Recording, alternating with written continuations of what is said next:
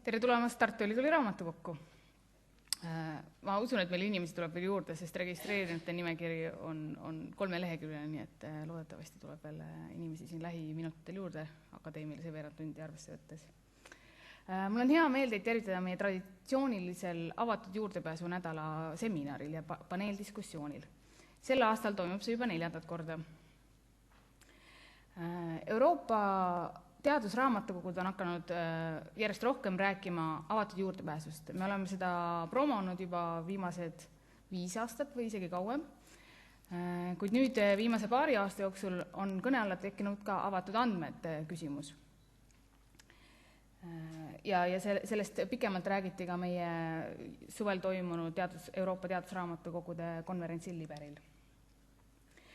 Küsimuse alla ongi tekkinud just, milline saab olema raamatukogu roll nende toorandmete arhiveerimisel, nanopublitseerimisel ja milline peaks üldse olema tuleviku raamatukogu hoidja, millised peaksid olema tema uued tööülesanded, tema ümberorienteeritus ja kuidas me saaksime toetada teadlasi. Liberil ja ka mujal diskussioonides ei ole kordagi raamatukogudes tekkinud kahtlust, et me ei oleks teadlastele olulised või vajalikud. Meie roll ei vähene, vaid see kindlasti suureneb.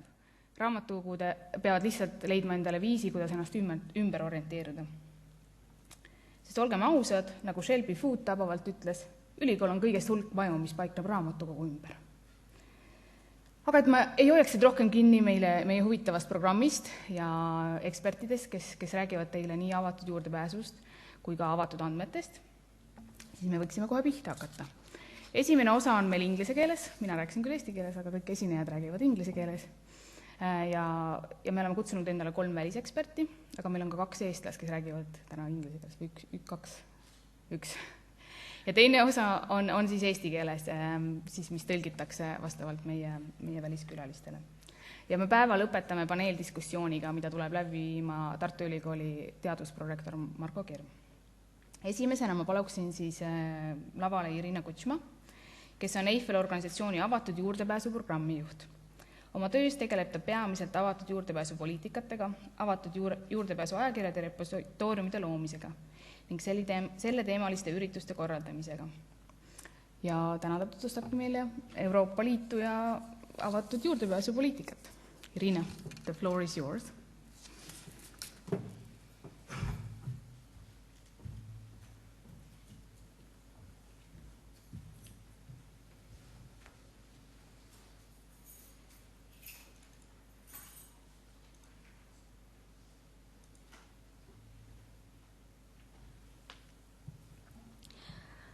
Good morning, ladies and gentlemen. It's a great pleasure for me to be here, and it's especially a great pleasure because I'm here for the 2nd time, and I really love to come back to Tartu University.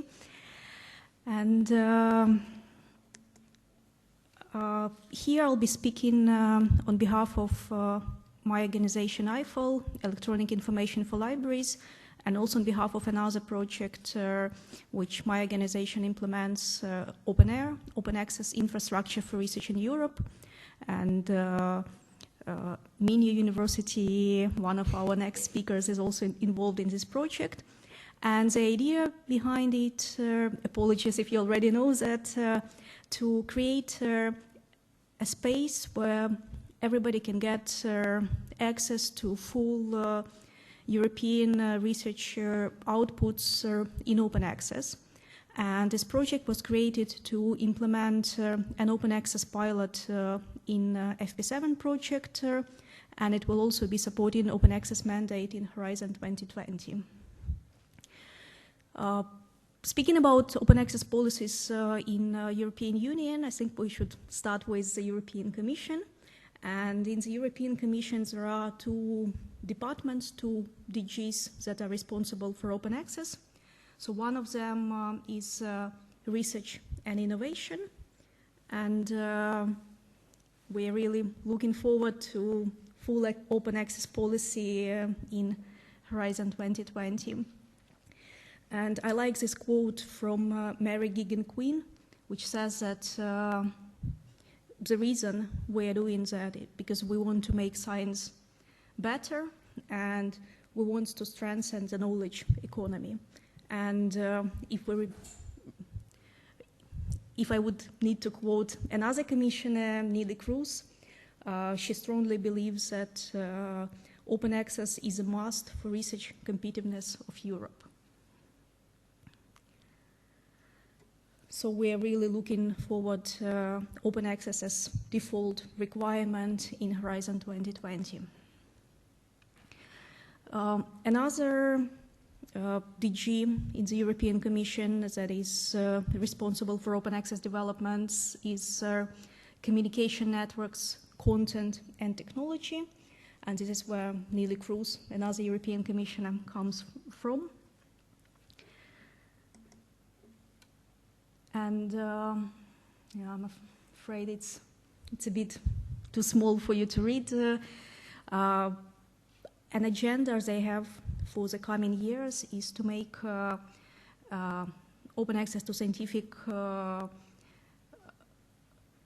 publications mandatory in the Horizon 2020, next FP7, next European Commission research funding program. Maintain possibility of reimbursing article processing charges. Establish national points of reference for open access in every EU member state, and also implement a pilot on open research data. And it's already clear that there will be a requirement, mandatory requirement, to provide open access to peer-reviewed research articles and conference proceedings. It's not yet clear what would be this open research data pilot, because it's only recently European Commission has announced results of public consultations they had on open research data. And I hope in the coming months there will be more clarity what kind of requirement would be towards providing open access to research data sets. If we need to mention some major documents that European Commission has released related to open access, I think one of the major documents is from July last year, which is called Commission Recommendation on Access to and Preservation of Scientific Information. And that's a document where European Commission says that policies on open access to scientific research results should apply to all research that receives public funds, because we need to improve conditions for conducting research. We need to reduce duplications, and we need to minimize time spent on searching relevant information and accessing it.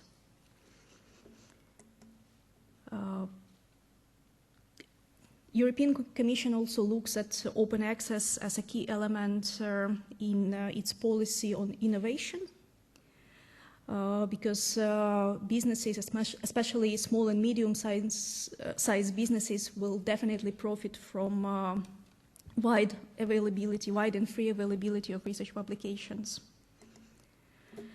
And another reason why European Commission is so keen on open access, because really with internet and with computers, it's not possible to disseminate research outputs the way we disseminated them when those first journals appeared.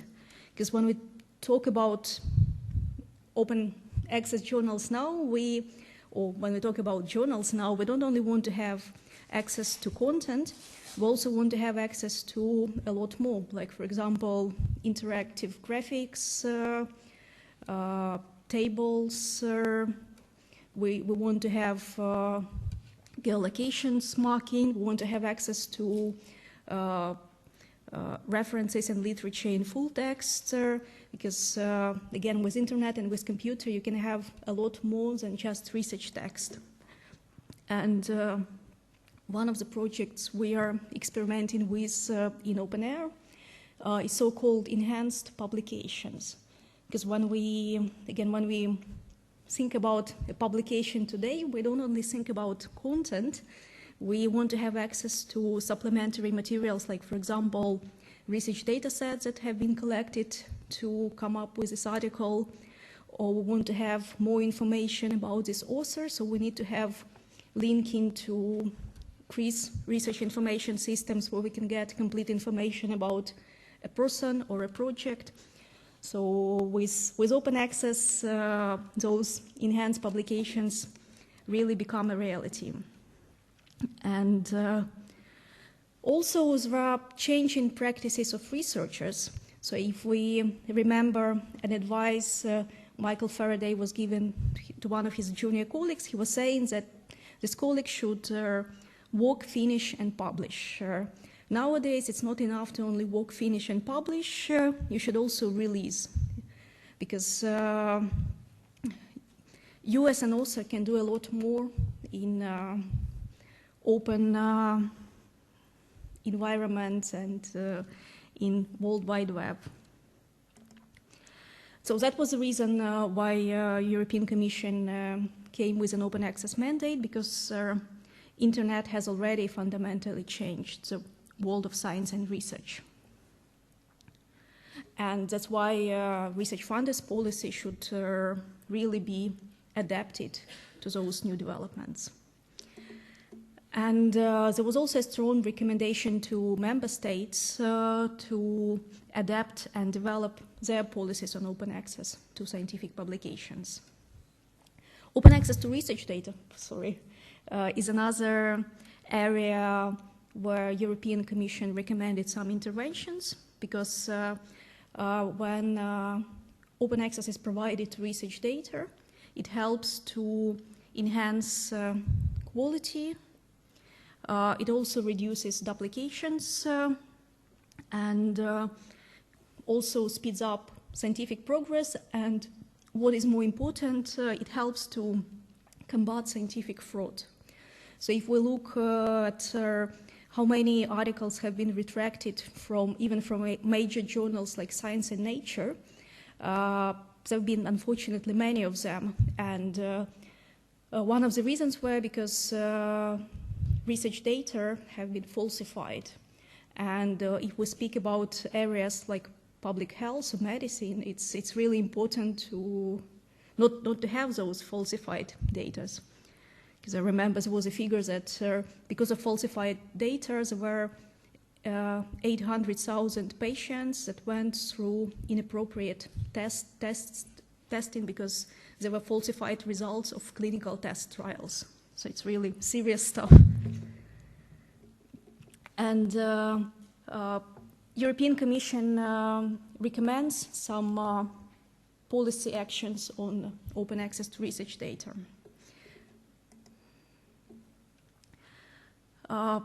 Again, if we go through recommendations to member states, what European Commission recommends member states to do, establish policies that require open access to publications that have been funded with public money.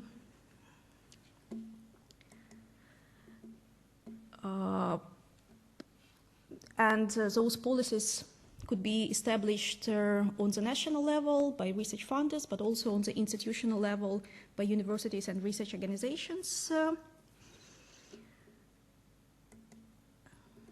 And also make sure that there is a national contact point for open access appointed in every country, and start thinking about open research data policies. I really like this short video which has been produced by DANS, Data Archive in the Netherlands. And they interviewed a number of researchers in the Netherlands, what are their opinions on open research data sharing. And so one of the researchers said that ideally all collected data should be open access, but of course there are some issues like confidentiality, privacy, so it's a bit more complicated than providing open access to publications. But the reason we should be really strongly looking into this open research data landscape is because, unfortunately, around 80% of data collected just dosed in drawers or dying out on the hard disks, and it's really sad. I guess we can skip this one. Number of open access policies worldwide have been really growing fast. And there are already some countries that introduced national level open access policies. For example, Ireland is one of such countries where open access mandate covers all research funding agencies in the country.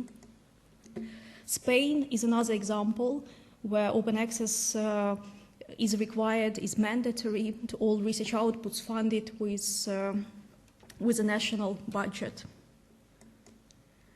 And there is also a strong recommendation released in April this year by Science Europe, which is a European organization of major research funders. And it's really a very strong position statement on open access. Just recently, European Commission released results of one of the survey they commissioned, and that study was supposed to look at the availability of publications that have been published in 2011. And the result was that around 50% of those publications are already available in open access. And there were some countries where it was even more than 50% of publications, and those countries were Brazil, Switzerland, Netherlands, and the US. And also, if we look at discipline ratios, and in biomedical research, in biology, mathematics, and statistics, there was also more than 50% publications already available in open access. And I think it's already encouraging. Also, the same study looked at the open access policies of 48 major research funders, and the result was that most of them already have open access policies, and those policies address recommendations to publish in open access journals, and also requirements to provide open access via institutional or subject repositories. And more than 75% of research funders accepted embargo period, which is between 6 and 12 months. And if you're looking at a really short overview of open access developments on the policy level, a famous advocate for open access, Alma Swan, has published a very good overview of that at the blog of London School of Economics. We've been talking about open access to research articles and conference proceedings, about open research data. We haven't really addressed books, because it's not so common yet that research funding agencies mandate open access to books. But for example, in Austria, Austrian Research Fund was the first fund that required open access to monographs they fund, and they provide grants to authors or publishers to publish books in open access. And when we talk about open access helping innovations, I really like those data from Human Genome Project, because there were two parallel projects. One was a public one, when all data have been openly released, and another one was a project run by a commercial company. And the results were that open and public one has produced twice more publications and generated twice more commercial activity around those openly available data, data sets and other fundings. So it really helped, it really brought back to the US economy a lot of revenues because of openness. Sometimes we hear an argument that, okay, open access is good, but how about scholarly societies? Can they embrace open access? And another open access advocates, Peter Suber and Caroline Sutton, looked at open access practices of scholarly societies.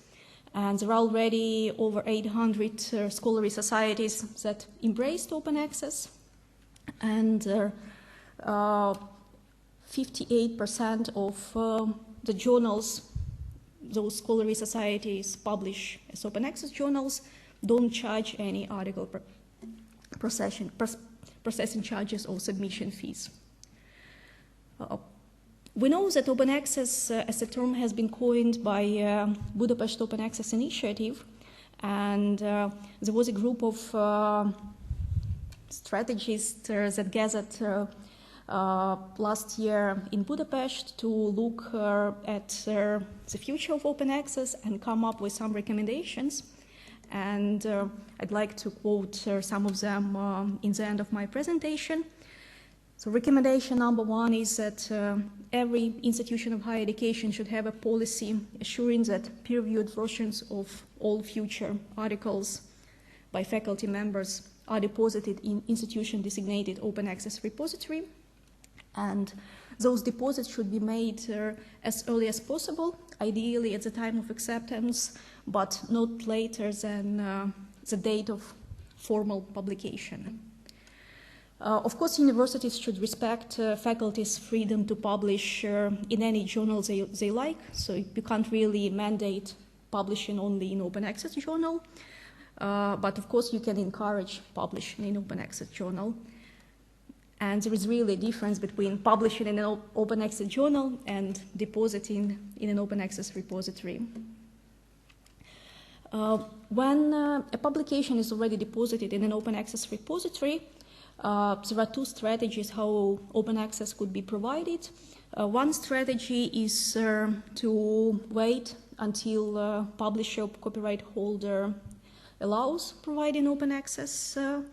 So wait until publisher permits, and nowadays over 90% of publishers allow open access, usually within some embargo period between 6 and 12 months, sometimes even 24 months if we speak about social science and humanities, and usually default position would be that it's final author's peer-reviewed manuscript that can be opened, so unfortunately not so many publishers allow providing open access to publishers' PDFs. Or another strategy could be, and this is a strategy that is practiced by Harvard, MIT, is that every faculty grants a university non-exclusive right to make an article open access within a certain embargo period, for example, again 6 months or 12 months. A similar requirement goes to theses and dissertations that should be deposited upon acceptance in institutional open access repository. And here, embargo periods could be longer if we speak about some patentable discoveries. Another recommendation, which is really getting more and more important, is that when we need to evaluate the quality of researchers, we can't really look at journal impact factors, because the journal impact factor doesn't tell you the quality of an individual article and doesn't tell you the quality of an individual researcher. That's why we need to look at other metrics, alternative metrics that will be more accurate towards the quality of an individual article or an individual researcher. And there is a recommendation that when institutions go through these research assessment exercises, they should really look at article level metrics, not the journal level metrics. of course, if they don't evaluate journals, but when they evaluate researchers. And in May this year, San Francisco Declaration on Research Assessment has been released, and it's a declaration backed up by large publishers, and also a number of research funders have already signed it. And it says exactly the same, that in your research assessment exercises, you should look into article level metrics. And recommendation is that when universities consider promotion and tenure or some other forms of internal evaluation, they should look at articles that are available in the repositories. So when you submit your application for promotion and tenure, you should make sure that you deposit your research articles in your institutional repository. And similar requirement goes for governments that perform research assessment exercises. And just final slides. With the Open Air project, we look at availability of publications funded by the European Commission, but also we would like to work with national research funders and provide this free service to a national research funder. And we've been already working with Wellcome Trust, which is the largest private biomedical funder in the world. And what kind of services can we provide for free to national research funders or to universities? You can see number of publications resulted from the projects you funded. You can see how many of these publications are already available in open access. You can see collected usage statistics, because we collect usage statistics from publishers and also from repositories. And we think that we can provide some kind of figure for impact of funding. So I'll be happy to talk to you later today about that. And thank you for your attention. Questions, please.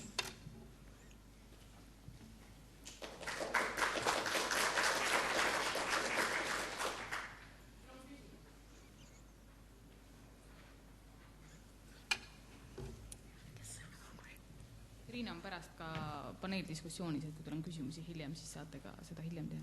Thank you, Riina.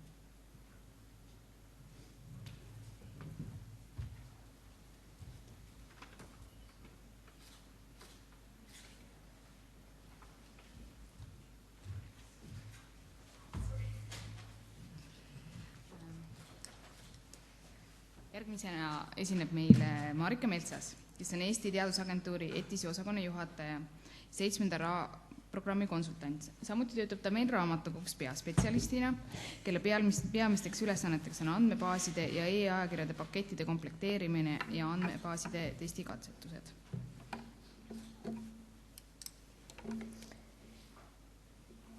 Good morning, everybody. Let me start with a reflection on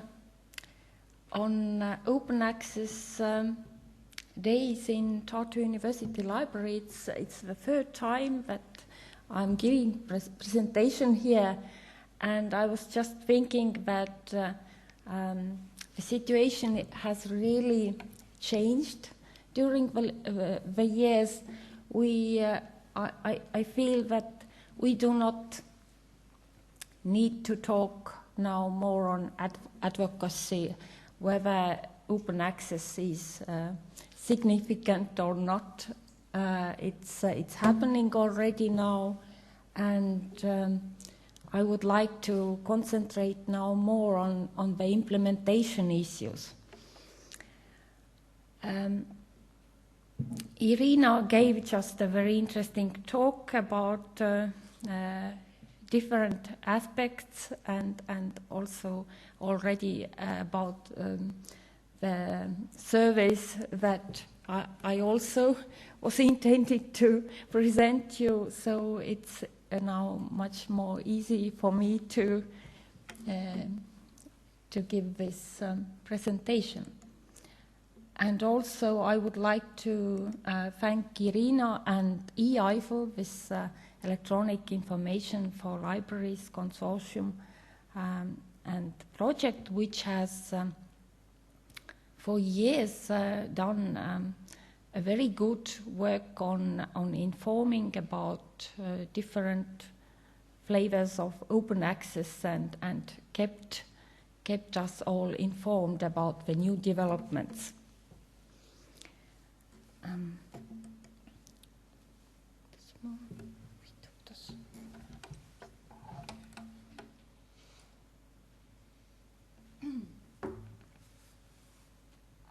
Now a couple of words about the Estonian Research Council,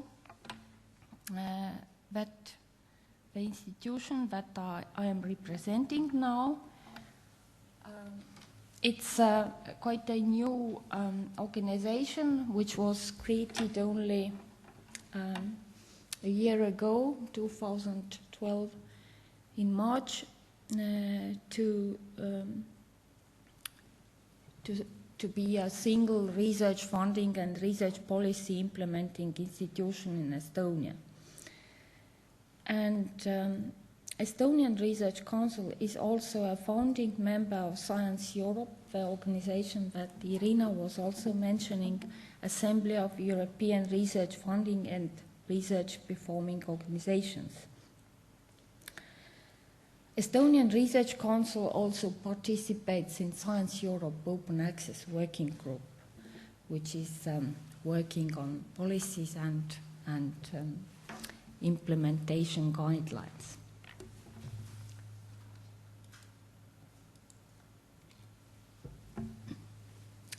Estonian Research Council is also running or processing information system, or current research information system, as CRISIS they are called usually, which is a state register of R&D related institutions, persons, financing, evaluation, and also research output. It's a gateway to Estonian research landscape, quite unique in this sense that usually only small countries have such a single gateway to research of all the institutions in the country. It's also an information channel and tool for researchers, and a grant application and processing system, and a research management tool for research administrators, a workbench where they can also organize peer review of applications and so on. And it's also a repository of documents, contracts, data, and publications.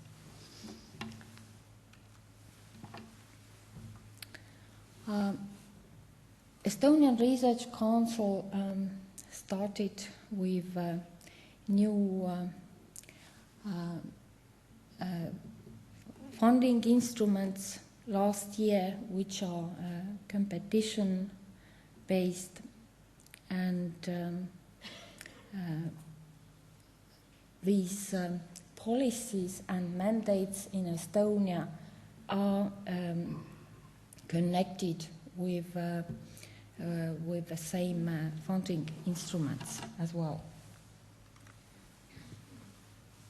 For example, regulation on institutional research and funding has a clause that publications that result from the implementation of the research theme shall be freely available to the public in ETIS, which is our Estonian Research Information System. This regulation or clause is very soft compared to many mandates that were introduced. It does not say that it should happen in 6 months or 12 months if a publisher establishes access restrictions when the regulation just says that the full text should be freely available to the public immediately after the restriction ends, but it does not say that this restriction should be 6 months or 12 months or 2 years. And of course, it's mandated to note which research funding was used to finance the implementation upon publishing the results, so that all the output should have notice, and it should be discoverable and searchable also, which publications are the output of certain funded projects. Regulation on personal research funding has almost the same kind of clause also. Requirement to make the full texts freely available via EDIS if there are, unless the conditions of publication, copyright or intellectual property protection state otherwise. So there is always also a way to say that I have an agreement with publisher that restricts to make this publication openly available. As I mentioned, EDIS is also sort of a repository. In fact, the statute of Estonian Research Information System makes the researchers mandatory to register all their output, the publications in the system during 5 working days, which is usually not this.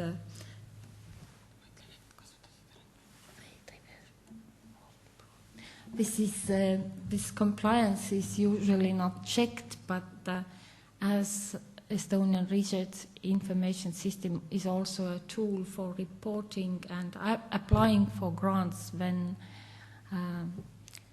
this is not a problem to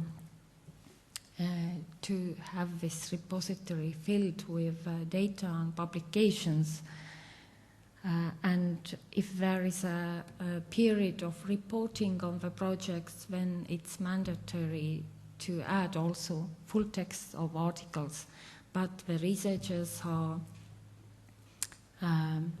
free to decide whether to make these articles openly available to everybody in the research portal or not.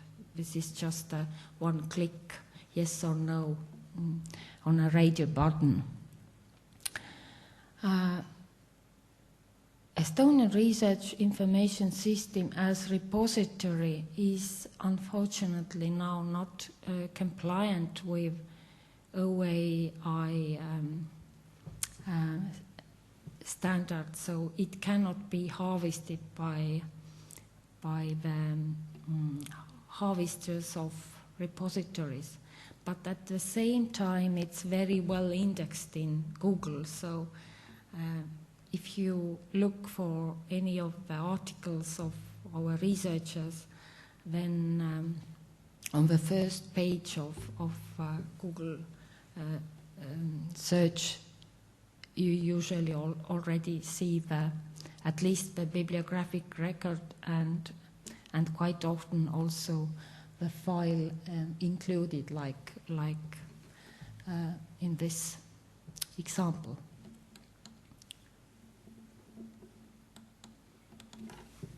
Does not work.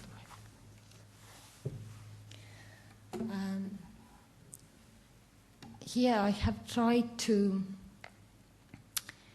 look on dynamics of open access publications in EDIS. As you see, the number of publications registered starting from 2008, the system was launched in fact 2006, has doubled in 5 years, but the proportion of open access or openly available publications has grown even more significantly. And now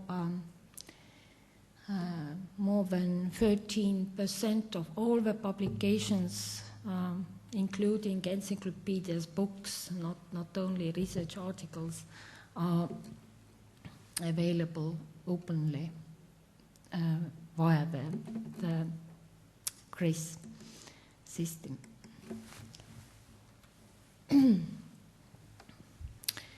If I looked on publications published in 2011, then I found that already almost a quarter of publications are openly accessible. And when I looked on research papers in international journals, then this percentage is even higher. It's about 30.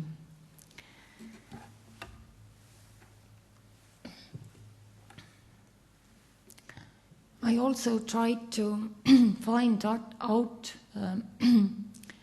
how many of these articles in the sample of 2011 and 2012 articles belong to journals that are registered in Directory of Open Access Journals. And it's about one-sixth of publications.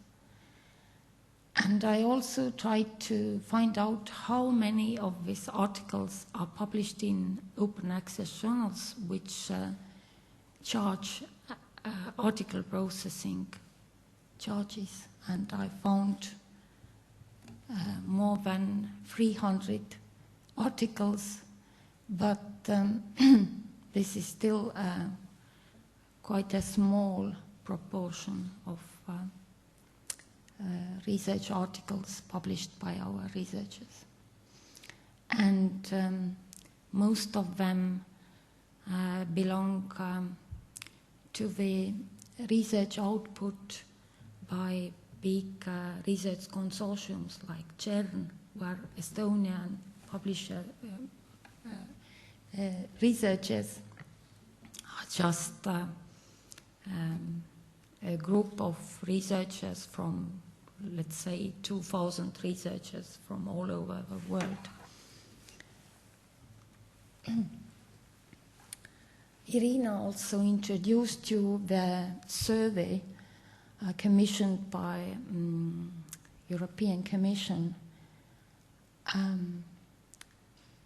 to see the evidence, what is the proportion of open access papers, and I found quite an interesting to find out. There is also a table on countries that Estonia has performed quite well. It's more than 50% of articles are found to be open access. And when we compare with other countries like United Kingdom, where there are lots of mandates on all levels, on country level, on research council levels, then it's quite a paradox to see that the proportion of open access papers in fact is not connected with the number of mandates that have been given to the researchers. Irina also told already about Science Europe. Science Europe has several working groups, and one of them is working group on open access, which has also worked on the mentioned principles on the transition to open access to research publications, which was finally approved by General Assembly of Science Europe in April 2014. I have been participating also during the last year in this working group.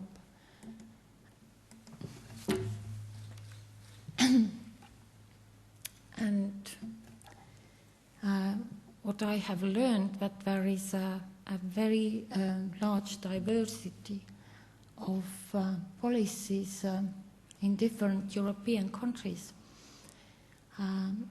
This slide shows the results of a survey among European research funding and research performing organizations that was done by Science Europe. And at that time, Estonia was not able to fill in the survey because our representative was not in Estonian Research Council at that time. And of course, this landscape is changing all the time. This data is already 1 year has passed, and I'm sure that the pattern of the colors has somehow changed already. But what is interesting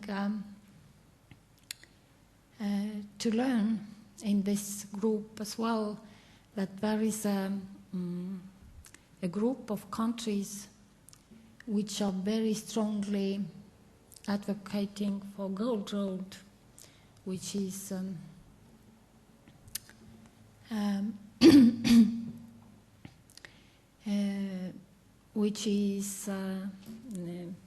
transferring the system to offer pays. And you see that I have thought about that, why are some of the countries especially pushing on this road? And one reason could be that these countries have also big and important research publishers, so it's also connected with that. But at the same time, of course, the budgets for research funding is much higher in these countries as well.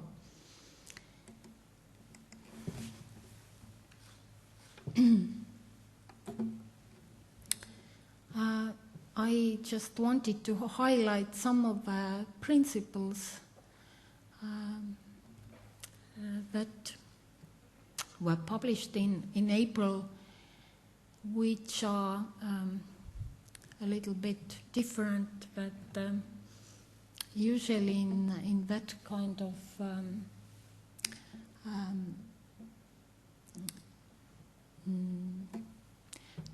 principles, documents on open access, it stresses that publication and dissemination of results are an integral part of research process, and the allocation of resources within the research system must take this into account. So there should be allocated resources for publishing the results. So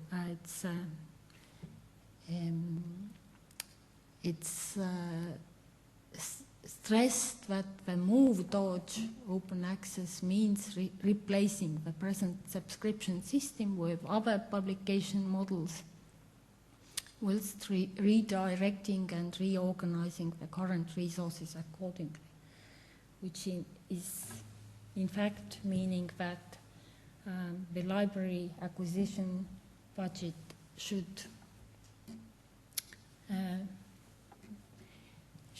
be transferred to the budget for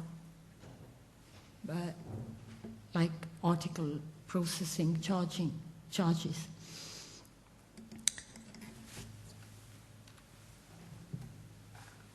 At the same time, as this landscape is very diverse, and some of the countries in also this Science Europe group are very strongly advocating for Green Road.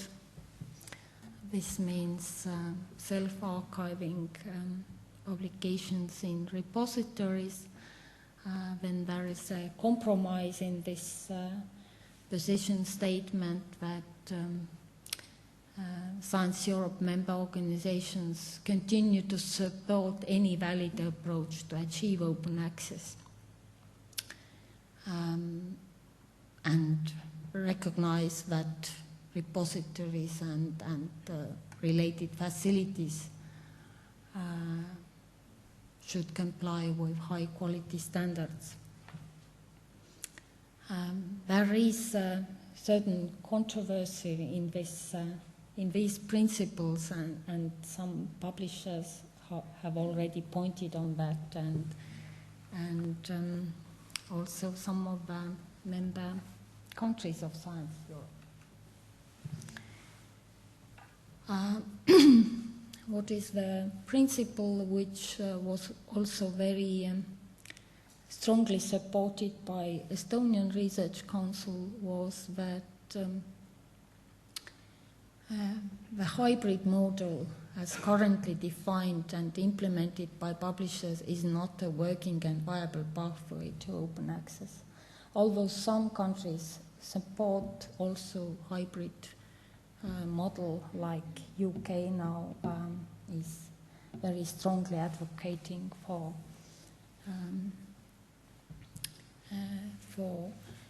paying article processing fees also for the articles which are published in typical subscription journals to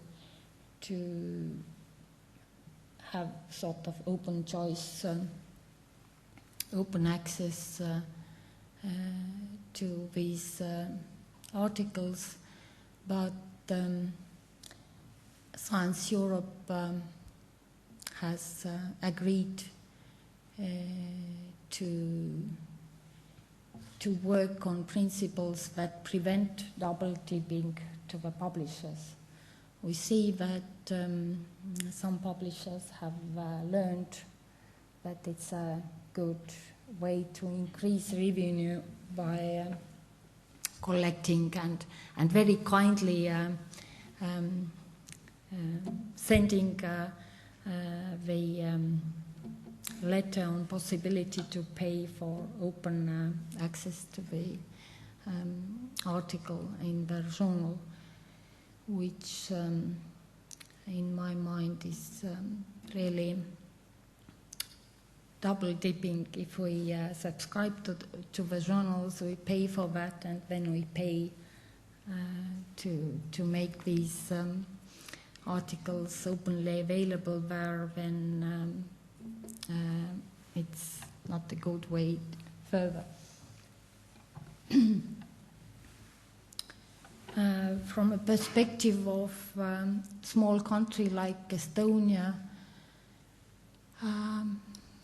we see that there is a difficulty to reallocate the resources for supporting this Gold Road, because we cannot, at this moment, we cannot cancel the subscriptions to journal packages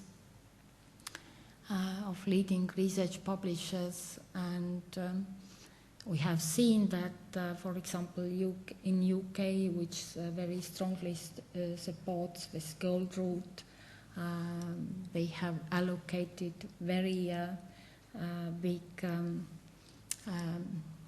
lump sums for universities to pay for the article processing fees, and this is all in addition to acquisition budgets. So we are sort of waiting for this major turn on this or other side to be able to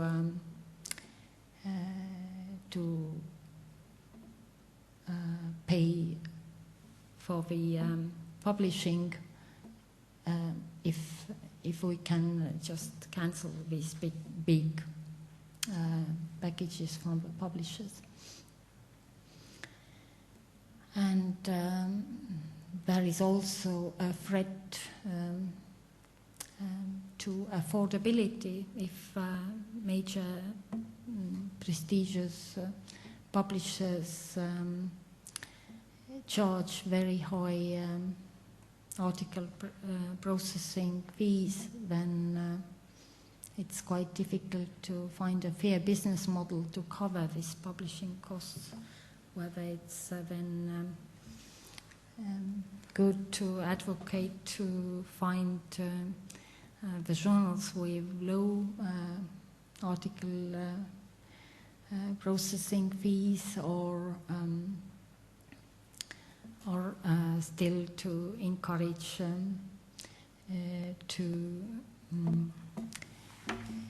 to publish in leading publication channels for the disciplines. The challenges that we see today are the following. We see that there are a huge number of open access publishers, so-called BL's list of publishers, who in my mind just are cheating researchers, sending them all kind of messages on asking to publish in their journals, and they claim that these are peer-reviewed and indexed in major research information systems. And if you are going to look in detail, then you see that they point on some big library catalogs or just indexes of journals because they have obtained ISSN. This is almost the only thing that they have. So the researchers are quite confused with that kind of messages, and of course not all the output in these journals are rubbish, because some good, I'm sure some good research is also sent to these journals, but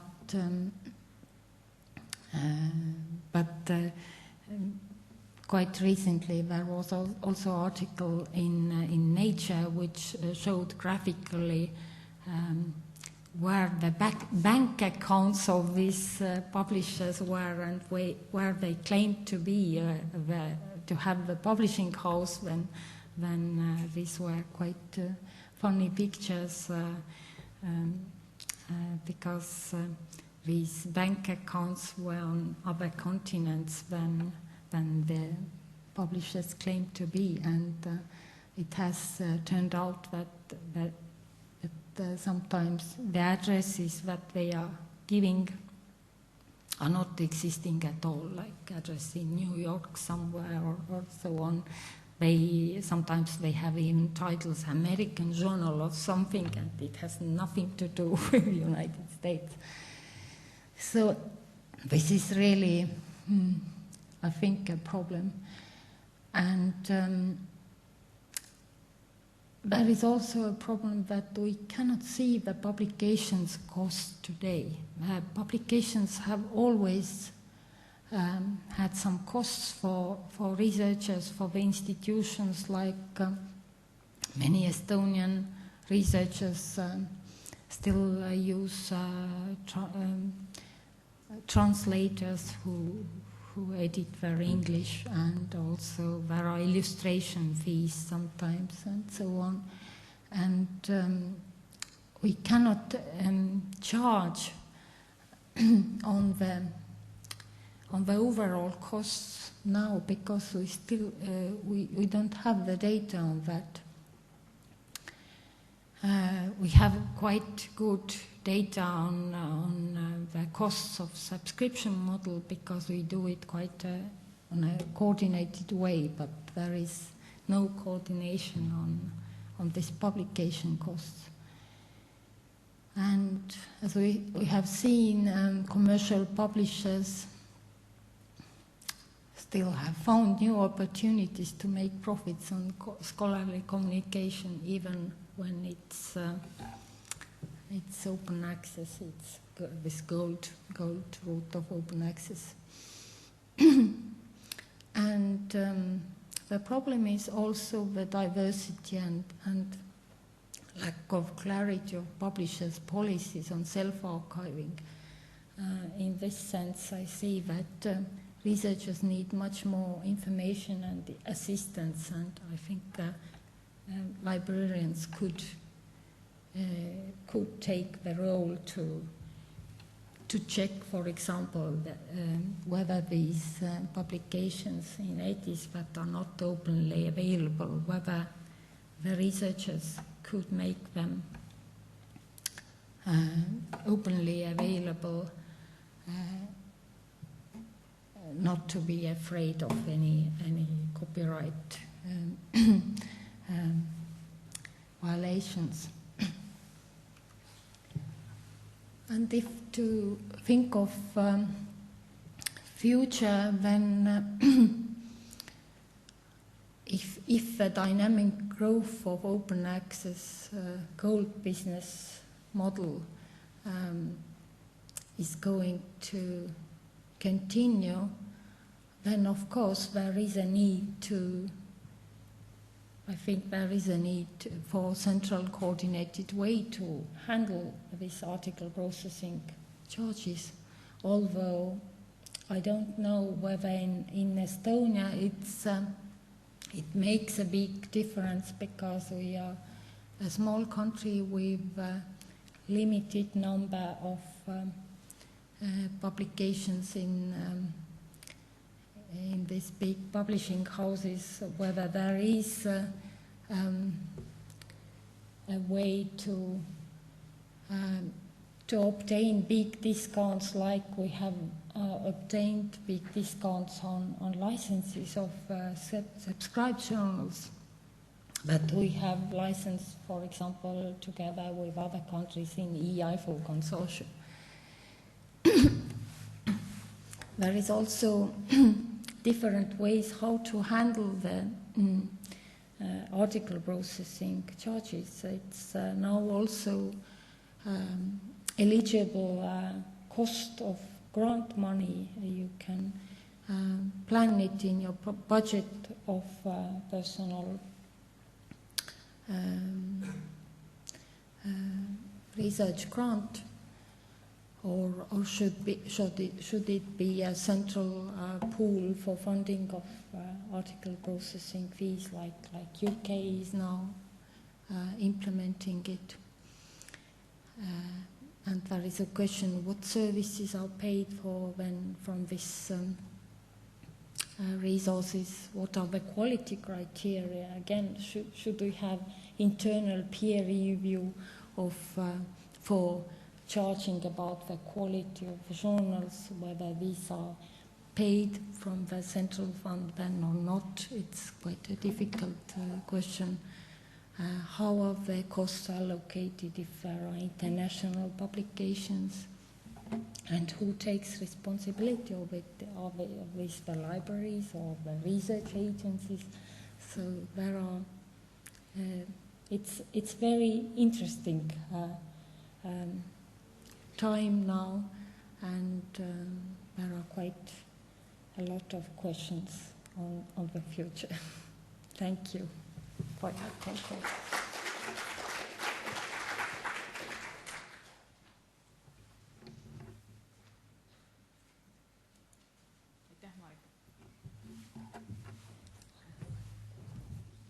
Järgmisena palun ma siia Minho ülikoolist Ricardo Saraiva. You say it correctly? Ricardo on Minho ülikooli raamatukogu repositooriumi juhataja.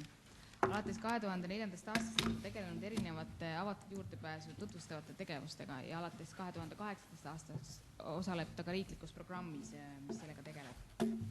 Ja tema tänaseks ülesandeks ongi meile tutvustada, millised on avatud juurdepääsu poliitika põhimõtted Minho ülikoolis Portugalis.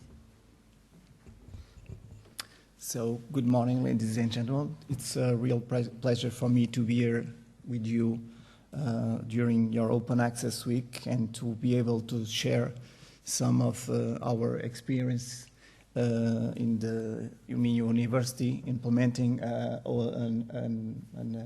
open access policy. So, in my presentation, I will present 3 main points.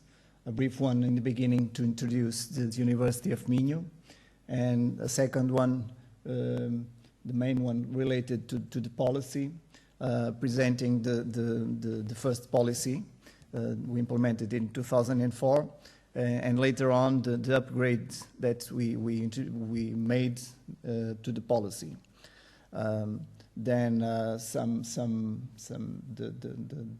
implementation procedures and the results of this second policy. And we conclude with some final remarks and future directions that we will be working on. So just a brief couple of slides. The University of Minho is located in the northwest part of Portugal. We call it in Portugal the green region of Portugal, not related to open access, but because it's in terms of nature, it's a very green region. The university itself, it's in Portugal we call it one of the newest universities because it has only about 40 years old. It has two main campi, one in Braga and another one in another city called Guimarães. In terms of teaching, we have about 53 graduate courses, 130 master courses, 22 PhD courses, and in terms of the number of students, currently in the current year we have about 19,000 students. In terms of research, we have 31 research centers, the majority of them rated excellent, very good, or integrated it into state laboratories. Another important one is important thing is that hosts the European Institute of Excellence and Tissue Engineering and Regenerative Medicine, the only institute of its kind to have a base in Portugal. So this particular one is very important to the institution. So entering in our presentation, the University of Minho has been an open access pioneer. We have been working in the last couple of years, in the last decade, on several open access activities. We started thinking in open access early in 2002, and in November of 2003, we opened our institutional repository. Afterwards, we have a very prolific set of activities. We started a communication strategy. We implemented the first OA policy in 2005. Then we went, we produced also a lot of functionalities and value added services to our users and to our submitters. And we also started to advocate, to promote open access in Portugal throughout a lot of conferences, also nationally and internationally. And another main focus has been the projects, the open access projects. We started collaborating in the national project called RECAP in 2008. And also in 2008, we started also to work on several open access projects sponsored by the European Commission. Driver, Open Air, and Open Air Plus, Med, NECO-BELAC, and so on. So in this presentation, the main focus will be the policies, the policies that we have at the university, and which we will talk a bit longer. So our ER, our institutional repository, started in 2003. It was publicly launched in November 2003. The deposition of publications. Since the beginning, we asked the authors to self-archive, or we also accepted proxy self-archiving. When we say proxy self-archiving, we mean to some people or some staff in their own departments to do their deposits.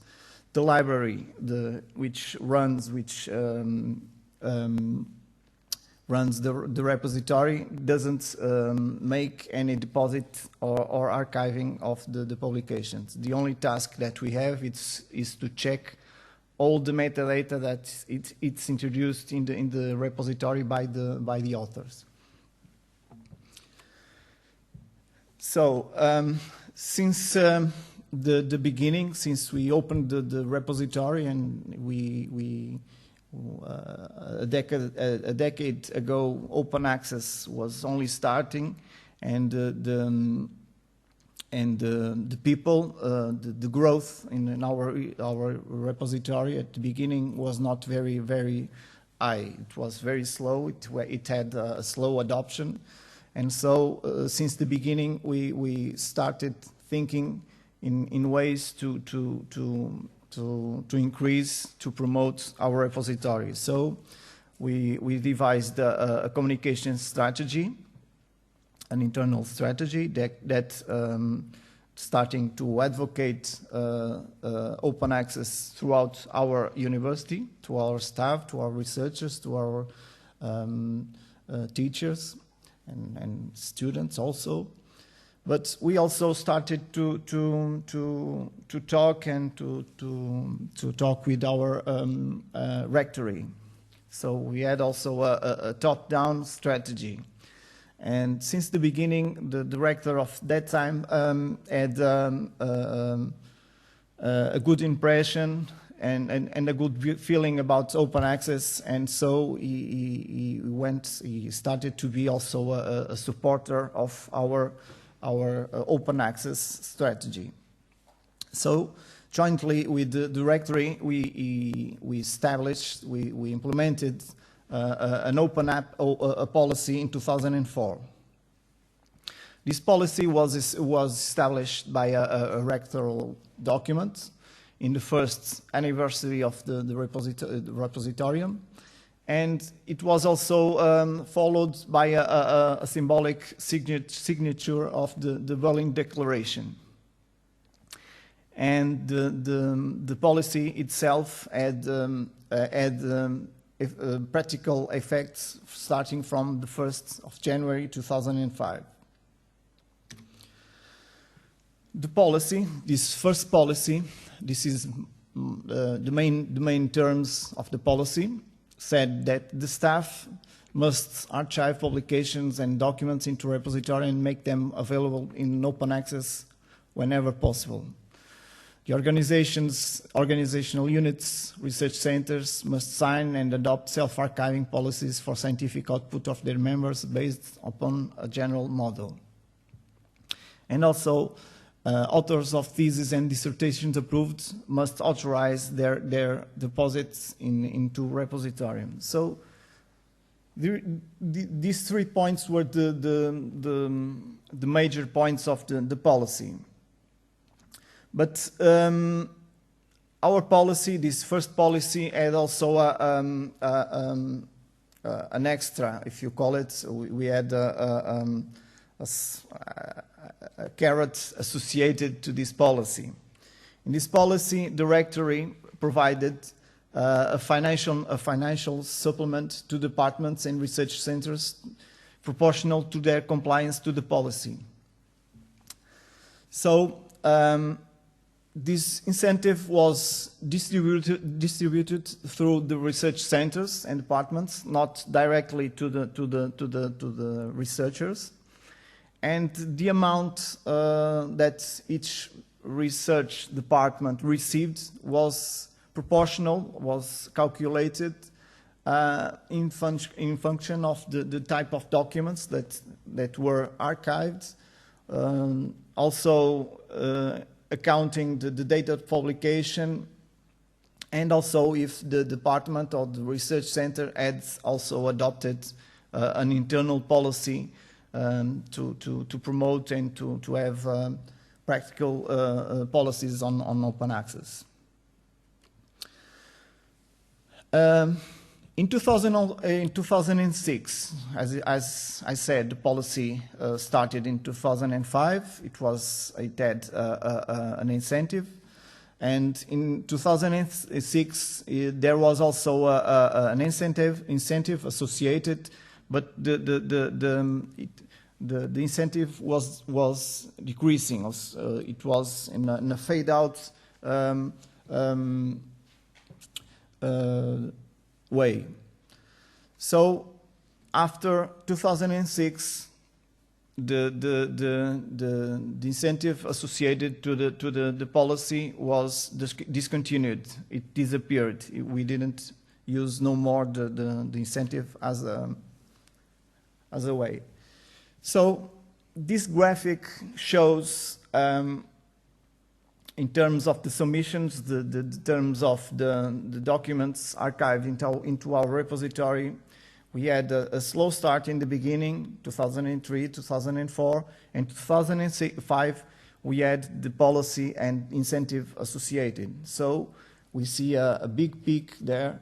A lot of publications were submitted that year, not only in the publications of the 2000 year in particular, but also a lot of publications of previous years. There was a lot of deposits from previous years submitted at that time.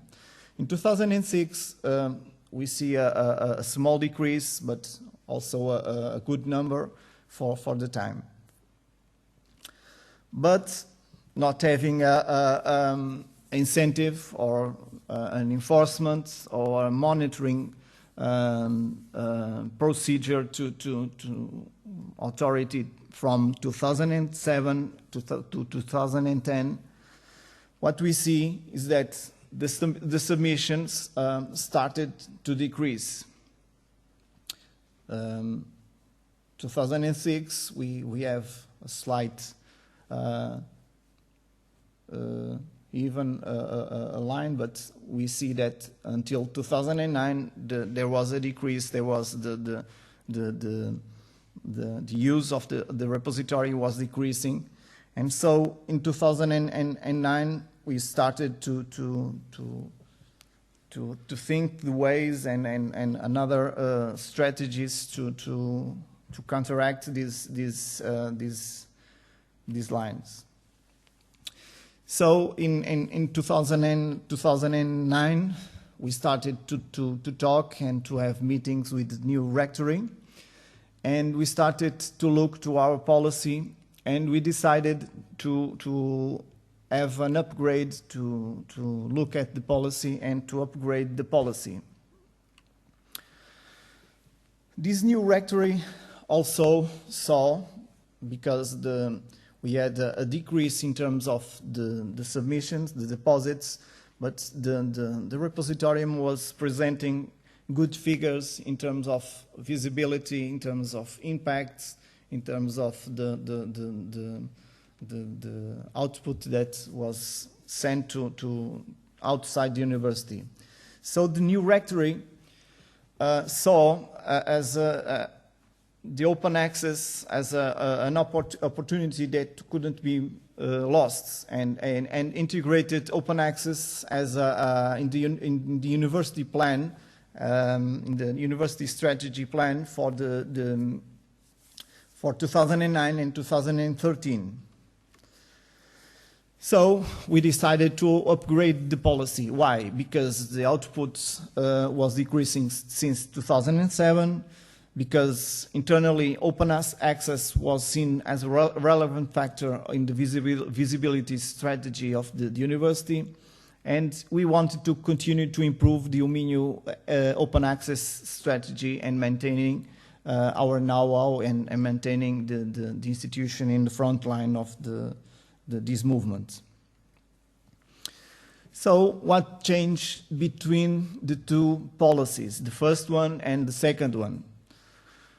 The main change is that the second one, this 2010 policy, is mandatory. So the directory made this policy mandatory. All staff to mandatory deposits into repository a copy of all peer-reviewed publications dated from January 2011, and as Irina said, as soon as accepted is also a term of this policy. And another important thing is that from January 2011, all official publication lists and reports from individual researchers and research units submitted internally at UMINU must contain a link to the version archived in the repositorium. So for the implementation of the policy in the first quarter of 2011, we started a roadshow throughout all the university to present the new policy, to demystify several issues that researchers always have, like the copyright issues and other stuff. We produced a lot of supports and information to the researchers during this roadshow, and it was very important to see that people were reacting well to this policy. And since the end of 2011, we started. That's another variant from the previous policy. We started to monitor the compliance of the policy. So how did we manage to monitor the policy? We started using internal lists, and we also used reference databases like Web of Science and Scopus to identify relevant publications affiliated with authors affiliated to the UMINU.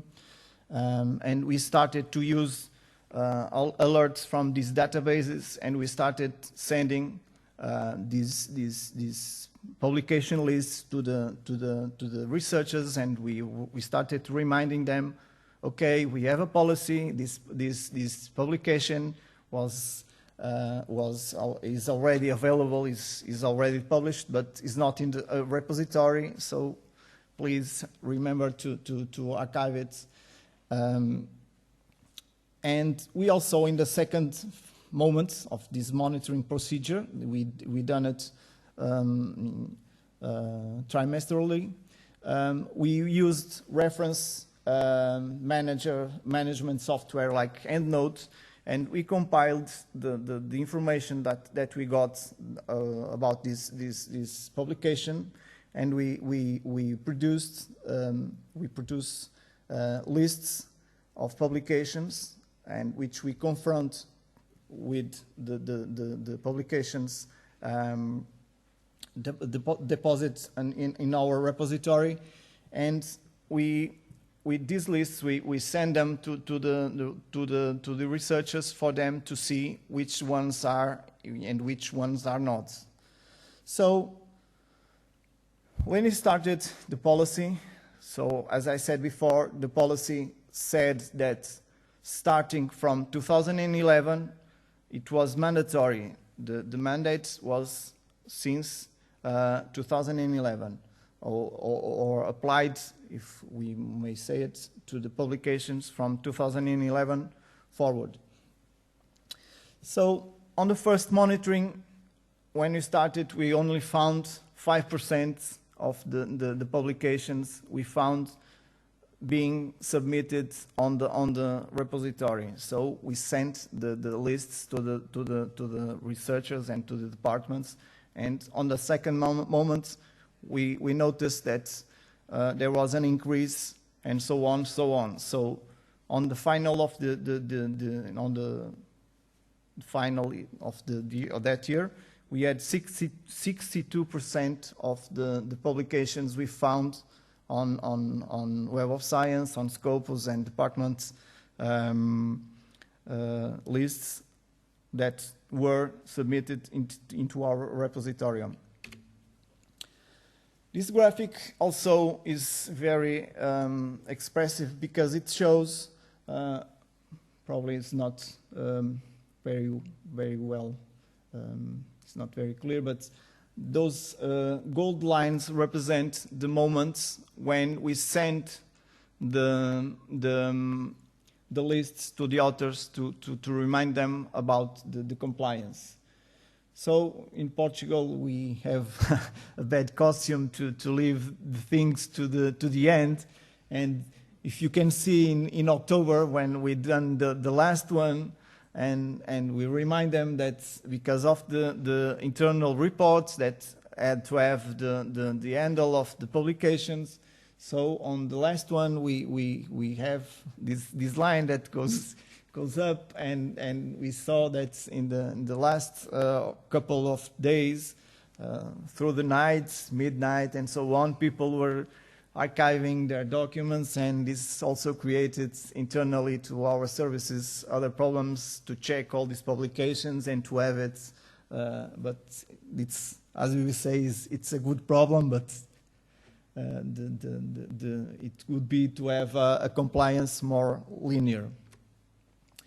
So the second year of the implementation of the policy, 2012, we see that the first moment people were starting to react more in a better way. So from the first monitoring, the compliance was higher and higher. Okay, so on the last period, or the reporting period, we had almost 70%. And this is important because these were the results of the monitoring. But as I told you, authors, because of embargo periods, also archive publications of previous years. And so the publications of 2011, the compliance probably right now is higher, and 2012 also right now it's higher. But we've done an exercise during the 10 years of the repository, considering the decade that repository is implemented, and we found out that this is more or less the percentage of the domínio referenced in Web of Science and Scopus, and that is already submitted into the repository. As I told you, we found out that besides the authors, besides putting the publications of the current year, they also they also put a lot of publications of previous years. We have, this is like a snowball. We have authors and researchers that start using, and the colleague sees that his other colleague is using, and he starts also to put their thing, and we see that many authors to retrieve old publications and put it on the repository. And in the perspective of repository manager, it's interesting to see their reaction to this, because a lot of them, when they are putting old publications, when they put it on the repositorium, they often find that those publications, in some cases, almost get a second life, because because repositories are highly visible, they create high impacts, and people very easily find a publication in the repository. Otherwise, a lot of publications, a lot of researchers only had their papers on paper, and the repository is also an interest mean for this. So in terms of document types, we see that nowadays our repository has a similar percentage in terms of articles and conference items. We have a lot of engineerings in our institution, and a lot of them, the main publication core is in terms of is made in conference throughout conferences. We had also a good degree of master thesis. It's mandatory to have them in our repository, doctoral thesis, and 14% of other publications, book chapters, working papers, a lot of publications that are. It's also interesting to see that all this self-archiving movement, but we see that nowadays, even nowadays, 80% of the percentage, we have about 14,000 items, full text items, but 80% of them are open access. Only 17 are in restricted access, or 4% in embargoed access. And I can say that the restricted access, the majority are doctoral theses and dissertation theses that contain confidential material, patents, but that's more or less the. Also, in terms of visibility, as you can see, and impact, the number of downloads in our repository is increasing every year. We are almost completing our 10th anniversary, and we estimate that on November, I think we have already reached that number.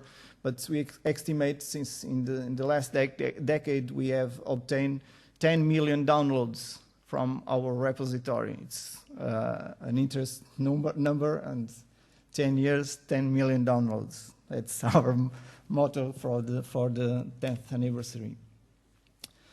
In terms of downloads origins, the majority is obviously, because of the proximity of the languages, are done in Portugal. We have also, due to the language, also a big percentage from Brazil, but we have also the European Union countries aggregated in that slice, 7%, also United States, and emerging countries like big emerging countries like India, China, and others that's also reaching our repository. This graphic it's also interesting because it shows that our repository, the origin to our repository is done mainly by search engines. It's not necessary for people, someone to know that there is a repository called Repositorium. It's in Portugal. They can Google it, what they want, and they can easily find, as in the previous presentation, easily find these are softwares or platforms that become very easy to find information. And this graphic shows precisely that thing, that it's very easy to find things without going directly to the repository and do the search there. And as you can see, the repositorium, this is the last year regional coverage. We have access from almost everywhere in the world. We have access accounted from more than 200 countries and territories. It's a huge impact for the institution. It's also a good sign for us. As a curiosity, we have also visitors and people using from here our repository. And also this adds value to the institution. Our repository, as probably most of you have already heard about the world ranking, repository has always been well classified, and not being a huge institution. We have bigger universities in Portugal, but we managed to create some impact in this ranking. But also in terms of the ranking of the university, as you see, there are a lot of bigger universities comparing to the UMinho, but we have a good presence rank because of this increased visibility, and also other rankings that's important to the institution to promote and to also bring more people to the institution. As a concluding remarks, the policy had an high impact of the upgraded policy. The number of documents and the number of researchers archiving is 2 or 3 times more than before 2011. The policy adds impact not only on publications from 2011 onwards, but also on publications from previous years. And we also found that the periodic monitoring has been an important tool to assess, to secure the policy compliance. For the end, as a future directions in terms of the institution, we have a new rectory, but the open access again is part of the strategic plan of the UMinho. UMinho wants to remain on the front line of open access, and the repositorium will be the only information source about publication output.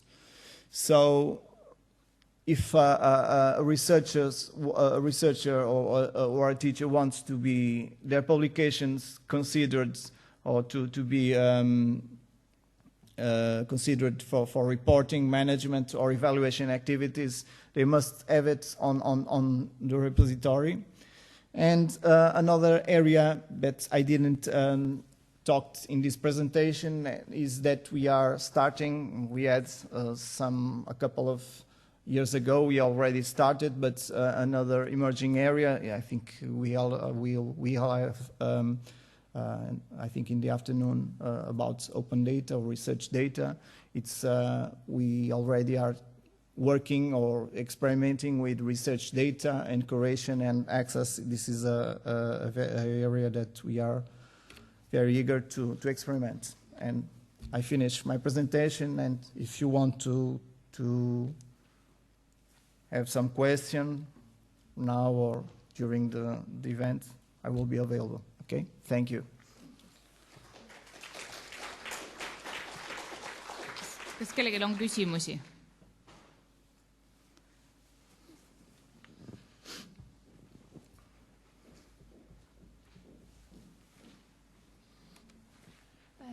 I wanted to ask how many people working for your repository? How big is your staff?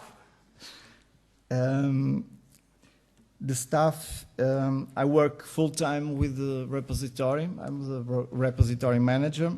And we have, in the repository, as I said, is managed by the library services. And we have a couple of people that work in other activities of the library. And we have a workflow, so we have about 6 people that doesn't work in full time, but they manage to check the documents. They in this, but the team itself is not very big. We have our director that also works, supports the repository, but working full time with the repository, it's myself and a couple of 6 people with which we work as a team, and we manage to work. I don't know if I answered the question, but this. Also, we have also people in terms of the technical part whenever needed, but not in full time. Whenever necessary, we have support in that area. Yeah, Marika?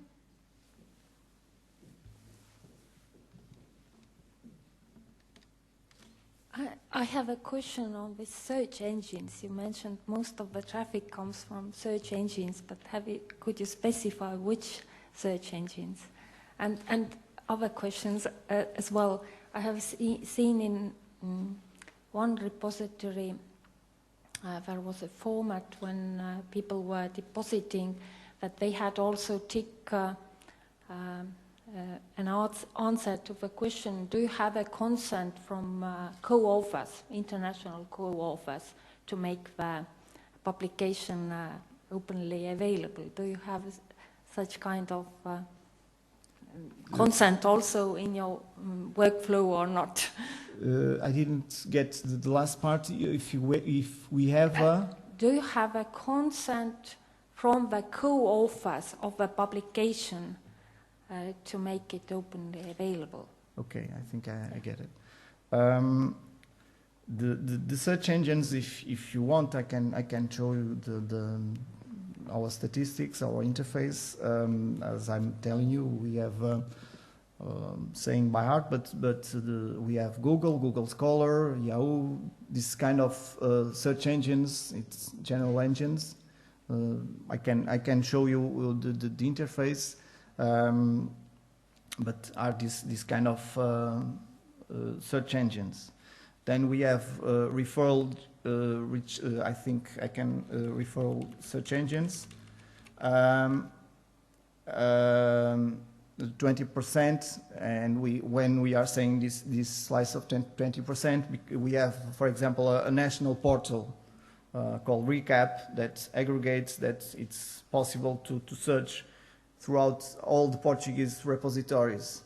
This is a part of this comes from there. We can search, for example, from Driver, from other search engines, specialized search engines. We have also an internal library search engine. It's also included in this category. We have also a national engine beyond. It's also in this category, but this is more or less, but I can show you more in detail if you are interested in this part. Regarding the permission or about co-authors. One of the main things that we insisted since the beginning on self-archiving is in part of that because with the libraries or other services concentrated the submission procedure, it would be very complicated. We had to have permissions from the authors, from the co-authors, and if the author itself can do the archive, he has also the responsibility to have the knowledge from the other authors to archive. Okay, we don't have documents.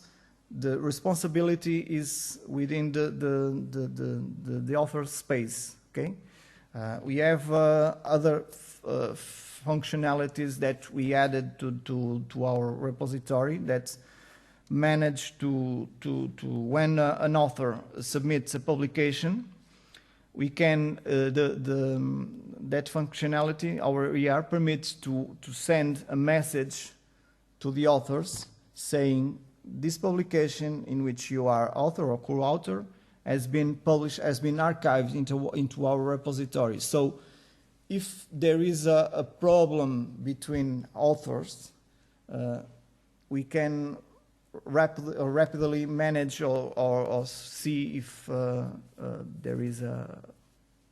But as I said, the author must at the beginning know if there is a problem or not archiving that publication. Don't know if I answered. So I don't know if I have another. We saw from the charts that after you made mandatory the archiving, that by the ending of each year you got quite a high percentage of archived articles. But what happened to the what happens to the researchers who will not archive their articles? This percentage was 30 or so. So as I said in the first policy. The first policy in 2004, we didn't have an enforcement or a monitoring procedures. So we had an incentive. The policy was not mandatory. People submitted if they wanted, and they didn't add any consequences for that. If they submitted, okay. If they did not, they didn't add any problems with that. So in this new policy that we implemented in 2010, 2011, the main issue here is that is stressed on the terms of the policy that it's mandatory, and a thing that will be finish the cycle or will finish the policy is the information system that we are concluding this year. This is the part where repositorium will be the only information source. So if an author or a researcher of the university doesn't put their publications on the repository, and if he wants to be evaluated, if he wants to produce a report for management or other kind of activity, it won't be considered. Okay, so he will be penalized in that way. These things closes the circle. We have a mandate.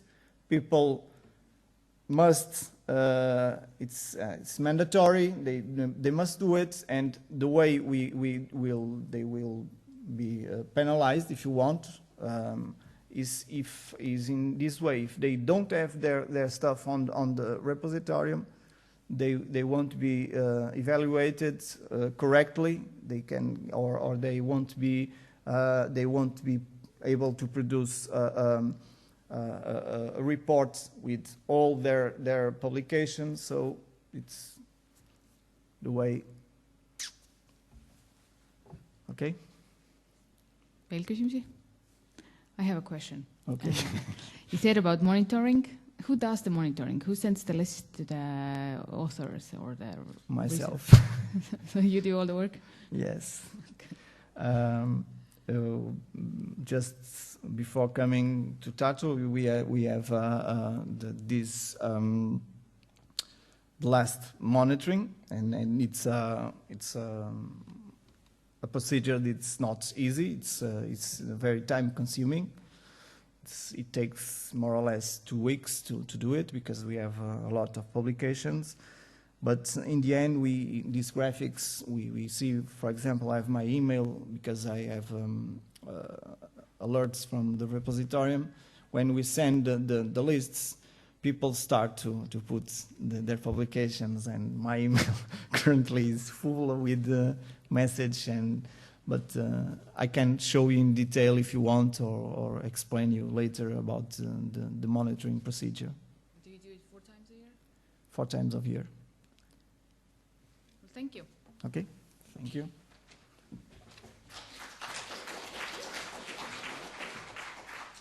You want to...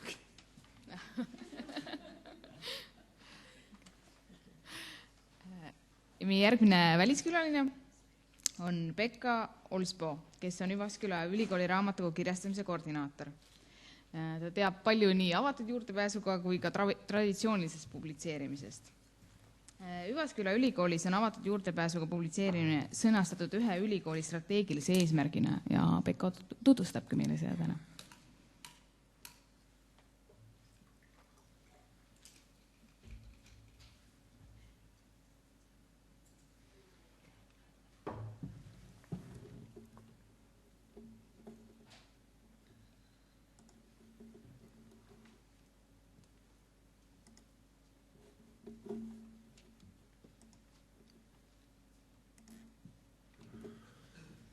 Well, good afternoon. Well, almost afternoon, at least, everyone. My name is Pekka Olspo, and I come from University of Jyväskylä in Finland.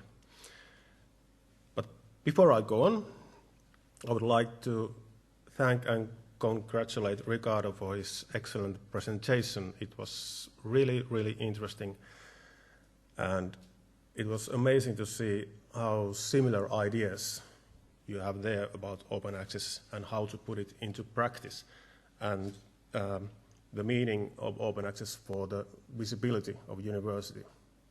You will see during my presentation we have shared the same ideas.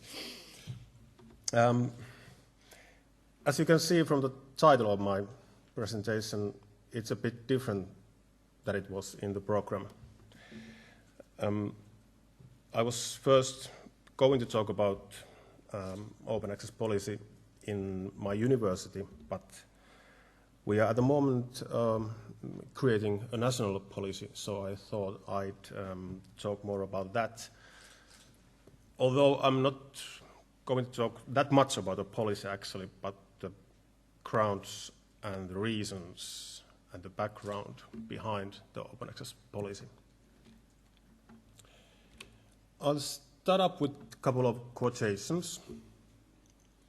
The first one is from the suggestion of open access policy in Finland. It says, all operators of Finnish research system will share their research publications and data in open networks. So this is not an official statement, yes, but or yet, but we hope that it will be before the end of the year. The second one is from the action plan of our university, so it's a reality. University requires parallel open access publishing whenever it's possible. And yes, there is that whenever it's possible now. Let's see if it's removed during coming years. And the last one is from the main quality manual of our university. It's actually being renewed at the moment, so this is from the new quality manual. And according to our quality manual, all research publications shall be deposited into UX archive held by the university library. So I come from the University of Jyväskylä, and I work as a publishing coordinator and manager of the publishing unit in the library. The publishing unit is more or less like the university press here, for example, although here the university press is a separated unit, but in our university, the publishing unit is part of university library. So our job is to publish the main, for example, publish the main publication series of the university, but we also maintain the institutional repository of the university, the UX archive. And we are also the enabler and promoter of open access inside our universities, and so it's in that role that I'm here speaking to you today. Those quotations lead us to the focus of this presentation. I'm mostly talking about why open access, but I'm not going to talk about basic principles of open access, not about the justification of open access. I'm trying to stick in purely practical reasons why it is good for us, for our university, to support open access, and why is it good nationally for Finland. And the reason lies in the Finnish Publication Forum project and its effects on open access. And that's what I'm going to talk about mostly. I'll say a few words about openness in science, about the ranking web of universities, since I see it as one tool to measure the openness of science. And all this should lead us to the need for national open access policy in Finland. And I'll say a few words about the goals and how it's going to progress. So why open access? And the practical reason behind this question is the Finnish Publication Forum project. In Finland, the Federation of Finnish Learned Societies has completed a publication forum project, which was originally made by the initiative of the universities Finland, UNIFI. And the aim of this project is to create a system in which the scientific publication activity of a university can be evaluated on basis of quality, not only quantity as it has been so far. And this system is based on quality classification of scientific publication journals, publication series, books, whatever, and in all research fields. So basically, we have a list of publication forums for each research field in Finland. The first publication forum classification rating was done in 2011. It covered up about 20,000 journals and about 1,200 publishers. So as you can imagine, when we are talking about 20,000 different publication journals and the evaluation of those forums, it's quite a big job to do. So we had 23 research area panels in Finland, altogether about 250 researchers, professors, and so on, which made the actual evaluation.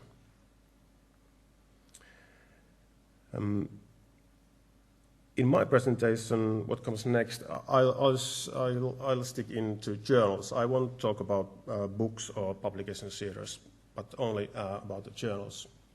And if you want some more information about the publication forum, there's a link for that. In this publication forum, which basically really is a list of journals, the journals and series are rated in 3 different levels. The level 1 is basic publication forums of that certain research field.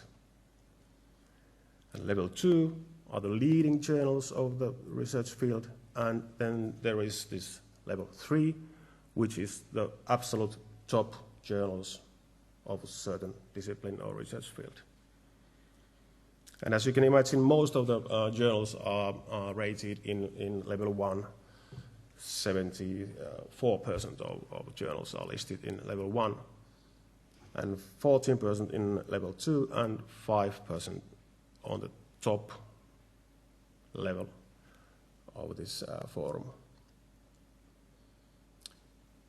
And if you wonder why, if you sum up those percentages, it doesn't come up to 100%, it's only 93 or so. In this evaluation, there were a number of journals and other publication forums which were actually evaluated, but they were not rated at the end. So that explains the missing 7% there. Okay, since we have done this kind of list and classification of journals in Finland, it's pretty obvious that all researchers now in Finland are encouraged to publish their articles in level 2 and level 3 journals. Of course, this is understandable. But the reason why they are encouraged to do so is, of course, money.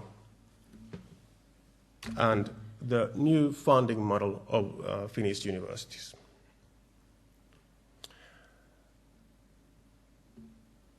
The publication forum is now seen as an indicator which indicates the quality of publishing activities of a certain university. And now, from 2015, the Ministry of Education and Culture will use this classification as in a funding model of the universities. So publications means money.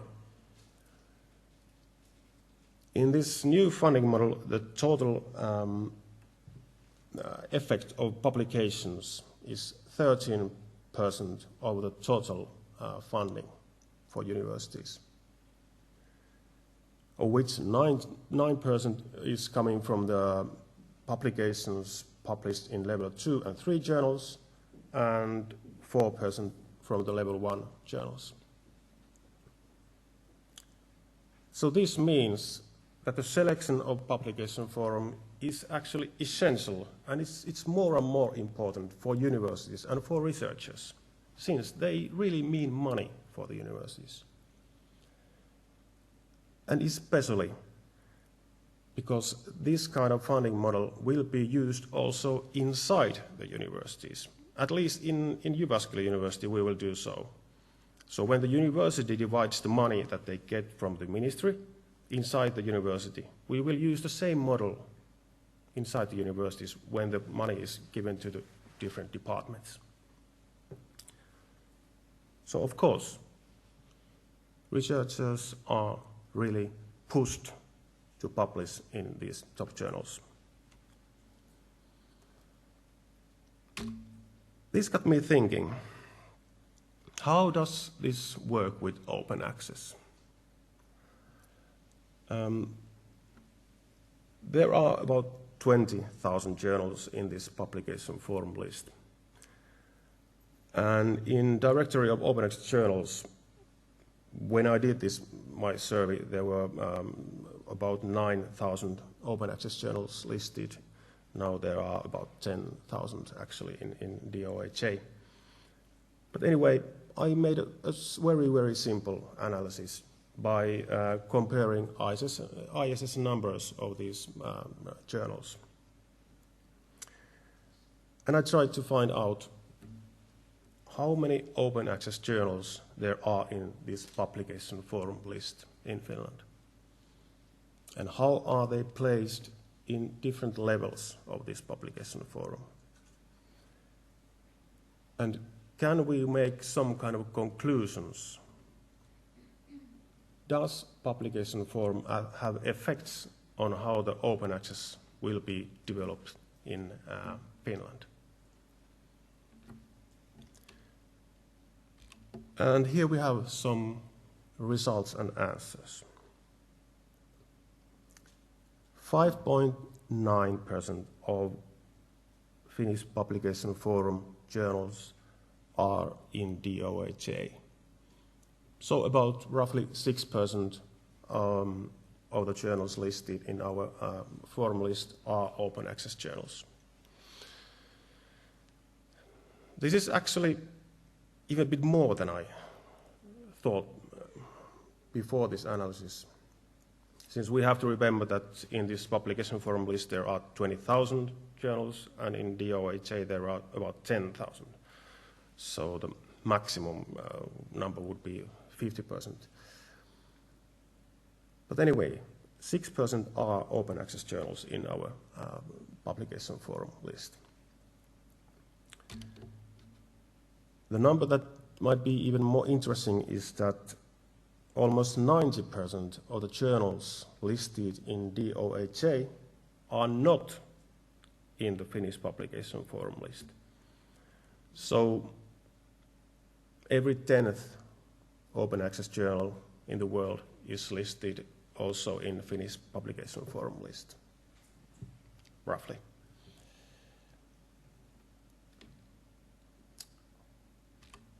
And if we look at the different levels of Finnish publication forum list, the top level, level 3, journals, 1.2% are open access journals. And from the level 2, 1.4% are open access journals. So this means that if a Finnish researcher is trying to publish his or her article in level 2 or 3 journals, we have a 2.6% chance that it will be published in open access journal. Not very much. Of course, there's one thing we have to remember here. I'm talking about a number of journals here. And as we all know, some of the open access journals are huge. They publish thousands of articles each year.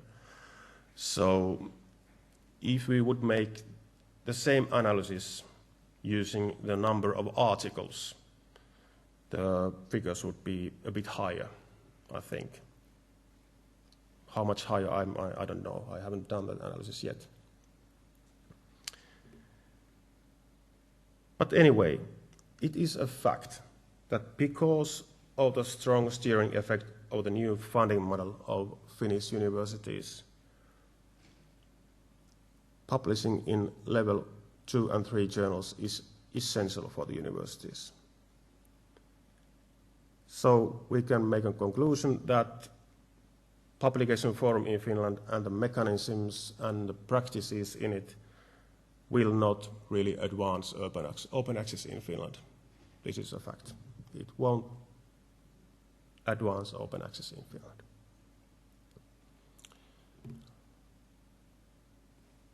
Should it?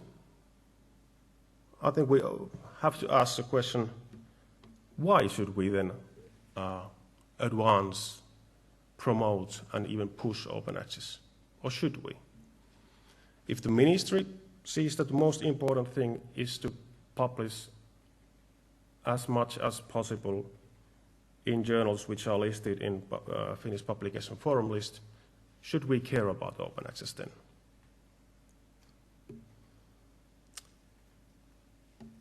When we try to answer that question, we have to look at a couple of things first. The share of articles published in open access journals is rising all the time. We all know that. Here is one figure. It's by David W. Lewis from his article, The Inevitability of Open Access. And this is the linear model of how the share of open access journals will develop in coming years. And if we look at the model, we can see that if we take a year 2020, according to this model, about little more than 20% of all articles will be published in open access journals.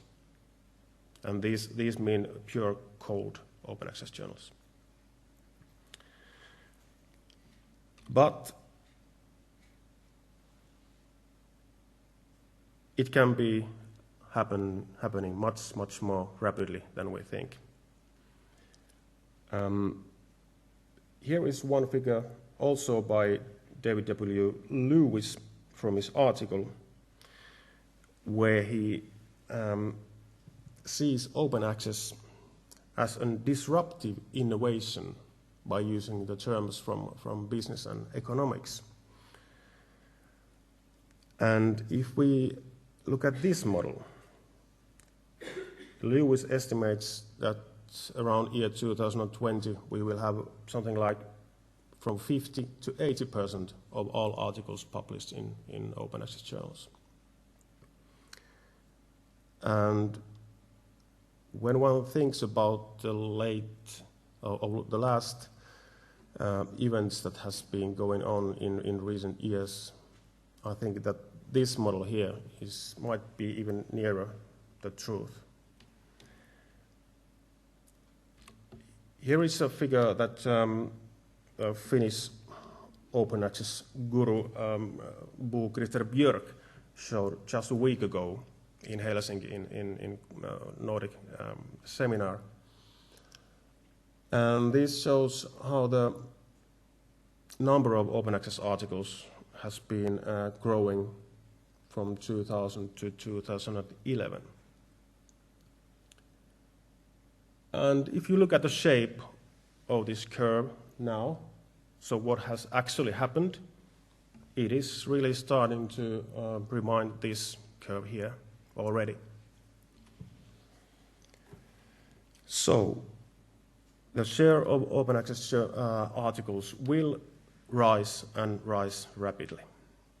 That's one thing behind which we have to remember. Then we have different kind of open access policies, as we have already heard here today. We have EU Commission Horizon 2020, Research Council's Danish open access policy. In Germany, they gave a law a couple of months ago which grants scientists the right to make their research available online after 12 months, independently of former agreements with publishers. We have mandates in Spain, in Poland, and so on. In Roadmap, there are over 500 mandates, and I know for sure that not all mandates are listed there. That's the other side.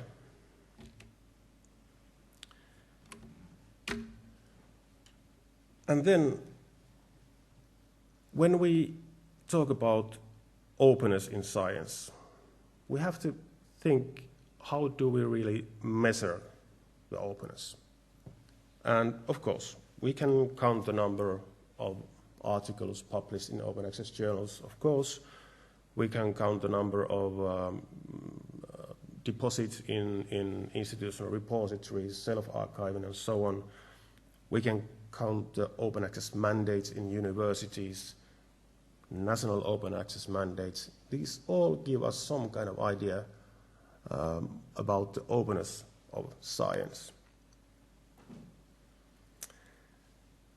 And then we have this ranking web of universities, which Ricardo already mentioned here. The reason why it is quite interesting is that although it's just another international university ranking among others, it's very comprehensive. It has analyzed over 21,000 universities all over the world, and 12,000 universities are listed there. So it's much, much more comprehensive than any other ranking. But what makes it interesting is that inside this ranking, the openness of universities is actually one analyzed criteria. And also the web presence of universities is ranked there. And as Ricardo also already said, this same Spanish research institution that does this ranking web of universities ranks also repositories. I think almost 2,000 repositories are ranked there at the moment. In this ranking web of universities, the evaluation of openness is based, and I simplify here a bit, it's based on institutional repositories, documents and files in university's own web server, and the visibility of the research done in the university in Google Scholar. And this is a simplification about the evaluation. What started first interest me in this was that the Finnish universities seem to do pretty good, especially in openness ranks in this ranking. At least they have done so far. And of course I'm interested how my own university is doing in this ranking. And although you can see that the actual rank of our university has lowered from 300 to 500 now, it's mainly because of the number of the universities has grown in this ranking. But the rank in openness has even developed all the time in this ranking. And it is basically because of the rank of our repository in ranking web of repositories. I've studied this a bit, and I made some site-restricted searches in Google Scholar, and those showed that 87% of all search results which had our university site in the search result came from our repository. So this means that the YKS archive plays a very significant role in the openness rank of our university in this ranking web of universities. So it really does matter how open and what kind of repository you have in your university. Ricardo showed the University of Minho in this ranking. You were in place, the university is 360 or something like that. And the best rank that you have is in openness, about 260 and so. And that is, I'd say, almost totally because of your great repository in place 28. So it really does mean, and it's a chance for, especially for smaller universities and smaller countries, to develop the visibility of the university. Some other figures from ranking web of universities. These are from the last edition of this ranking, which was released in beginning of August this year. I took the 500 top universities from this rank, and from Europe, of course, Germany has the biggest number of universities inside 541 universities. In United Kingdom 34, Spain 20, and so on. In the top 300 repositories of the world, from Europe, Germany has the biggest number of repositories in top 300. And we're sharing the rank with United Kingdom. But Sweden is in place 3, which is amazing, actually. Spain in place 4. And if we look at the openness rank of European countries in this ranking Web of Universities, the most open country is Germany. Spain, Italy, United Kingdom, Sweden, Netherlands, exactly the same 6 countries do well in all these 3 different categories. And I think that example of Sweden and Netherlands show that if you do, if you put some value in your repositories, and if you push the openness of the universities forward, it will be seen in the rankings and in the visibility of the university. And it's a chance for smaller countries. Well, there's just a link to my presentation in which I gave in ELPOP conference in August in Karlskrona. There are a bit more analysis about 8 different European countries there, and I tried to combine the ranking Web of Universities into a development of relative citation impact in 8 European countries. But you don't have to take that so seriously, since we need more time and space before we can make any conclusions whether the relative citation impact has really anything to do with the openness of the universities.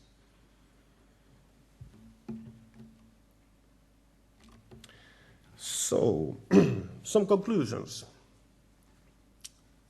Finnish Publication Forum and the mechanisms behind it and links in it do not support open access activities in Finland. That is a fact. But on the other hand, the openness of science is in the interest of nations, universities, research funders, and also enterprises.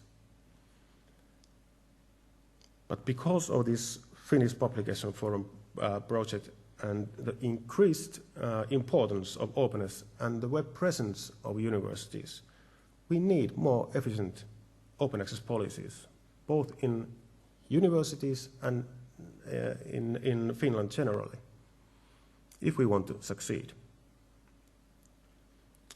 And at least for the near future, the repositories and self-archiving play a key role, since we really can't rely on gold open access in Finland, at least in the very near future. So, keeping this all in our minds, we move towards a national open access policy in Finland. The Council for Finnish University Libraries made an initiative to Ministry of Education and Culture in the beginning of this year. And a working group was then appointed in spring 2013, and I'm a member of that working group. And we worked during the summer and autumn, and we made a proposal for the national open access policy in Finland, and it will be now introduced to ministry before the end of this year. And of course, since we have 3 universities in Finland which have some kind of mandates, at least Helsinki University and universities in Jyväskylä and Tampere, and the members of the working group are mainly from those universities, we have, of course, used our experiences from the mandates in creating this proposal. just some key issues about national open access policy, which will be introduced to ministry. The main goal is really simple. All research publications and data will be openly available. And that's it. It doesn't have to be any more complicated than that. We will support green open access and gold open access, not hybrid. The green open access should be included in strategies and quality manuals and, of the universities, and each university and research institution should have a mandate of open access. And maybe the most important thing that we try to push forward is that self-archiving and open access should be implemented in the new funding model of the universities. The open access should go there side by side with the publications in the funding model. That's the most efficient way to make sure that universities will push also the open access forward. And since we don't have any centralized coordination or support group or support model in Finland, although we have this FinOA, which has been working already for 10 years, we have to create something like openaccess.fi, a service and coordination model. We will follow the example of Sweden here, I believe. So I'll stop with saying that by following the good example, for example, from Sweden, we should be able to move from question why open access to question how do we do it, since there's really no need for us to give any justifications for open access. We should now concentrate on practice. How do we do it in Finland? And that's where we need the national open access policy. Thank you.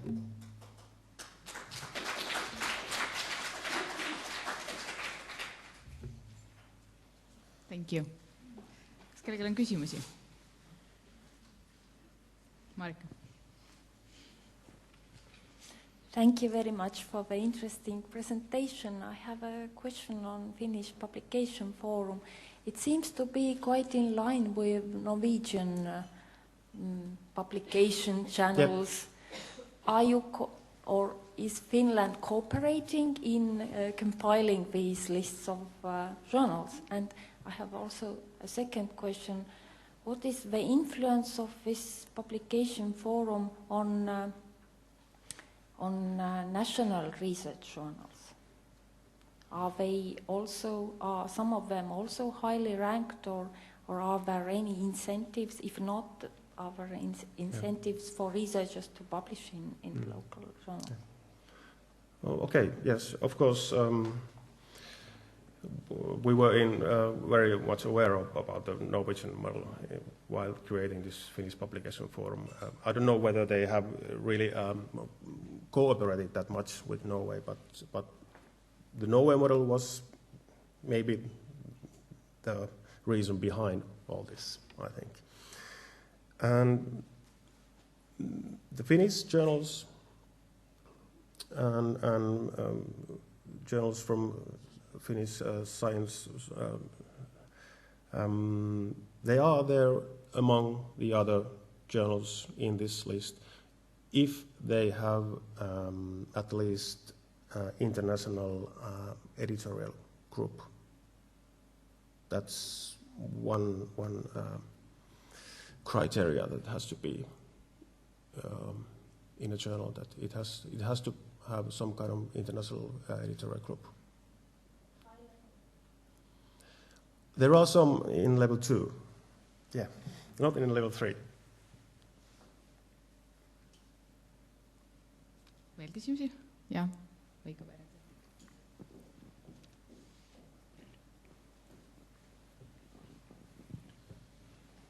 Veiko Berenson.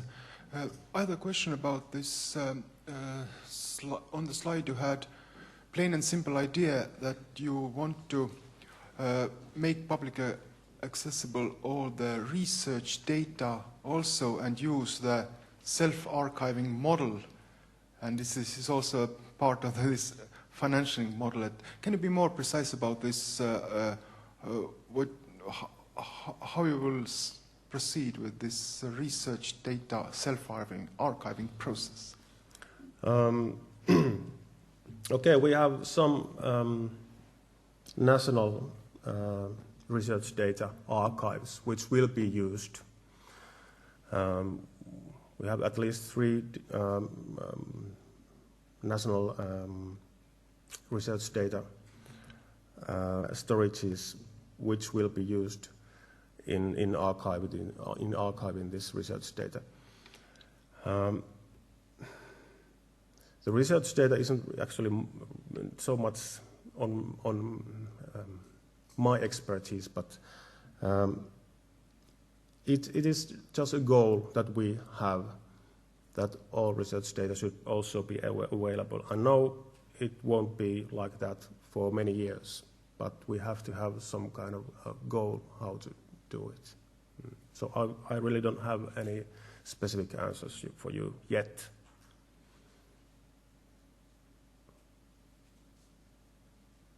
Veel küsimusi? Aga see viimane küsimus oligi hea sissejuhatus meie järgmisele etapile, aga enne seda teeme väikese lõunapausi. Teil on võimalik võtta siit kõrvalt endale kohvi ja väikseid suupisteid või minna alla kohvikusse ja süüa üks korralikum lõuna. Ja me ootame teid siin tagasi kell 1. Meil on inimesed veel tulevad sisse. Nüüd, kui Pekka just lõpetas oma ettekande sellega, et vist küsimus ei ole selles, et kas Open Access, vaid pigem, et kuidas Open Access, siis mulle isiklikult küll tundub, et andmete puhul me ikka veel küsime, et kas Open Access. Et esimesena ma palun rääkima Viktor Muuli, kes esindab Eesti Teadusagentuuri ja ta on analüüsiosakonna juhataja. Ja me loodame siis temalt Eesti teadusrahastajate seisukohti, just mis puudutab avatud andmeid.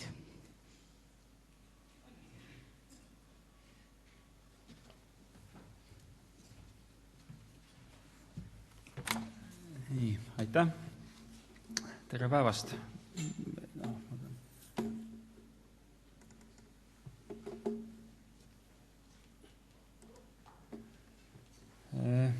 Mina olen siis Viktor Muuli Eesti Teadusagentuurist ja päris kindlasti te ei kuule minu käest seisukohti, mida Eesti Teadusagentuur arvab ametlikult ühes või teises küsimuses. Et ma üritan teieni tuua nüüd seda, mida me oleme nagu arutanud omavahel mitteametlikult ja kuidas, ütleme siis, nagu võiks see protsess nagu edasi minna.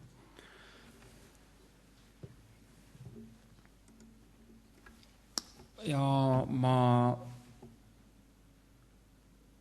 üritan siis nagu fokusseerida oma jutu siis kolmele osale.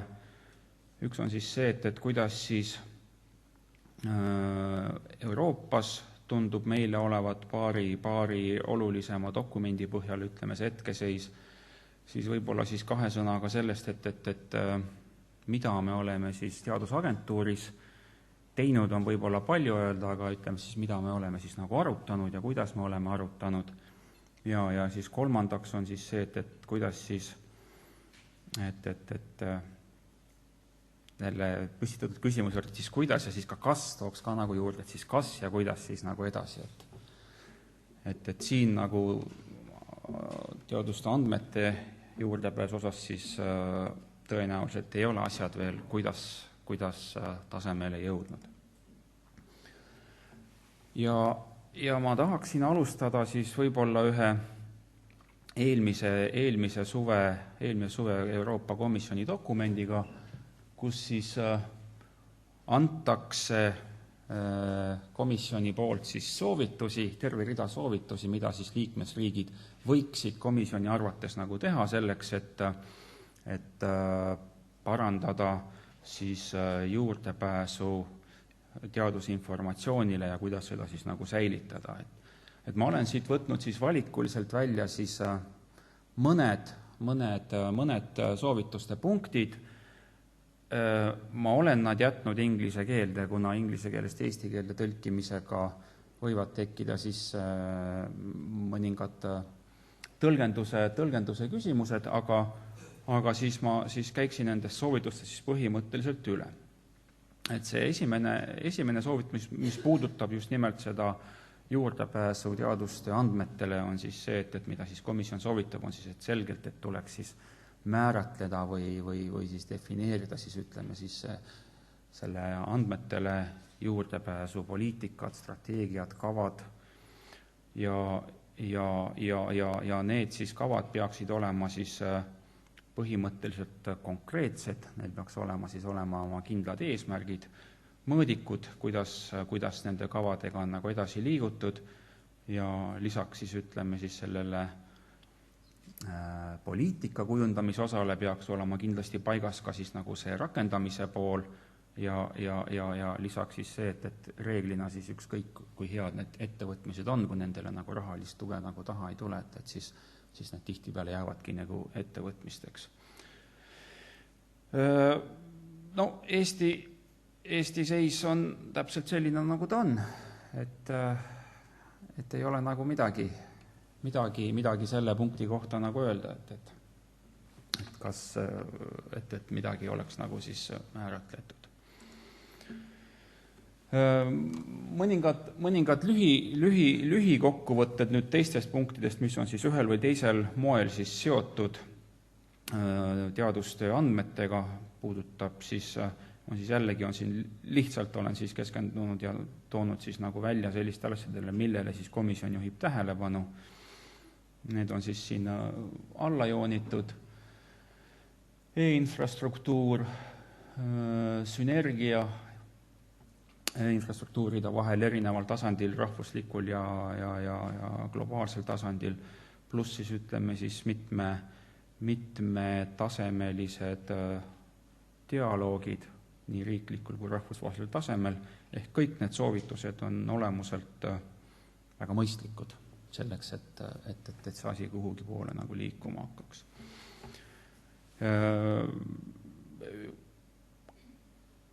Kaks soovitust siis veel, mis siis on natukene põhjalikumalt mul siin ka välja toodud on siis see, et komisjon peab mõistlikuks, et liikmesriikides toimuks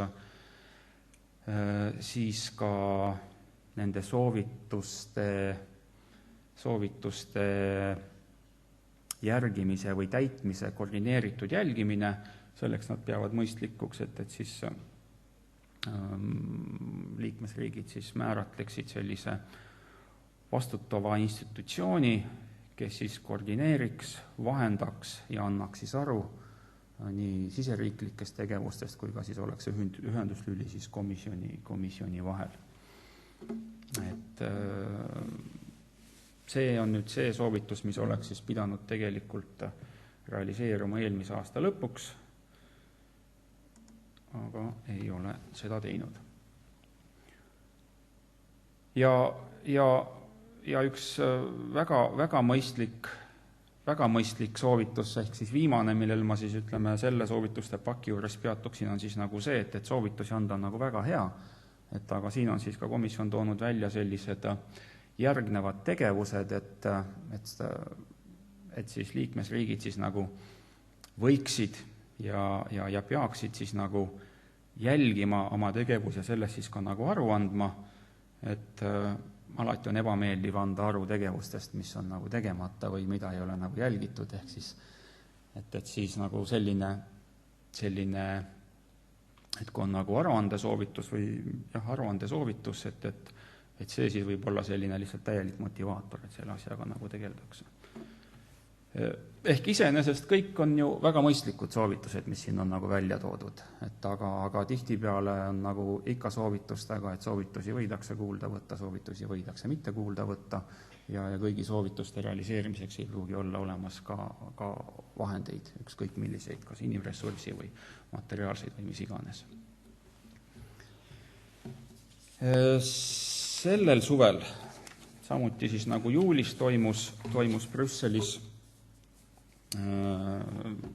avalik arutelu jällegi siis teadusandmete osas, kus siis tegelikult oli palju lahtisotsi ja oli nagu palju küsimusi, mis jäid nagu õhku, alates nagu sellest, et kui me räägime nagu juurdepääsust teadustandmetele, siis mis asjad need teadustandmed üldse on. Siin on nagu põhimõtteliselt erinev arusaamine teadlaste ja avaliku sektori esindajate ja siis ka muidugi kirjastajate vahel, et samamoodi, et kui me nüüd saame nagu paika need teaduste andmed, võime need ühte või teistpidi ära määratleda, siis tulevad juba järgmised küsimused, et ilmselt on mõistlik, et mingid teadustandmed ei pruugi olla avalikud, seda siis nii eetilistel, juriidilistel, intellektuaalomandi kaitsel põhineval või mis iganes muul põhjusel. Ja nii edasi, et see arutelu tulemusena jäi minu arust küll rohkem neid küsimusi õhku, kui sealt nagu vastuseid tuli, aga vähemalt on hea, et nendel teemadel nagu arutatakse ja kui kaaristatakse erinevad seisukohad, et siis on nagu ka suurem tõenäosus, et sealt varem või hiljem mingile ühisele arusaamisele jõutakse. Ja siis lihtsalt siin on veel mainitud ära siis nagu kolm sellist initsiatiivi, kus siis ka teadusagentuur üritab siis ütleme niimoodi, et üritab olla siis kursis sellega, mis nagu toimub, et siis võimalusel siis nagu kiiresti reageerida. Üks on siis see IGLO, Open Accessi teemal initsiatiiv. IGLO on siis, ma ei tea, kuidas ta eesti keeles on, mitteformaalne kontaktbüroode võrgustik on selle asja nimi vist või. Siis on OECD juures on avatud teaduse töögrupp, mis siis ka tõenäoliselt hakkab keskenduma rohkem siis just nimelt selle teaduste andmete poole peale ja RDA, Research Data Alliance, kus siis on mitmeid virtuaalseid töögruppe, mis siis tegelevad siis nende samade küsimuste praktiliste lahenduste otsimisega.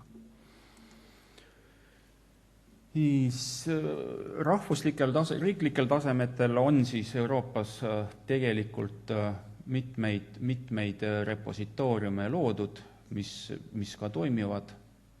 Need on siis siin ka mõned on välja toodud. Et kui nüüd tulla nüüd ETAG-i juurde, et mida me oleme siis nagu teadusagentuuris nagu teinud, siis põhiliselt on teadusagentuuris toimunud seni mitteformaalsed arutelud mitteformaalses töögrupis. Ehk veel kord, et kõik see, mis ma nüüd nagu räägin, ei esinda kindlasti ETAG-i ametlikku seisukohta. Ja nendes oma aruteludes me oleme siis ka põhimõtteliselt nagu needsamad kolm põhilist aspekti, mida me oleme üritanud katta. Et üks on olnud siis see, et kui me nüüd nagu räägime rahastavast institutsioonist ehk teadusagentuurist, et kas ja millised võimalused ja õigused on üldse näiteks agentuuril mingeid kas omapoolseid soovitusi või omapoolseid piiranguid või omapoolseid ettekirjutusi teha. Teiseks siis seesama rahvusvaheline taustsüsteem, mida me oleme üritanud jälgida. Ja siis kolmas on nüüd siis see, et kuidas siis nagu võiks Eestis nende asjadega ikkagi edasi minna.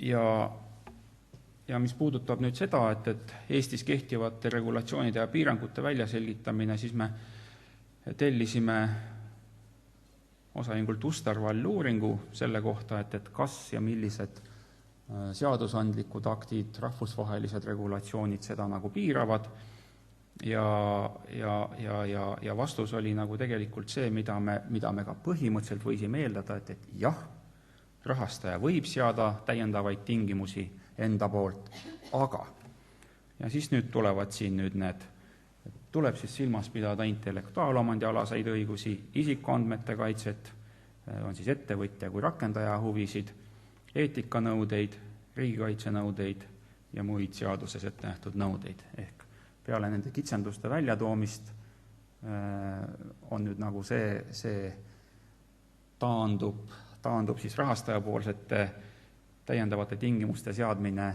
üsna piiratud ja üsna reguleeritud keskkonda. Rahvusvaheline taustsüsteemi jälgimine, siin on nüüd need samad, mis on nagu ka juba enne said välja toodud, nendes siis ühel või teisel moel me siis osaleme ja üritame kursis olla nendega, mis nagu toimub, et sellel ma siis nagu pikemalt siin ei peatu. Samamoodi ma ei peatuks väga pikalt ka nüüd nendel avatud juurdepääsu toetavatel tegevustel Eestis, sest nendest siin on võimalik nüüd veel täna veel pärast mind kuulda juba mõnedest tükimaad konkreetsemalt ja täpsemalt. Aga et lihtsalt, et tegelikult, et selliseid, et me ei saa öelda, et üldse ei ole midagi nagu tehtud, et on nagu tehtud küll, et kui nüüd nagu millestki nagu jääb puudu, siis jääbki pigem puudu nagu sellest, mis ka komisjoni soovitustest tuli välja sellest suurest pildist. Aga ütleme, et siin need juurdepääsu toetavaid tegevusi on nagu toimetatud.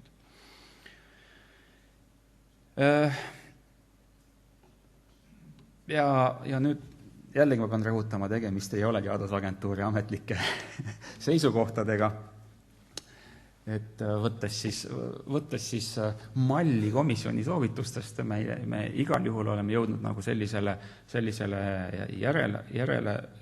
arusaamisele, et see avatud juurdepääs andmetele on mõistlik ja vajalik, et me toetame seda, mida me saame teha, me saame soovitada andmete esitamist olemasolevatesse repositooriumitesse, me ei saa seda nõuda, aga me saame seda soovitada, ehk me saame tegelikult seda hetkel me saame seda teha sellisel suhteliselt pehmel moel. Me arvame, et ei ole mõistlik rajada Eestisse uusi valdkondlikke andmebaase, et pigem siis arendada ja toetada olemasolevaid ja veel kord siis toetada koostööd olemasolevate erialaste rahvusvaheliste andmebaaside repositooriumitega.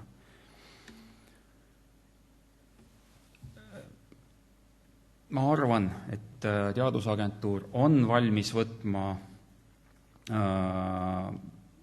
ärme ütleme, et seda eestvedaja rolli, aga ütleme seda osapoolte kokkuviimise rolli, et arendada jätkuvat dialoogi siis teadusüldsuse ja avaliku sektori vahel, et kuidas nüüd nagu tegelikult siis selle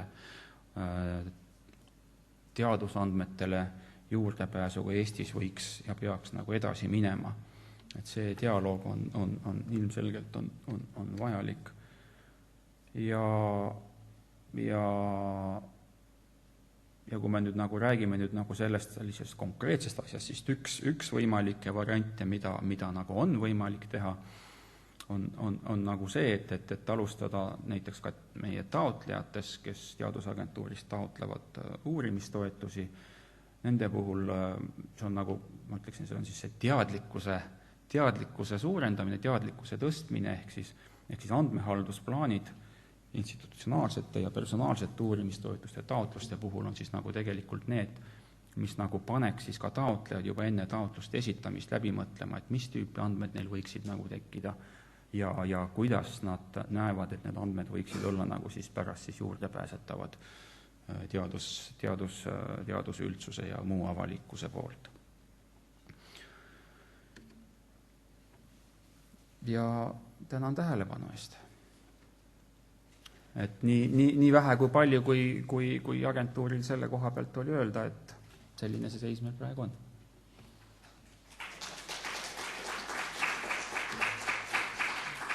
Kas kellelgi on küsimusi? Vist praegu ei ole. Nii.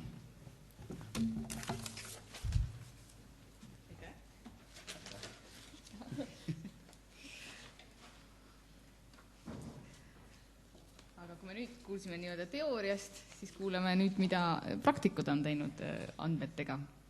Ma palun järgmisena professor Urmas Kõlgjala, kes on Tartu Ülikooli Loodusmuuseumi direktor. Ja ta tutvustab eriti seda, mida on teinud loodusteadlased Pluto pilve ja elurikkuse näitel.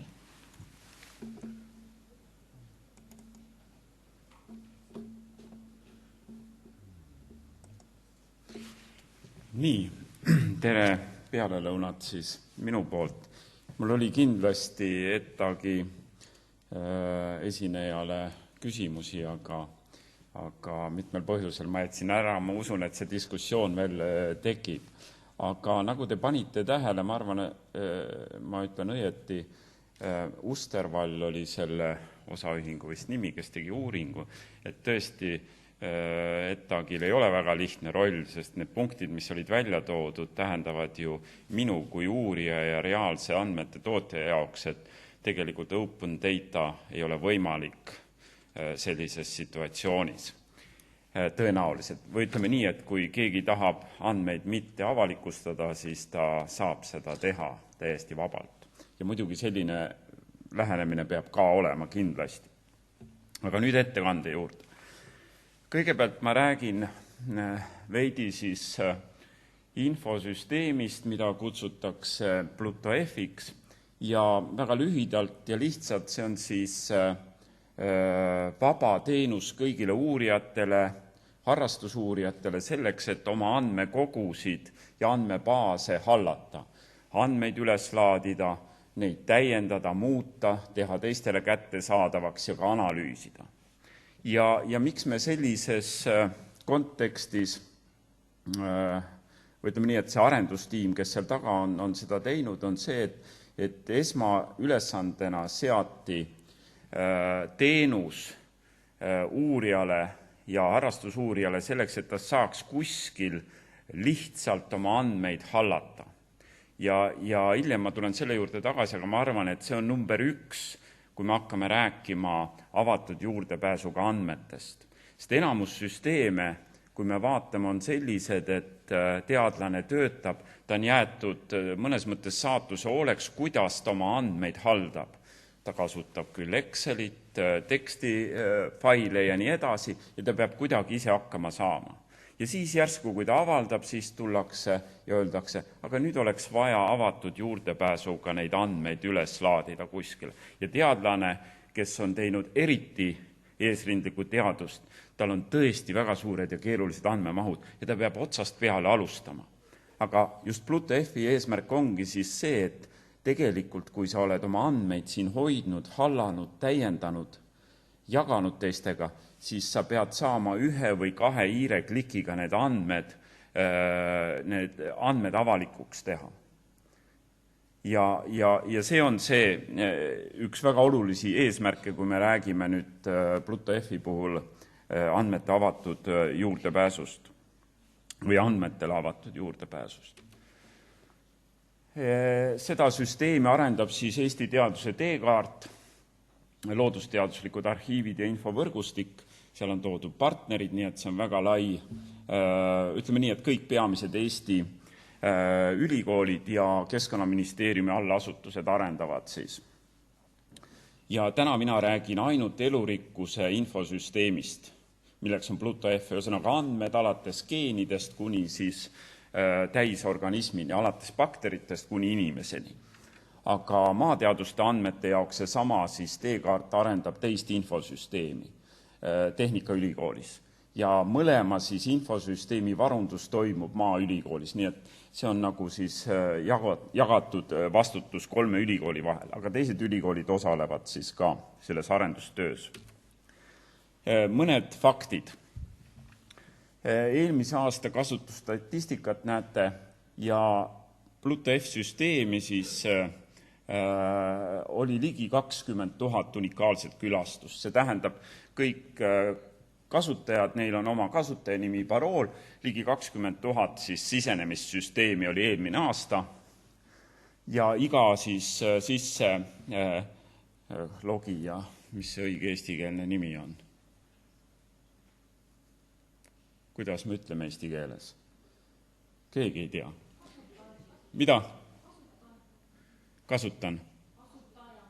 Kasutaja, jah, aga selge. Ja iga siis kasutaja kasutas keskmiselt iga kord pool tundi selleks, et me ei tea, mida nad täpselt teevad, aga enamus neist siis haldavad oma andmeid, arendavad andmebaase, aga osa võib-olla ka teevad ainult siis analüüse, kasutavad seal olevaid vabu andmeid. Ja kui te vaatate külastusi Tartu Ülikooli võrgust, siis te näete, et tõesti veidi üle 10% siis selle süsteemi kasutajatest on kuidagi Tartu Ülikooli võrguga seotud. Ja riike, kes siis, kust tulevad need kasutajad, neid oli eelmine aasta 35 ja siis välisriikidest kõige rohkem kasutasid Ameerika Ühendriikide uurijad seda süsteemi, nii et keskeltläbi me võime öelda, et eelmine aasta iga päev oli keskeltläbi 6 Ameerika uurijat süsteemis ja töötas keskeltläbi pool tundi seal. Ja eelmine aasta oli siis üle 800 kasutaja registreerunud süsteemis ja praeguseks on siis üle 1200 ja see kasvab kiiresti. See nädal oli just selle süsteemi arendajate, IT-arendajate koosolek, iganädalane koosolek, kus siis seati serverite eest vastutava eksperdi ülesandeks teha väike analüüs, mis juhtub siis, kui järgmine aasta on kuni 1 miljon registreerunud kasutajat.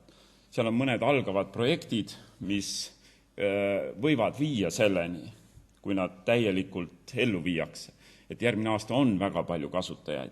Nii et selline eesmärk on seatud, mis võib praeguste arvude juures tõesti ulmeline paista, aga süsteem on muutumas üha rohkem rahvusvaheliseks, nii et me ei räägi ainult teenusest siis Eesti uurijatele, sealhulgas harrastusuurijad.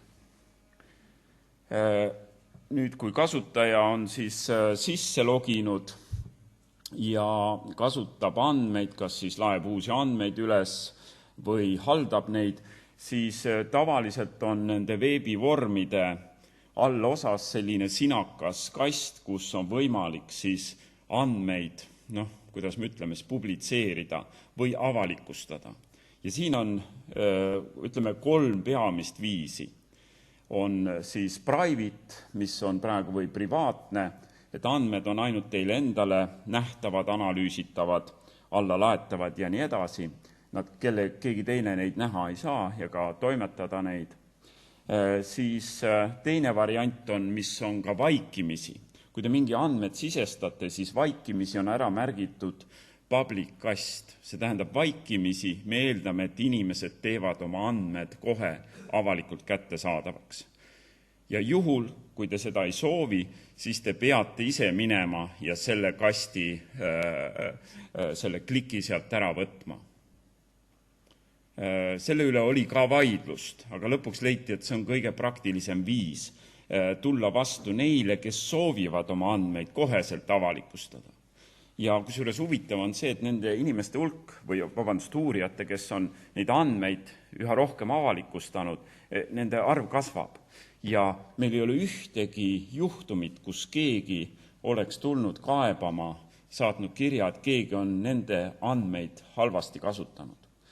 Isegi väga tundlikke geeniandmeid on siin 10 000 põhjal kohe avalikustatud ja ei ole ühtegi vargusjuhtu, isegi kui kõik andmed on kõigile kättesaadavad.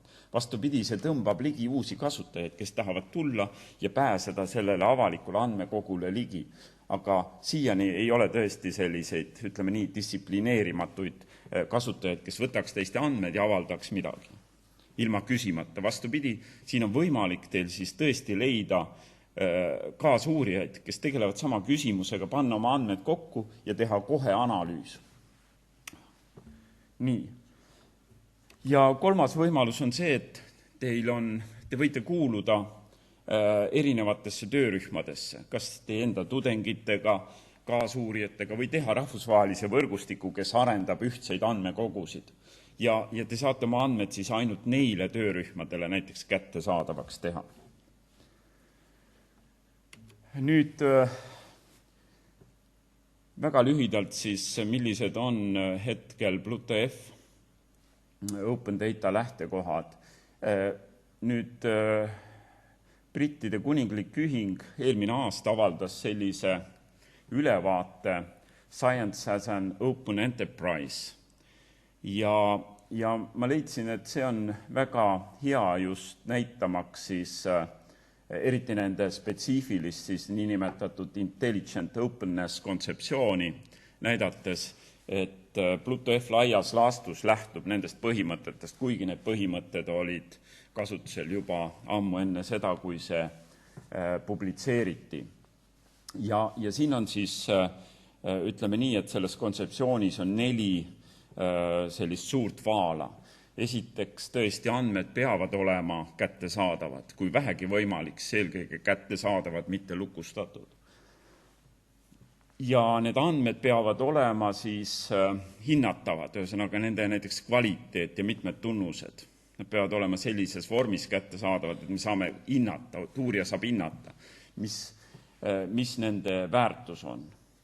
Ja andmed peavad olema siis, sealt tulenebki samuti see, et nad peavad olema üheselt arusaadavad kõigile uurijatele. Ja muidugi need andmed siis peavad olema kasutatavad, mis omakorda tähendab, et nende talletamine peab olema seotud väga kindlate ja eelkõige rahvusvaheliste standarditega. Et need on 4 suurt siis vaala.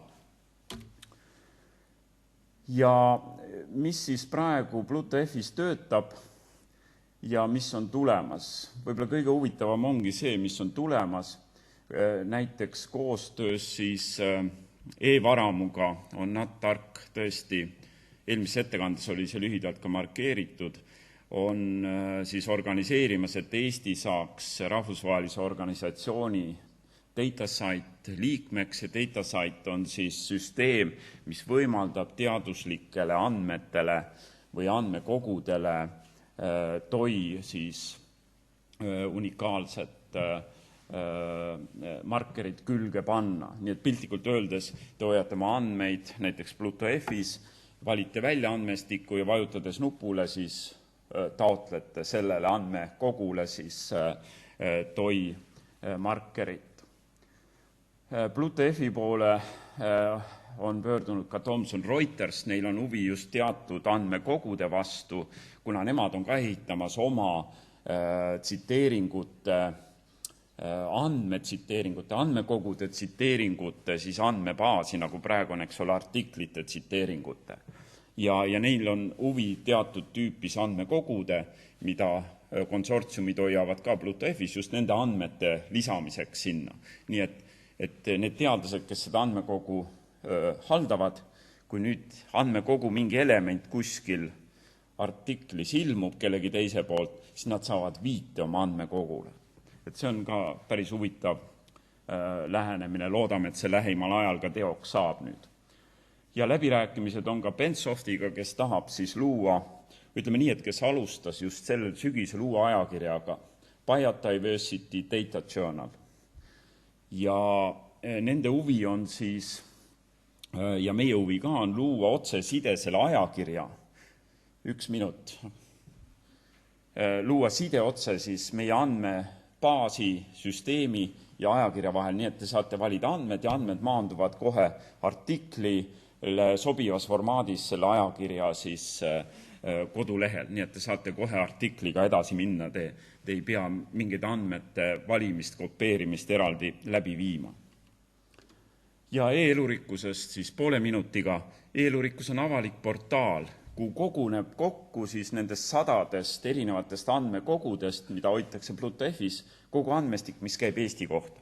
Kui seal on üks liik ja seotud Eestiga andmestik, siis see maandub siin. Ja nende andmekogude põhjal me praegu siis teame, et on infot rohkem kui 23 000 liigi kohta Eestis. Ja kõik võivad seda külastada ja uurida. Statistika. Siin on meie naabrid tunnevad suurt huvi muidugi selle vastu, mis liigid meil on. Soomlased, lätlased, aga ka ameeriklased, Suurbritannia. Tänan.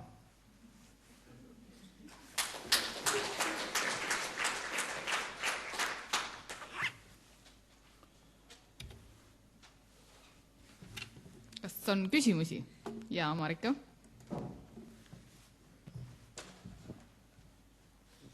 Tahaksin küsida, et millised on head tavad andmete kasutamisel? Te ütlesite, et keegi ei ole midagi halba teinud, et küsitakse luba andmete kasutamisel, aga kas andmete kasutamisel ei piisa lihtsalt tsiteerimisest, vaid on vaja eraldi kokkuleppeid?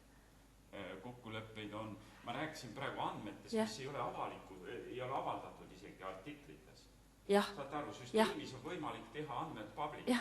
Ja te võib-olla 2 aasta pärast avaldati. Eesmärk on just see, et teised inimesed uurijad leiaks need ülesse enne avaldamist. Ja siis ei ole midagi tsiteerida, siis on ainuke võimalus, eks ole, ja tavaliselt küsitakse luba, et meil on selline huvitav asi, et äkki tahate ka ühineda meie projektiga, et me teeme sellist uurimist ja me avastasime, et teil on sellised andmed siin. Nii et see hea tava on siin, et siis sa ei saa võtta ja avaldada, sest see jälg jääb sinna järgi ja see leitakse üles ja sisuliselt siis see uurija hävitab ju ennast. Ja, selge. Sa võid seda teha. Sellepärast ongi, see on nii huvitav, et näete, siin on meie varandus, eks ole, ja meie oleme siin, et võtke ja kasutage aga kui te teete varastate, siis kõik ju näevad seda. Ei, ma just mõtlesin, kas on varastamine, kui võtta need andmed, ütleme praegu veel mingi andmekaevega laiemalt millegi peale ja lihtsalt tsiteerida või tsiteerimine saab siis võimalikuks, kui need andmed on seotud unikaalsete, eks ole, markeritega, kas Thomson Reutersis või siis näiteks Toiga. Siis tuleb see automaatselt. Et me loodame, et järgmise aasta jooksul on kõik sees, et siis ei ole tõesti, siis saab kohe tsiteerida. See oligi mu küsimus. Vabandust, ma ei saanud aru. On veel küsimusi?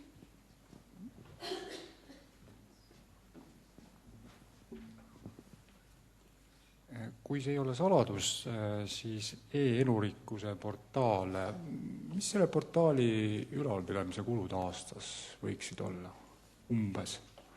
Sellist arvestust otseselt me ei tea. Ma arvan, et kui me võtame kõik arvesse, siis võib see väga kallis olla, sest andmed tulevad sealt ju kellegi projektidest, uurijatest. Seda on äärmiselt raske, aga oleks huvitav välja uurida. Aga selline peamine ülalpidamine, see tuleb praegu Teaduse teekaarti rahadest, kes teevad seda. Nii et serverid, elekter ja mõned siis IT-inimesed, kes seda siis arendavad. Aga muidugi seda oleks huvitav teada saada, sest mida rohkem andmeid seal on, järelikult üha rohkem raha on sinna läinud. Aga ma arvan, vastupidine on hullem, et kui me need samad andmed, mis praegu sinna maanduksid kellegi sahtlisse või failidesse, mis kindla peale suures osas kaovad jäädavalt, see on veel kallim, ma arvan.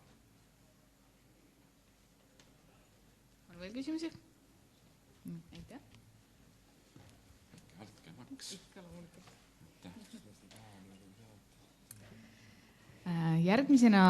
Järgmine praktik on meil Kadri Vider, kes on Eesti Keeleressursside Keskuse juht ja Tartu Ülikooli keeletehnoloogia teadur. Tema räägib siis, mida keeleteadlased oma andmetega teevad või plaanivad veel teha tulevikus.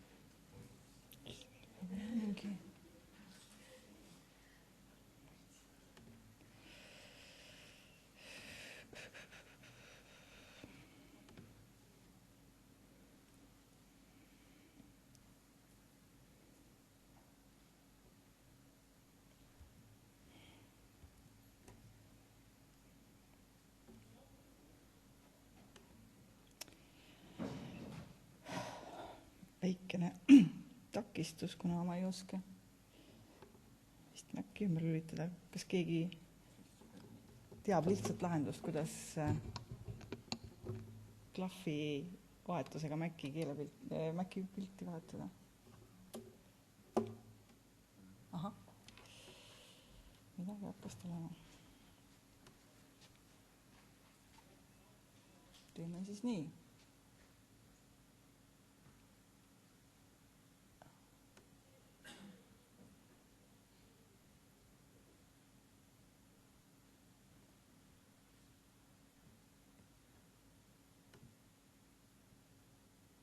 Ja loodame parimat. Nõnda. Tahan teile siis rääkida keeleandmestiku eripärast avatud andmete kontekstis.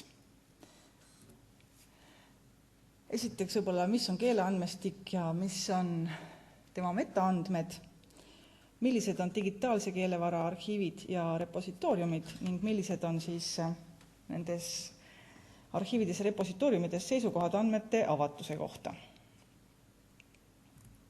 Võib-olla mõni sõna siis mõistete tasandil kõigepealt. Et keeleressurss iseenesest on andmestik keele kohta või vahend või abinõu sellise andmestiku esitamiseks või töötlemiseks ja seda sorti ressursside koondamisega Eesti Keeleressursside Keskus tegelebki. Ja näiteks võivad keeleressursid olla siis tekstid või salvestised või keelekirjeldused ja annotatsioonid või ka keele välitööde materjalid, tarkvara, protokollid, andmemudelid, veebiarhiivid, kõiksugune selline andmestik, mille abil siis kas saab keelt uurida või mis on ise saadud keele uurimise tulemusena ja on mõeldud keeletehnoloogia arendamiseks. Ja see keeleressurss võib olla nii digitaalne kui ka mitte digitaalne. Vanasti ta oli põhimõtteliselt paberite peal. Keeleuurijad teavad, millised suured sedelkartoteegid näiteks murde kogudest on olemas Eesti Keele Instituudis terve seinatäis kappe, see on ka põhimõtteliselt keeleressurss. See, millega Keeleressursside Keskus tegeleb, on siis digitaalne keeleressurss. Ning kõikide nende keeleressursside juurde kuuluvad ka metaandmed. Et see on siis see kirjeldav struktureeritud inforessursi kohta, näiteks infoteavikute kohta seal kataloogikaardil, aga kui tegemist on juba digitaalse ressursiga, siis on seal võib-olla isegi mitmekesisem see info. Ning need metaandmed sisaldavad siis teatud kokkulepitud elementide komplekti ja see võib olla detailsem ja võib olla lihtsam ja võimaldab siis otsingut filtreerida ja hõlbustab seega ka keeleteadlaste tööd või kõiksuguste teadlaste tööd, aga nüüd illustreerivalt lihtsalt niisugune väike protsessi kirjeldus selle kohta, kuidas moodi keeleressurss saadakse põhimõtteliselt. Et on meil näiteks olemas selline suurepärane tüvitekst, professor Aldur Õimu raamat 78. aastal Mosaiigi sarjas välja antud Inimene, keel ja arvuti ehk kompuuterlingvistika. See paberkujul on keeleressurss, tehakse ta digitaalseks, nagu meie lasime professor Õimu juubeliks teha selle suurepärase teenusega. Ja siis saab temast põhimõtteliselt digiteeritud tekst, mitte ainult pilt, vaid selline digiteeritud tekst, kust saab võimaldada ka või saab sooritada ka infootsingut. Mis selles teoses on siis keeleandmestik? Siin on üks lehekülg sellest teosest, tekstide otsing ja töötlus automatiseeritud infosüsteemides. Siniseks on tehtud kastikene, mis näitab siis, et on võimalik teha infootsingut seda sorti digitaalses ressursis. Järelikult on juba teatud määral tekstilisele kujule viidud, ta ei ole enam pilt. Mida me saame siis teha selle digiteeritud tekstiga? See on tekst ise ja teda saab näiteks analüüsida sõnavormide tasandil, kui ta on meil olemas sellisel digitaalsel kujul. Nii et kui meil on võimalik mingisugusest paberil olevast tekstist saada digitaalne kuju, nii et ta on loetav tekstina, siis ta on võimalik kasutada juba keeleressursina. Ning on siis digiteeritud tohutu maht humanitaarteaduste uurimisandmeid ja enamik nendest on keelepõhised, aga kõiki ei ole võimalik keeleteaduslikult kasutada. Paljud need arhiivid kasutavad erinevaid standardeid ja need standardid on sõltuvalt eesmärgist erineva detailsuse või struktuuriga, ma rääkisin seal tekstilistest andmetest, aga loomulikult ka helilised andmed, näiteks kõik kogutud keelejuhtide lindistused võib olla analüüsitud nii detailsele tasemele, et saab otsida häälikute kaupa näiteks. Ja neile andmetele ligipääs on korraldatud samuti eri viisidel. Et üks asi on siis see, kui andmed on lihtsalt paberil olemas või lintidel olemas. Teine asi on see, kui nad on digiteeritud juba võimalikult detailselt, siis on neile võimalik palju paremini ligipääseda. Ja siis on küsimus, kuidas see ligipääs korraldatud on, kas selleks tuleb ise kuskile kohale tulla või saab seda teha nagu tänapäeval kombeks üle veebiteenuste. Ja selle digitaalse keeleandmestiku koondamise, arhiveerimise ja ligipääsuga tegelebki siis Eesti Keeleressursside Keskus. Meie püüd on ühendada erinevad olemasolevad digiteeritud keeleandmestikud ja tagada neile siis kättesaadavust, samuti arhiveerida neid. Ja siis küsimuseks on ka meie jaoks, kuidas moodi me võimaldame või anname kasutajatele ligipääsu. Aga nüüd läheksin vaatame korra üle erinevad suured keeleandmete arhiivid, millele pääseb juba veebi kaudu ligi. Üks suuremaid on siis Open Language Archives Community ehk OLAVC. Seal on väga palju erineva iseloomuga keeleandmestikku, aga mis on meie ettekande juures oluline, see on põhimõtteliselt avatud mudel, et ta koondab kõik selle, mis on juba põhimõtteliselt avaldatud avatuna. Ja see avatus on jagajate vastutusel. Et kui keegi on võimaldanud ligipääsu, siis OLAC saab seda andmeprotokolli vahetades, õiget andmeprotokolli kasutades, saab selle informatsiooni endale koondada. Iseenesest ta ei tõmba enda kõhu alla teiste arhiivide andmeid, aga ta siis koondab informatsiooni ja seda ta teeb just nimelt selle metaandmestiku kokkukorjamise põhjal. Järelikult metaandmestik nende keeleressursside kohta peab olema sarnasel kujul ja siis kasutataksegi selliseid metadata standardeid. Siis teine ka keeleressursside keskusele oluline veebis kättesaadav arhiiv on siis Clarini Virtual Language Observatory. Ja ta hõlmab andmeid kõigi Clarini võrgustikku kuuluvate partnerite keeleressursside kohta ja samuti kasutab siis kindlat metaandmete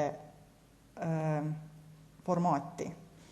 Et seal on väga detailne metaandmestiku esitamise formaat ja kõik need metaandmed on avatud.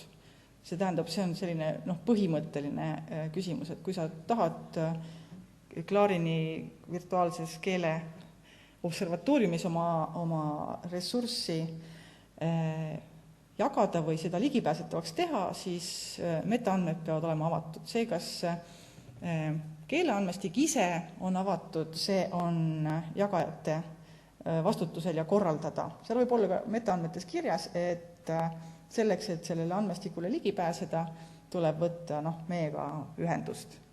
Aga kui andmestik ise on mingisugusel veebiaadressil kättesaadav, siis on see veebiaadress seal metaandmetes kirjas.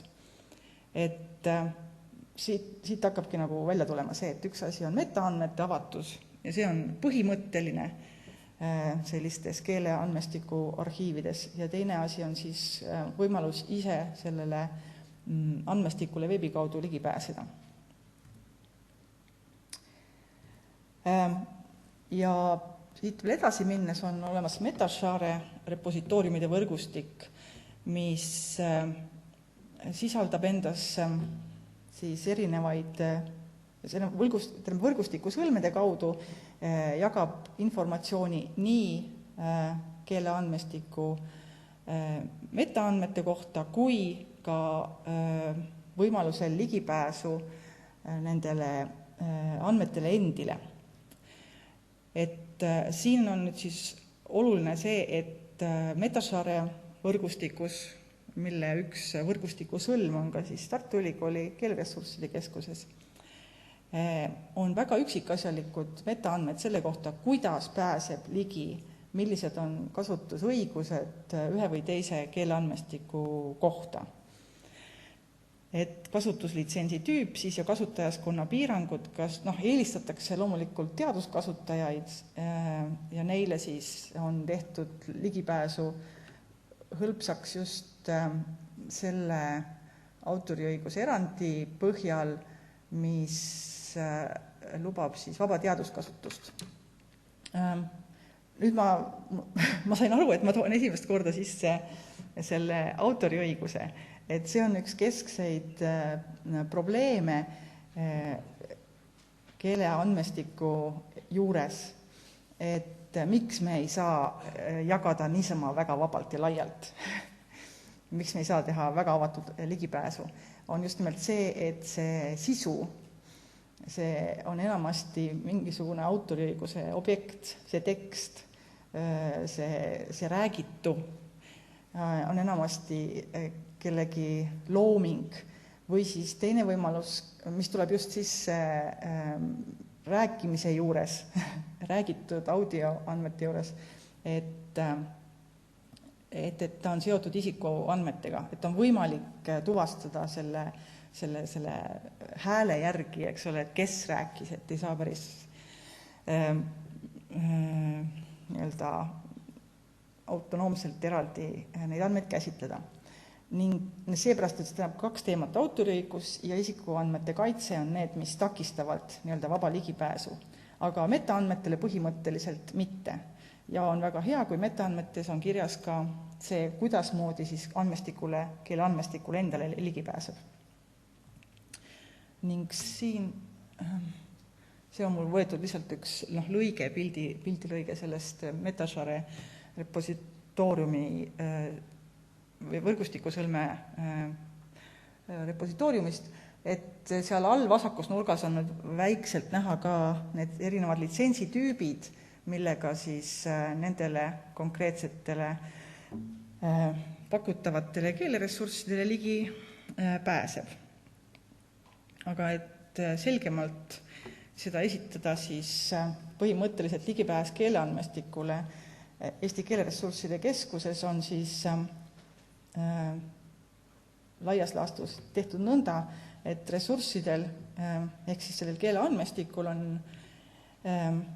mitu tüüpi kasutuslitsentse, enamasti või laias laastus jagunevad need siis vabaks kasutuseks, näiteks Creative Commonsi alusel kasutamiseks teadustöö eesmärkidel, siis on sellele külge pandud nõnda nimetatud AKA ehk akadeemilise kasutuse lipik ning kasutamiseks eritingimustel, see tähendab, et sageli on öeldud, et ei tohi kasutada kommerts eesmärkidel või on see ressurss isikuandmetega seotud ja selleks tuleb eraldi isikuandmete kaitse mingisugune kokkulepe sõlmida.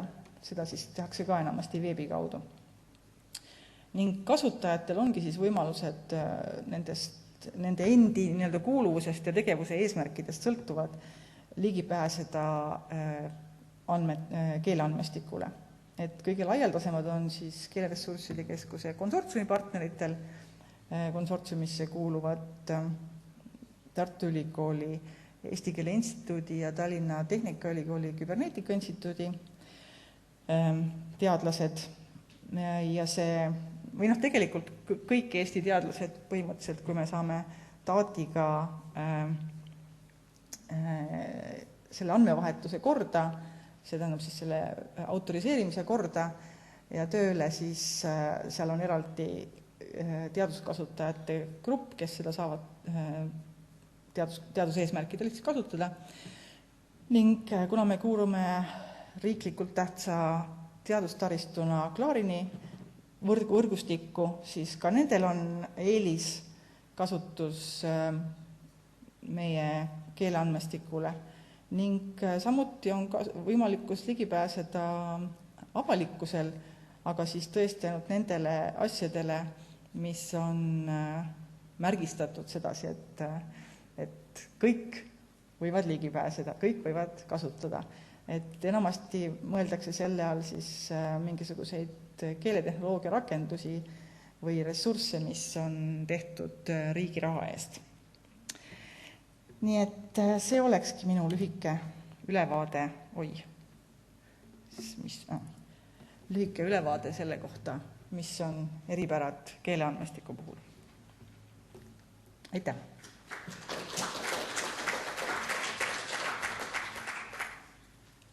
Kas teil on küsimusi Kadrile? Vist ei ole, aga aitäh.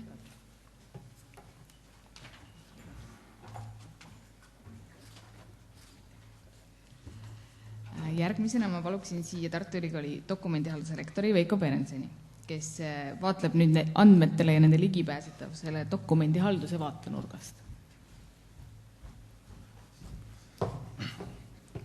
Tere päevast! Et ma siis vaataks natukene niisuguse nurga alt, mis on siin mõnel juhul läbi käinud, aga teistpidi ka on täitsa teine vaade. Ja natuke laiemalt kui dokumendihalduse vaatenurga alt, dokumendi ja arhiivihalduse vaatenurga alt, kuna need on omavahel üsnagi seotud. Ja võib-olla natukene sellises, ütleme, avaliku sektori vaatenurga alt ja õieti öeldes ma lähtukski sellest, et tuletaks teile kõigile meelde, muidugi kõigil on ka meeles, aga siis ma kordan üle, et see open data ja open access on ikkagi reaalselt, eriti see open data on poliitiline nagu termin. Et see ei ole mingi teaduskontseptsioon, vaid tegemist on siis ikkagi suuresti siis Inglise peaministri nagu välja mõeldud nagu kontseptsiooniga, et mille Eesti analoog on avalik teave. Ja tuletan meelde, eks ole, avaliku teabe seadus Eestis kehtib aastast 1998.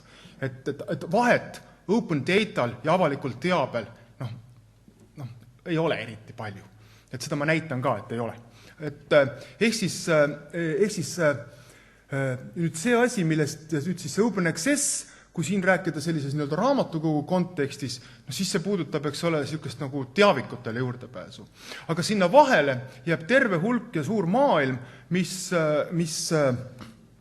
mida siis on püütud Euroopa Liidus haarata ja siin loomulikult teadusandmed ei ole üldse kõige tähtsamad asjad, vaid kõige tähtsamad asjad on siin loomulikult siis need teenused, mida saab avatud andmete peale teha ja mida siis Euroopa Liit näeb nii, et ühekordne andmekogumine, eile me kuulsime kõik, eks ole, peaministri initsiatiivi Euroopa Ülemkogul, kus ta rääkis, mida tuleks siis teha, ühekordne andmekogumine, mitte mitmekordne andmete esitamine ja nende andmete peale teenuste tegemine. Ja siis valdkondlikult kõige tähtsam loomulikult on see, et saaks neid teenuseid, et saaks kätte ärilistel eesmärkidel maaandmed, et põhimõtteliselt geoinfo andmed, et sinna peale saaks siis teha mobiiliteenuseid, mobiiliäppisid põhimõtteliselt, geopositsioneerida ja teha sinna peale mobiiliteenuseid.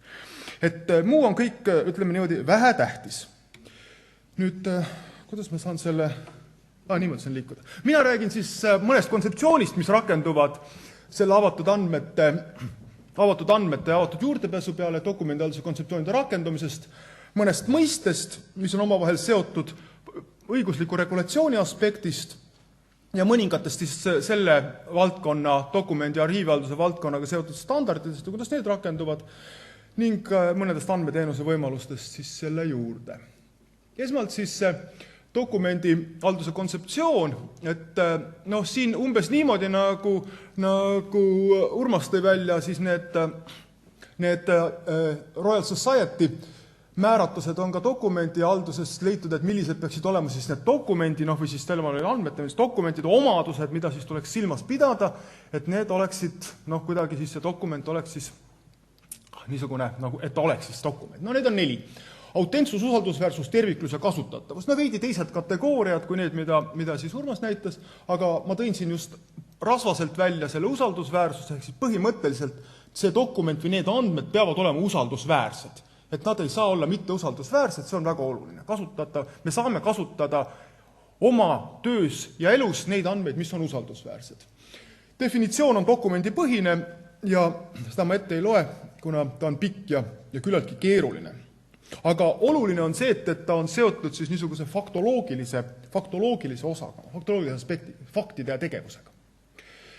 Nüüd teine kontseptsioon, mis siis tuleb arhiivinduslik kontseptsioon, mida dokumendihalduses ka kasutatakse ja mis on tegelikult kasutatav ja peab olema kasutatav universaalselt andmetele, on siis selline elukäigu kontseptsioon. Siin on praegu öeldud dokumendi elukäik, aga ka data life cycle või information life cycle on kasutusel kõrvuti siis see records life cycle kontseptsiooniga. Ehk siis põhimõtteliselt on see elukäik on oluline, ehk siis tuleb aru saada, missuguses faasis selles elukäigus, need faasid on siin välja toodud, need andmed on.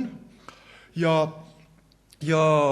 siin, konkreetselt siin võiks eristada nagu 2 osa. Kas andmed on veel dünaamilises olukorras, ehk siis põhimõtteliselt võib keegi neid muuta, või nad on juba valmis, ehk siis enam muuta ei saa. Et eksperiment on ära tehtud, toiming on teostatud, eks ole, et seal enam midagi muuta ei ole.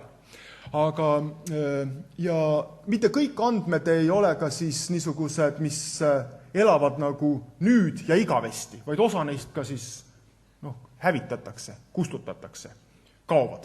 Ja see võib omakorda nagu olla teenustele nagu probleemne, et kui keegi andmed hävitab, mille peale on teine ehitanud üles teenused, siis see võib olla probleemne. Dokumendi mõiste, millest üldse siis jutt käib, ma kohe järgmisel slaidil näitan ka neid võrdlevalt paari nagu kontseptsiooni, siin on toodud need mõisted. Need on nii laiem kui kitsam mõiste, üks on siis see laiem mõiste, teine on kitsam mõiste ja see, mida siis Urmas nimetas, see DOI. See DOI iseenesest ei tähenda midagi muud kui Document Object Identifier. Ja põhimõtteliselt see andmehulk, kui te vaatate seda 30 definitsiooni, jäädvustatud informatsioon või objekt, mida saab käsitleda tervikuna, siis põhimõtteliselt see, nii nagu mina Urmasest aru sain, oli see, et see andmehulk, mida üks teadlane ütleb, et see on nüüd minu nagu DOI alla kuuluv andmehulk, sellest saabki siis dokument, publikatsioon, paneme talle siis mingi nimetuse, aga põhimõtteliselt see DOI käsitleb seda kui dokumenti laias tähenduses, mis ei ole nüüd seotud mingisuguse dokumendiga kui õigusakti või määruse või mõne muu kitsamas tähenduses dokumendiga. Neid üldiselt osad kasutavadki, osad standardid ka terminid siis information item või lihtsalt item selleks, et neid erinevaid objekte siis hallata. Meil on kasutusel siis mäluasutustes siis 3, eks ole, museaal, teavik ja arhivaal ja neid võime veel leida neid asju. Ehk siis põhimõtteliselt need andmed, millest üldse jutt käib. Kui me küsime, millest siis jutt käib, kui me räägime avatud andmetest, siis millest me räägime, mis see on? Et kas see on terviklik andmekogu, kogu infosüsteem, mingi hulk andmeid? Siis me võiksime, ma tõin siin ühe sellise lihtsa näite, mida te kõik teate, eks ole, olete kõik kasutanud seda, ülikoolis siin ka, eks ole, kasutada digitaalse arhiivi repositooriumi D-Space. Selle kontseptuaalne mudel näiteks organiseerib need itemid, mis siis on põhimõtteliselt andmed ja metaandmed, data või metadata, siin ei ole antud juhul oluline, aga põhimõtteliselt andmed ja failid, organiseerib kuidagi gruppidesse, rühmitab neid. Need grupid on neil nimetatud siis community ja collection, ehk siis nagu siis kollektsioon ja valdkond, nii nagu nad on eesti keeles nüüd siis tõlgitud. Aga neid võib olla teistsuguselt ka grupeerida, rühmitada. Et dokumendihalduses rühmitatakse neid näiteks toimikuteks ja sarjadeks või siis arhiivis tehakse neist säilikuid näiteks. Et täiesti selline säilik muuseas ei ole midagi muud kui jedinitsa hranjeni ehk säilitusühik. Et see on nagu selgelt selline Ehk siis, kui me räägime juurdepääsust teadusandmetele, siis millele see juurdepääs tegelikult nagu on? Et kas tervikule mingisugusele tervele arhiivile, tervele repositooriumile, nii nagu ta osadel juhtudel on, andmebaasile, mida võib ühes repositooriumis olla hulga, või mingisugusele üksikule objektile, sellele DOI kaudu, määrame sellele juurdepääsu, sellele juurdepääsu, sellele juurdepääsu. See on väga oluline, vähemasti selles valdkonnas, kus mina igapäevaselt tegelen, millele me määrame juurdepääsu ja kes juurdepääsusid haldab, kuna see on töömahukas tegevus ja võib ajas ka muutuda. Mul on siin veel paar näidet toodud sellest, kuidas siis praegult käsitletakse või püütakse käsitleda nii selle juurdepääsude osas, kui ka siis selle elukäigu halduse osas seda, et mismoodi mida me üldse dokumendina vaatame. Et enam ei vaadata niimoodi, et dokument on paberilehed, eks ole, A4-le vormistatud, või siis publikatsioon, vaid põhimõtteliselt nii, nagu ma siin olen näidanud, et andmebaasides on nagu dokumendid laiali.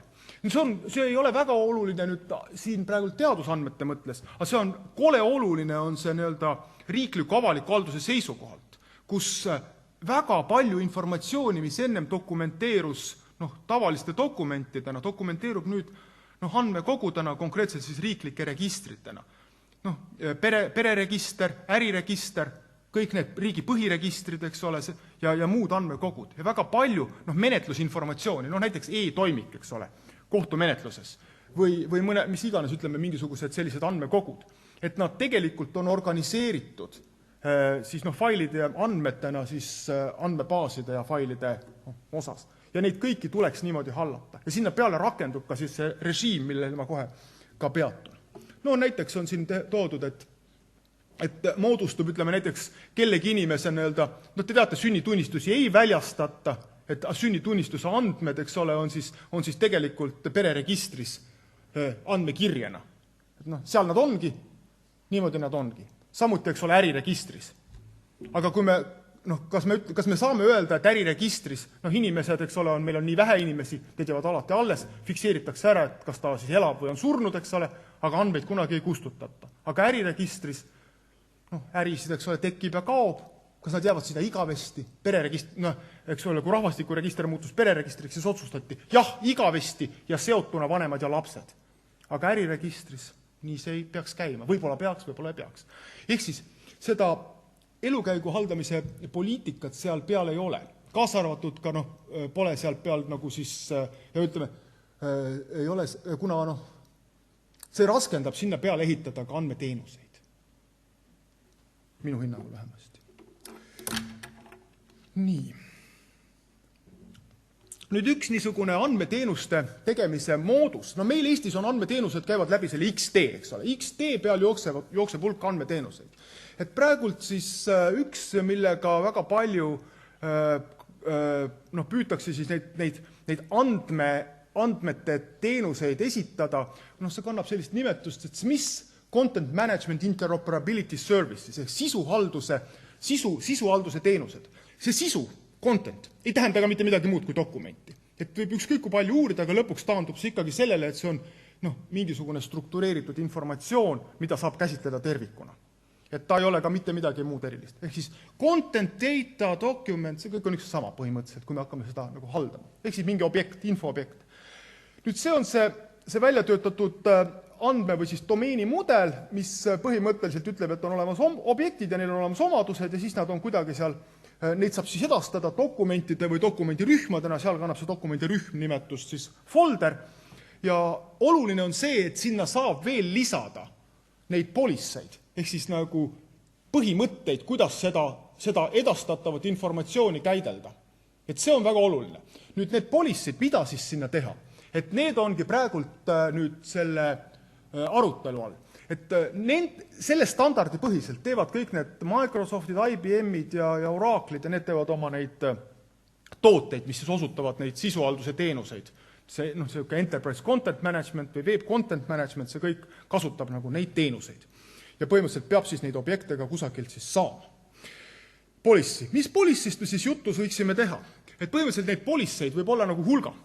Ja need on sinna määratavad, aga põhimõtteliselt mina ütlen, et võiks olla nagu vähemasti 2 asja ja nendest ka praegu konkreetselt käib jutt. Esiteks on siis juurdepääsu tingimuste määratlemine sinna, mida siin ma olen nimetanud seda access policy, ja teine on siis see, need elukäigu,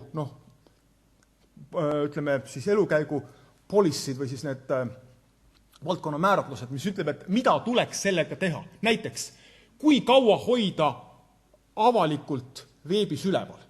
Praegult meil on väga, see on nagu, kui keegi saadab midagi, siis nagu ta seda ei ütle, et kaua see peaks hoidma, vaid see on nagu siis selle veebihalduri nagu enda teha, kaua ta seda seal üleval hoiab. Ta paneb selle poliisi nagu ise peale.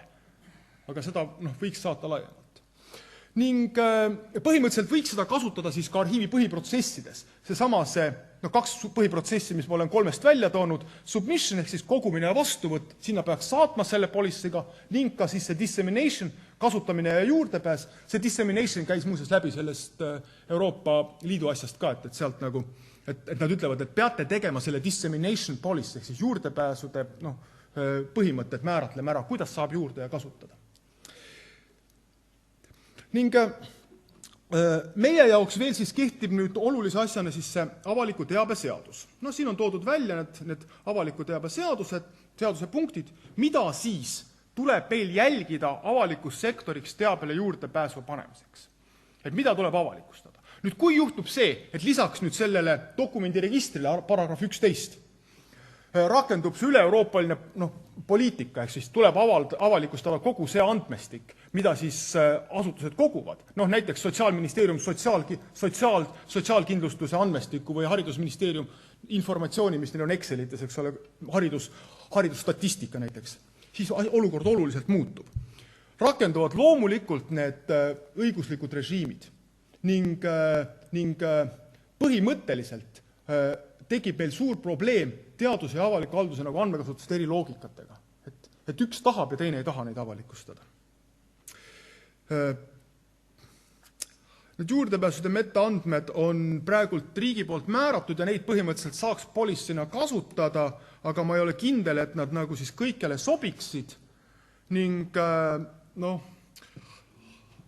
võiks öelda ka seda, et nüüd ma lõppu panin sellise asja, et meil siin oli praegu juttu 2 sellisest suurest võimsast lahendusest, mis puudutasid loodusteaduslikke andmeid ja mis puudutasid humanitaarteaduslikke andmeid, siis põhimõtteliselt riigis nagu avalikkuse jaoks kasutatavad, ütleme laias laastus nagu sotsiaalteaduslikud andmed või seda tüüpi andmed, nende jaoks mingit sellist nagu analoogilist asja võtta ei ole, ütleme niimoodi, et see, millele siis teadusagentuuri Viktor nagu viitas ka oma sellel slaidil, et UK Data Archive näiteks, eks ole, teeb seda, siis meil midagi niisugust ei ole ja see on ikkagi selgelt nagu probleem, et neid ei koguta ja seda standardit, mille alusel seda võiks koguda ja kirjeldada, seda meil ka praegult siis ei kasutada, see on see DDI ehk Data Documentation Initiative ja küll aga nüüd see olgi nagu minu selle ettekandega üks mõte, et sellega tegeleda, ma ise nüüd seda ka olen uurinud ja leidnud siis mõningad võimalused, et seda hakata kasutama siis õppetöös ja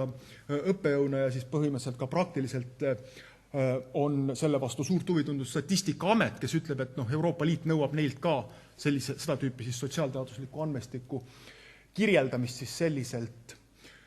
Ja lõpetuseks siis viimane lause, et see kindlasti puudutab olulisel määral nüüd teadusandmete üleandmise tegevust, kui neid hakatakse siis arhiveerima ühel või teisel viisil, siis tuleb nad kirjeldada ikkagi korrektselt, et siin ei ole võimalik kasutada ainult seda Dublin Core'i kirjeldust, nagu seda kasutab praegult siis raamatukogu, või ütleme andmevahetuseks, vaid seal peab olema siis detailsem kirjeldus, mis vastaks sellele DDI-le. Nii. Ja andmeteenustest ma siis praegult ei räägi, et aitab küll. Aitäh!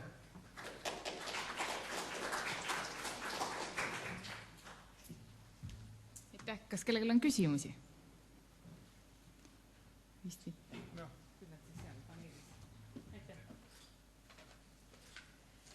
Nii, ja nüüd ma panuks viimaseks ettekandeks meie raamatukogu peaspetsialisti infosüsteemide alal Anneli Sepa, kes räägib ühest Euroopa Liidu projektist, mille osaline on ka Tartu Ülikooli raamatukogu, see on Openness Plus.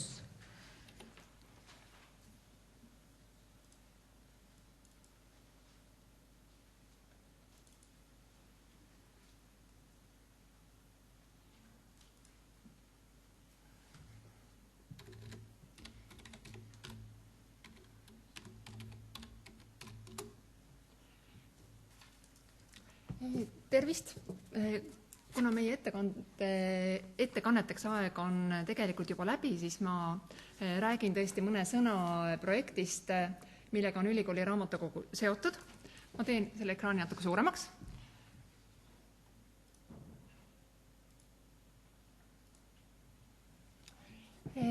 Ja tutvustan teile mõne sõnaga seda tegevust, mis on aset leidnud mõne aasta jooksul ülikooli raamatukogus. Openness Plus on projekt, mis on jätkuprojekt eelmisele projektile, mis kandis üsna sarnast nime Openness. Ja ta kestab veel järgmise aasta maikuuni. See tähendab, et umbes 30 erinevat institutsiooni Euroopas on ühise eesmärgi nimel tegutsemas. Paraku see rahastus, mis meil on nende 30 institutsiooni peale 576 töötundi.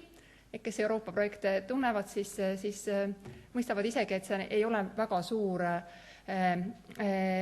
nagu ajahulk, mida me saame siis Euroopa rahastusel kasutada selle tegevuse jaoks. Aga need tegevusliinid on tegelikult, kannavad seda sama mõtet, mida on meie maja või meie raamatukogu juba mõne aasta jooksul paralleelselt nagunii üleval hoidnud. Võib-olla nüüd lähtuvalt eelmisest ettekandest tahan ma hoopis ära mainida kõigepealt selle, et millest me üldse räägime. Et kui me arvame, et avatud andmed on lihtne termin, siis tuli välja, et ka siin saalis on tegelikult erinevaid seisukohti, mida nad võiksid tähendada.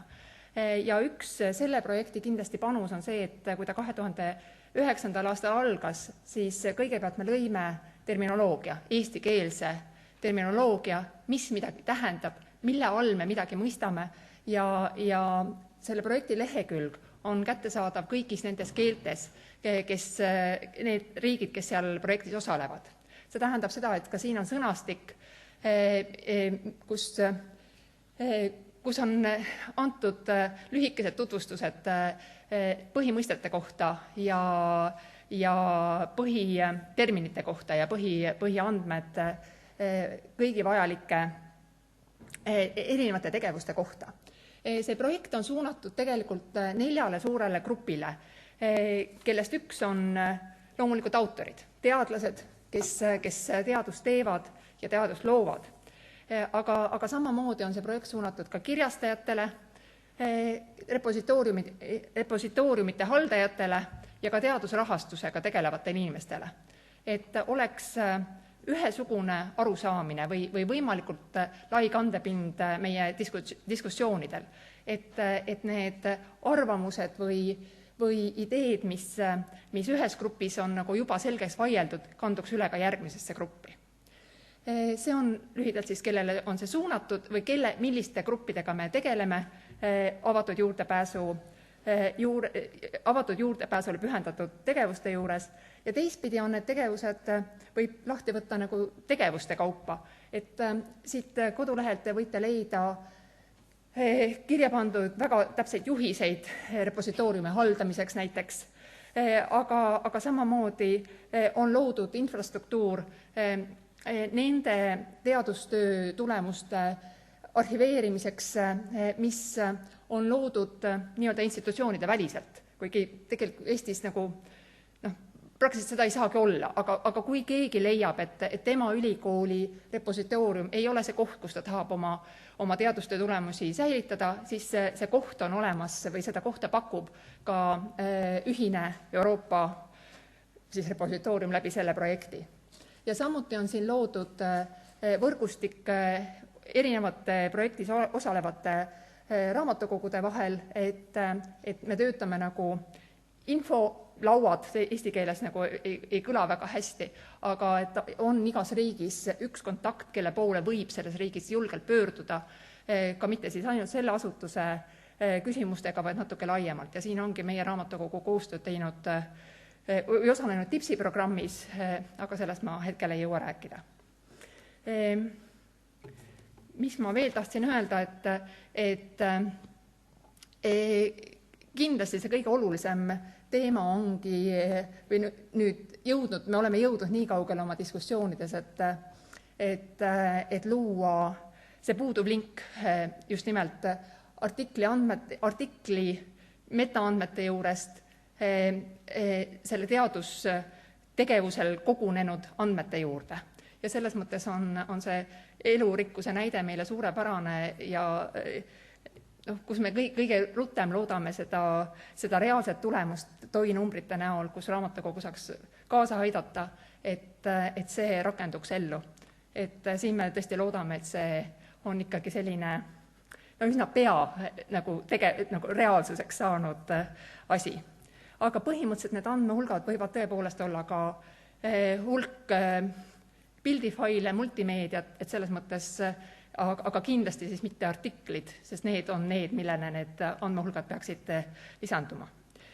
Tahan ainult ära nimetada veel selle, et kuna meil on saalis väliskülalisi, et Eesti riik on loonud sellise veebilehe nagu opendata.riik.ee ja seal on üleval 2012. aastal selline, see küll ei ole nagu väga ta kindlasti on ametlik, aga ta on selline pigem selline tutvustav idee, kuidas riik toetab avaandmete publitseerimist Eestis. Ja selles mõttes ta ei ole selline nagu statement, et kõik peavad sellest rakenduma.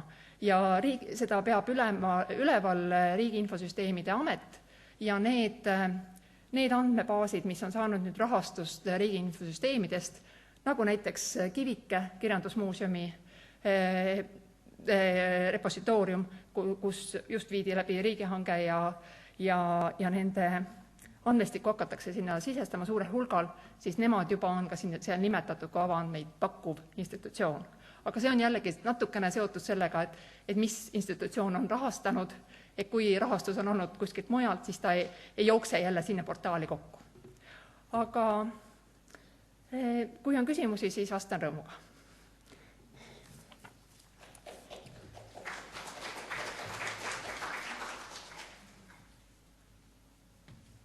Kas on küsimusi? Ei ole, et teha nüüd. Siis ma teen ettepaneku teha umbes 10-minutiline sirutuspaus ja et meie paneeldiskуssioonis osalevad inimesed saaksid enda koha siin ilusti valida ja siis tuleme tagasi 1:35 ehk siis 10 minuti pärast ja siis kuulame arutelu sellel kõigil, mida me oleme nüüd kuulnud monoloogidena nii-öelda. Nii, aga lähme siis edasi, et me oleme siia paneeli diskussiooni läbi viima kutsunud teadusprojektori Marko Kirmi. Ja lepime nii kokku, et kuna meil on pooled on välismaalasid, siis me teeme edasise vestluse jälle inglise keeles, et Marko oli nõus. Aitäh! Good afternoon.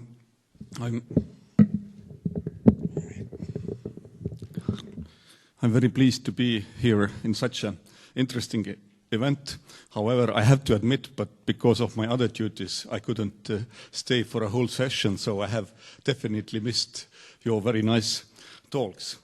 But in order to start, let's do a little experiment. My background is physics, so I like to do experiments. I'm an experimental physicist. Let's think back 20 years, the beginning of the 90s.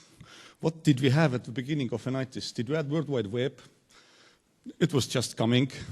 Did we have excessive databases, physical media to store data, to preserve it? Did we have communication lines between these databases? I think it was quite a different world. And also in science, I think it was in a way different, because as a physicist, and I think everyone knows that the latest Nobel Prize was given for a Large Hadron, at the work done at Large Hadron Collider, showing that the Higgs boson is existing. But thinking about this is also kind of data what is coming in every second, every minute in huge loads. So one has to do something about that, and people has changed their minds quite a lot what has happening over the last 20 years. And it's not only about the large scale of experiments. This is also about the examples of living nature. The genome has been analyzed, the machines are working every day, every minute, so that means huge collection of different data is available. And it is really a very important question how we can handle. If 20 years ago it was very important how to measure the curve or get the single result out, so now we are facing that we have a lot of results which can be used by very many other people if it's available. We have also learned here from your nice presentations that data can be very different. Data is not only the experimental data, it is also data about living nature, it's data about social sciences, social databases, and this data is more and more used widely in all kinds of decision-making processes by states. So that means we have a lot of bodies involved, starting from the state, starting from the database owners, starting from the publishers who would like also to have scientific data stored in a form of articles, in other forms. So it opens a lot of questions, what to do and how to be. I think one of the first questions is really what is really the way how to proceed generally. Is this open data approach correct? Should we go in this way, or should we do different decisions? Should we make it available? So, who would like to start?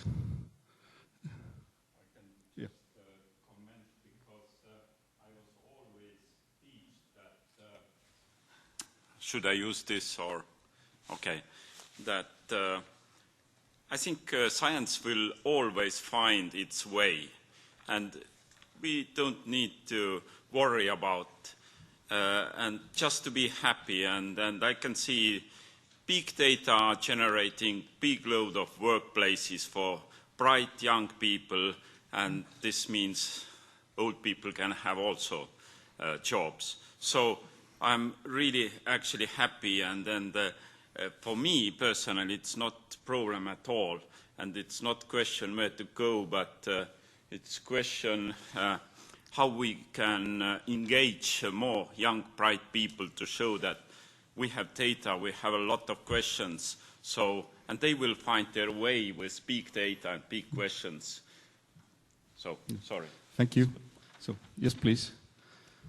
Yeah, I'd like to continue about data scientists because there was a survey of most prestige professions currently, and a data scientist was named as one of the most sexiest job now because it's really important, and it's important in every area you look at.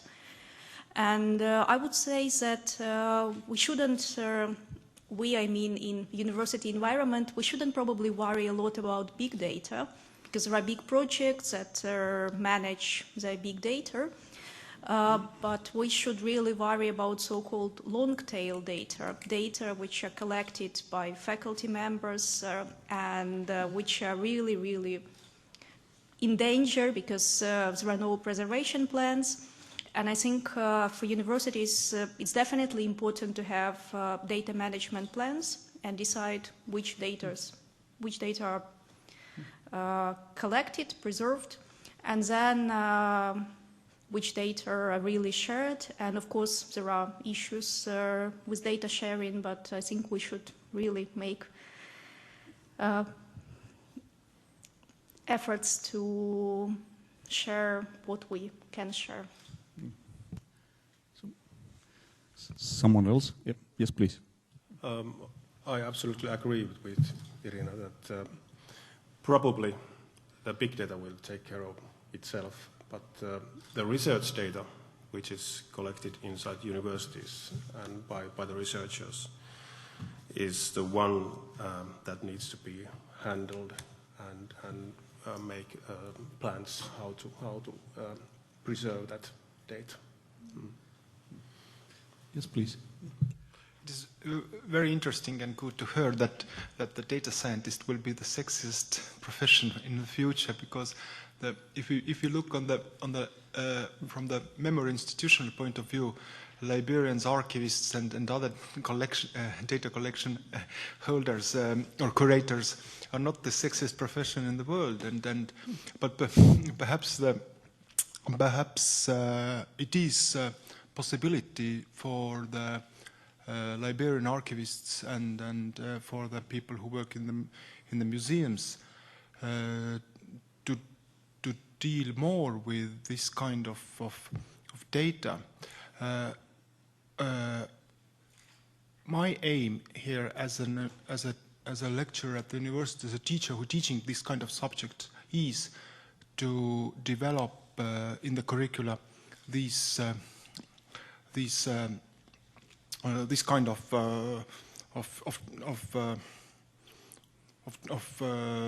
topics or this kind of courses because currently my understanding is that even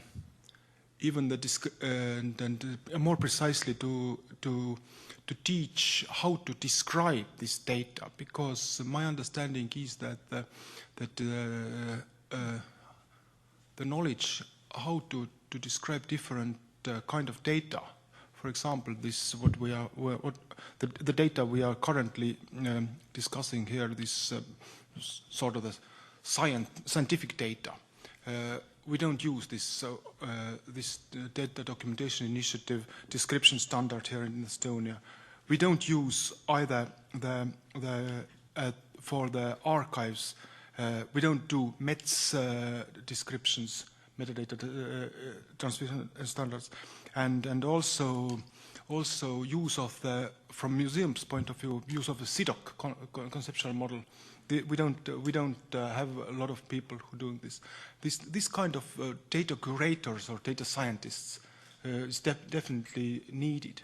And what might be the focus? Is it focus about the description, or is it focus about the dissemination of access to this data? I don't have a clear understanding of this. It's more of the question of supply and demand. What is demanding? And we will supply this. Anyone else? I think we now really touched really important questions which has been going through in many talks here today. This is about the policies, because it's obvious if we want to use this data nicely in different countries by different nations in different continents, we should have some standards. We should have some common understanding how it's organized, how it's built up. My question is really here, what would be bottleneck of creating such a policies, because they are in very different levels. You have, let's say, the European level, you have a national level, there is a funding organization level, there is a library or repositorium level. So it's a number of issues what have to be more or less synchronized. It is obvious that this task is not easy, but I would like to hear the opinion of panelists here. So, please. Yeah.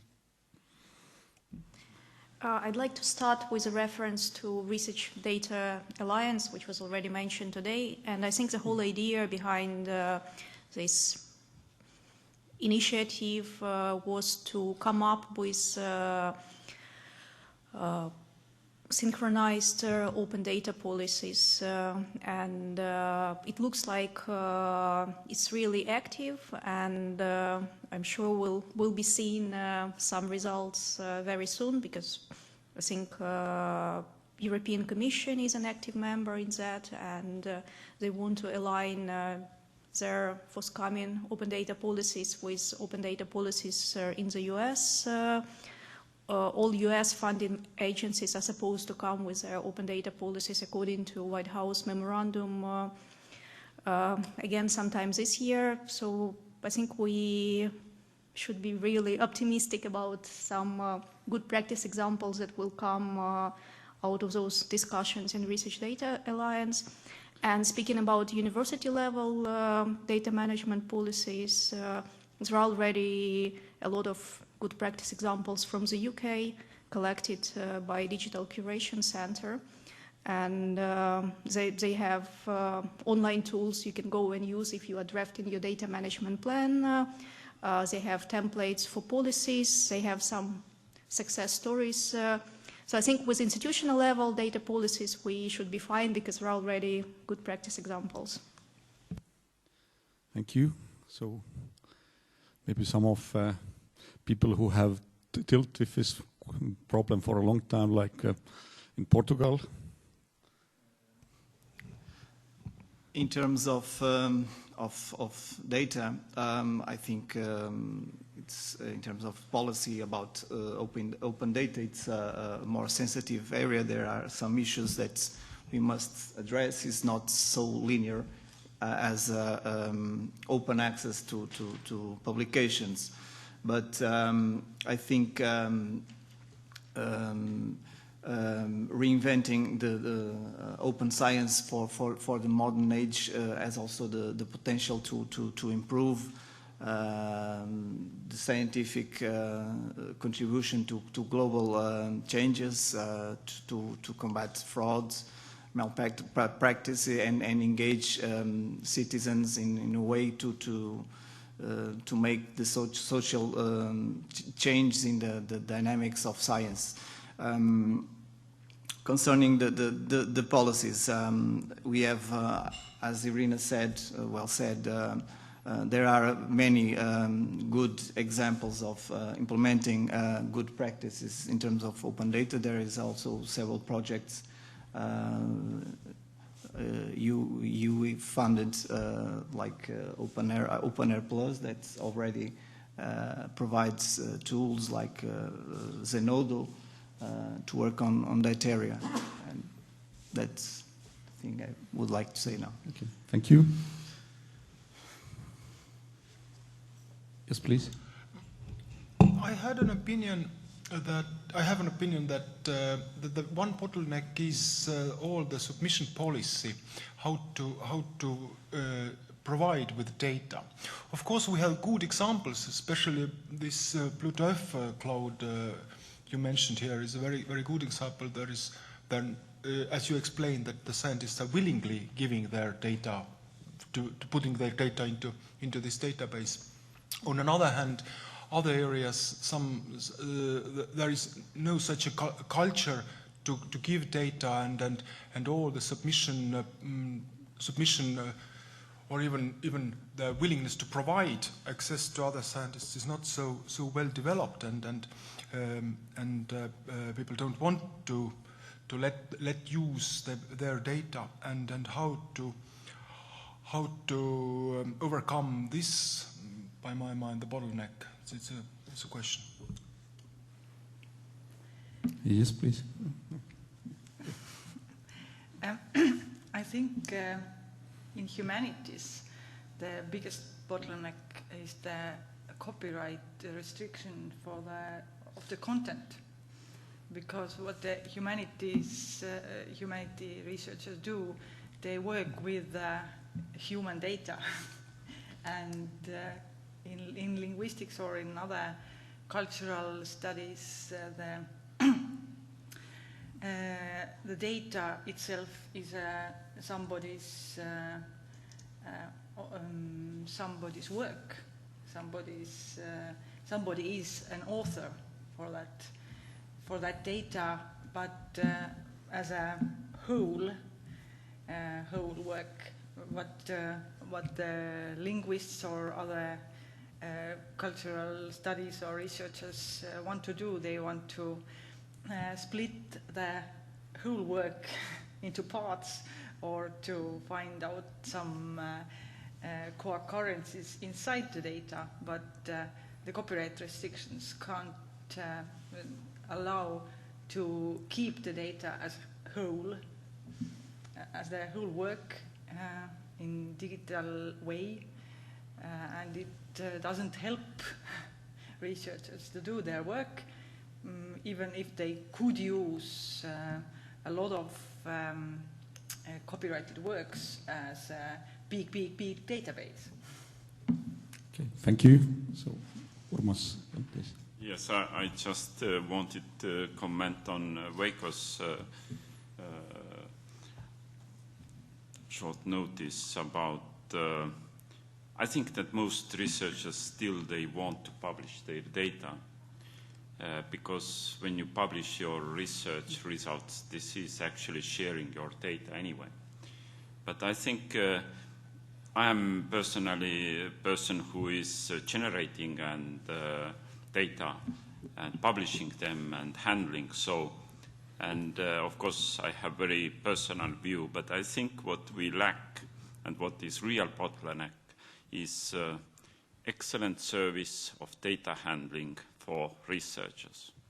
As I told probably in my talk, I very briefly noticed that we are in situation in most cases where scientists collecting data, publishing them.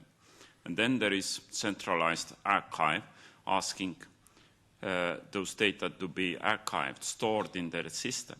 And this means really extra work usually for the researcher, or another way, they just push in some files like spreadsheet or text files, which is very difficult to access by others, to find them and to reformat them so that they can be usable at all.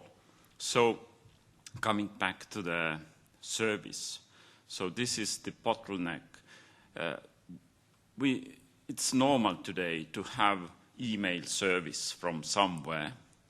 We don't try to build up our own software for email. We don't try to build up our own software for spreadsheet files or text files. So we buy Excel or we take OpenOffice, whatever, and it works.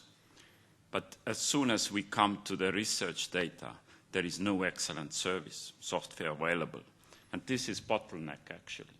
So you have excellent software for your data where you handle, you analyze, and then you just click on button, publish them in this archive, and that's it. So software should take care, scientists. And if this is still missing, I don't think the open data as a big event will really work. So, and of course there are always scientists who will not publish their data and they will be lost. And this is normal life, everyday life today, and it was 100 years ago, 200. Full libraries were burnt and all data were lost, and it will happen also in future. So, but as I said, science will find its way anyway. Okay? Thank you. Yes, please. I'd like to respond to this suggestion of an excellent service. I'm afraid it won't be possible to have it for all disciplines, because as for example, we see with this biodiversity data journal by Pensoft, they already have a workflow authors can use to publish their data, but this workflow won't work for humanities or for social sciences because that's very specific to biodiversity literature. And I think that's one of the problems we are facing because there are so many disciplinary differences that you have to come up with, I don't know, dozens of, or probably more than hundreds of workflows for different disciplines. And when we were setting up this Zenoder repository for data publishing in OpenAir, we just thought that we'll go with the easiest approach. If you have a Dropbox account, you can upload your data from your Dropbox account into the Zenoder repository. You make minimal description of the data, and then it's at least it's published, it has DOI, it's citable. That's like the easiest approach you can take, but of course it's not optimal. Thank you.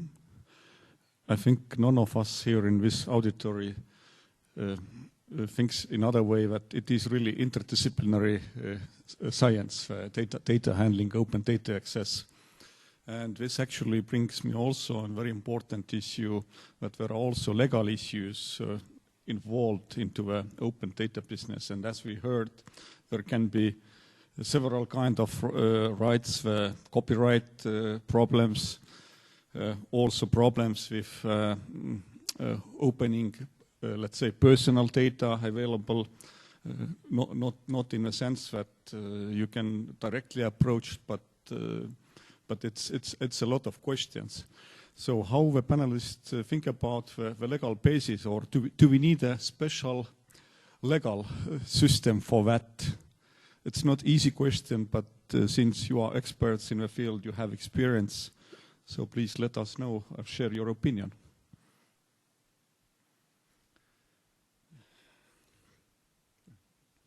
I can say a few words about this because I'm in my everyday work I'm very much involved is how this piece of legislation called avaliku teabe seadus, or in English I'm translating it now, it's a Open Information Act, or I don't know the right translation. But the fact is that this piece of legislation it's based on the Personal Data Act, and Personal Data Act is one direction, and looking from the citizens' point of view of this problem more, and this Open Information Act, as I call it now, looking from the more the society's point of view on this issue. And of course, this open governance and open government, they're using this Open Information Act to provide access to the documents as the document registry is obligatory to have this registry, obligatory to have this registry open, but this is not so for other databases. And in everyday practice, the question of personal data or delicate personal data, as there are two paragraphs in the law. This is there are more paragraphs about the business secrets and more stuff, but generally they're using these two paragraphs, personal data and personal delicate data. This is obstacle for the access, and basically, as I understand, the citizens' right for secrecy is more important for society than the right to know, for the public right to know precisely about the citizens. In the social science, this is the question, because the data must be microdata, as they call it, microdata, and it's must be identifiable on the person level. It is quite crucial, and by my mind, it needs more over European understanding of what kind of open access we will have for a future. We have two cultures in Europe, as much as I understand. One is the culture coming from Sweden. It's open access culture. Finland using this and Estonia using this. But in the France and Germany and other countries, I don't know about the Portugal, there is this 30 years law of confidentiality or even secrecy, and there is no way this data might be public. And what kind of branch will be over European? I don't know. It's quite. Thank you. Yes, please. In the Open Air project, we had a team of lawyers from Institute for Information Law in Amsterdam University, Göttingen University, some lawyers from Poland, and I think from some other countries. And they tried to look at legal issues of data sharing in this European landscape. And they will be publishing their study sometime soon. So they will definitely be publishing a 10-page document with some summaries in the beginning of November. So I hope the document will help us to have some answers for that. But I agree that it's really complicated, and we should probably go on with some consent forms before we collect data if we want to share them, if we speak about social sciences or humanities. But then the question is whether the person we are interviewing would be ready to sign that consent form. So, yeah, unfortunately, it's complicated. Yeah, I think here is really not a conflict of interest, but definitely this can be in European level as some kind of a guidelines, but in national level it's regulated national laws, and that makes it really difficult. And my feeling is also that there will be no common unification unless this open data access system proves that it's really helpful. It generates, let's say, the innovation, economic development, jobs, so on. When the politicians could consider that, but it's really critical. As a scientist in everyday life, I face quite often with a question. I got a nice invitation, maybe not every day, but every second day, publish your article in some repository system like ResearchGate or LinkedIn. And I always ask myself, there is, of course, nice guideline that you should make confident with all, let's say, the legal aspects of that. But who should really give answer to that? Can I publish my work there or I cannot? Do you think that this is a problem from the repository side?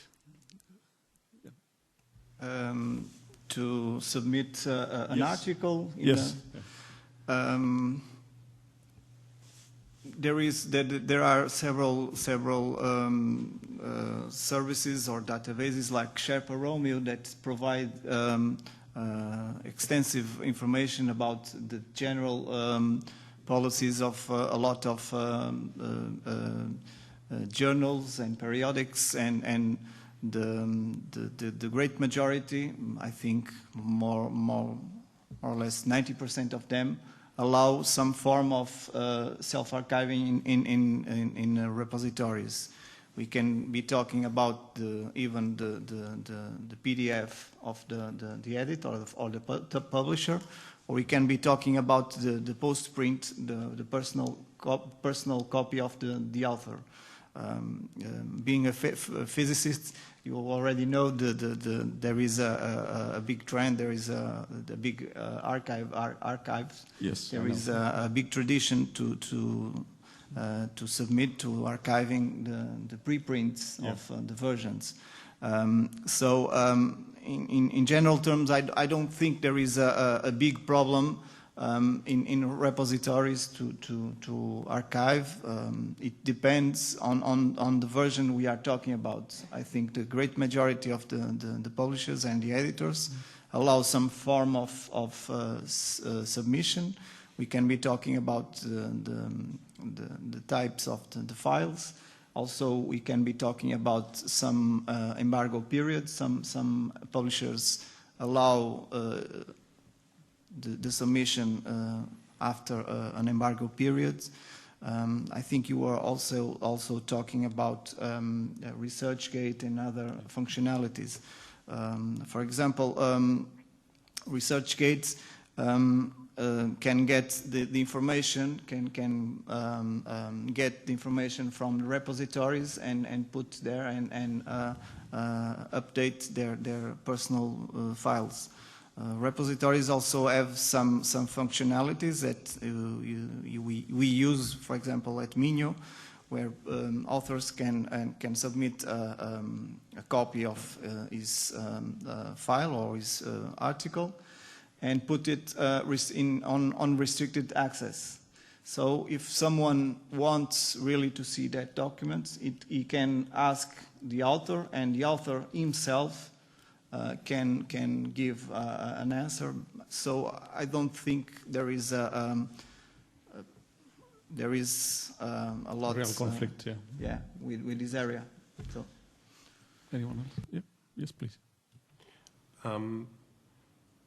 But I think that there might be in the very near future, since we know that attitudes by the big publishers are hardening all the time. So we have to wait and see what happens. It's for sure that the attitudes are hardening all the time towards self-archiving. Okay. Yeah. I have another comment about the use of the data. Urmas said that he's quite confident about the fair use of the data. But on another hand, for example, we have some sort of the traditional understanding how to use data and not to misuse data. Now, for example, it is common understanding that the data about the national surveys of the population can't be used as a basis of the taxation policy, for example. And yesterday I spoke to my colleagues who are demographers, and they said that their data they're collecting in the over European surveys can't be used by the public authorities on the micro level. And if it is with this, what we mean about this open access, if the scientists are collecting data and using data by themselves, but public authorities, like statistics, for example, or state, can't use it. It's a policy also. It's a quite interesting the situation. Yes, please. Yes, I understand very well that in social sciences it's much more difficult because you are mostly working with one species, Homo sapiens, but most biodiversity people collecting and handling data on all other species, maybe on Homo sapiens, and then of course there are specific rules, but you know, so somehow I'm happy about this, about us, sorry. Okay, so I think there is we can, if you talk about open access, we cannot neglect matter of funding, because this is very important part of creating open access in a way of publishing your let's say articles and so on. Another way, we know that open access costs money for libraries, a lot of money.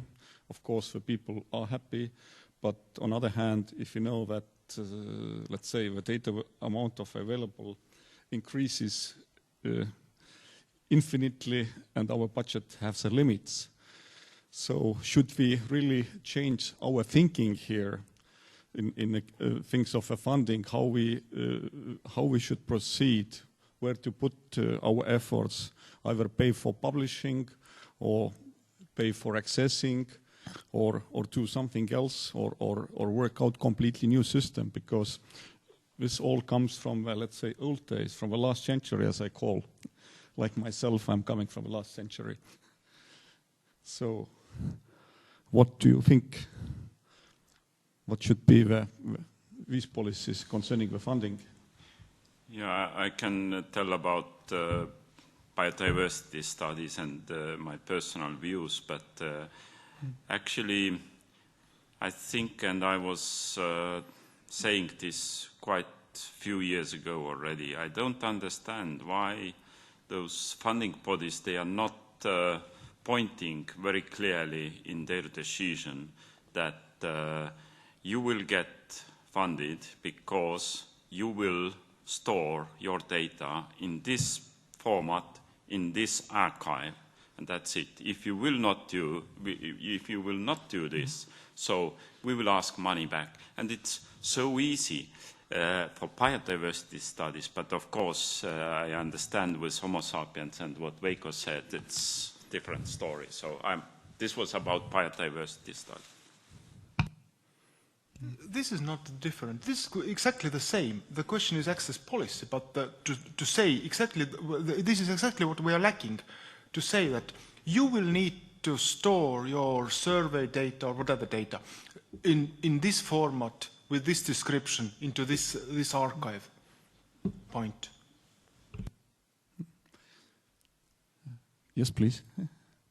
Well, speaking about funding, I think open access repositories could be supported within existing funding available for research and education in the country, because it's in the end it's not so expensive, because you can have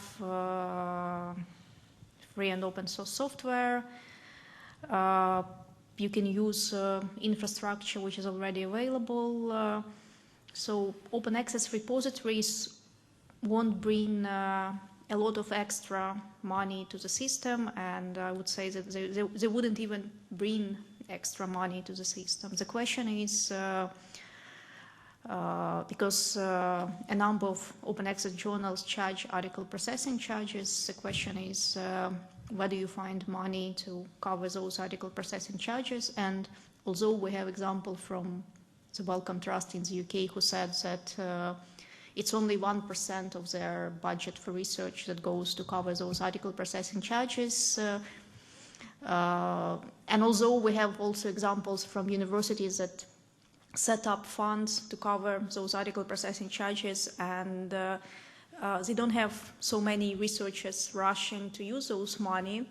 So these are not really big money now, but in the future, I would like to see publishers really lowering their article processing charges, because I think infrastructure will already be available, because now they are saying that they're investing into infrastructure.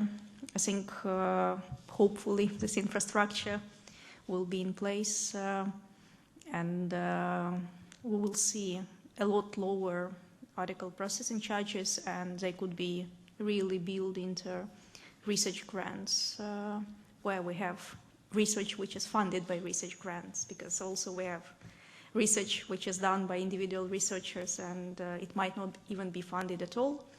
That's another question, but we also have this tradition of voluntary work by journal editors in universities, and I'm not saying that it's good to be volunteers, but unfortunately that's how it is.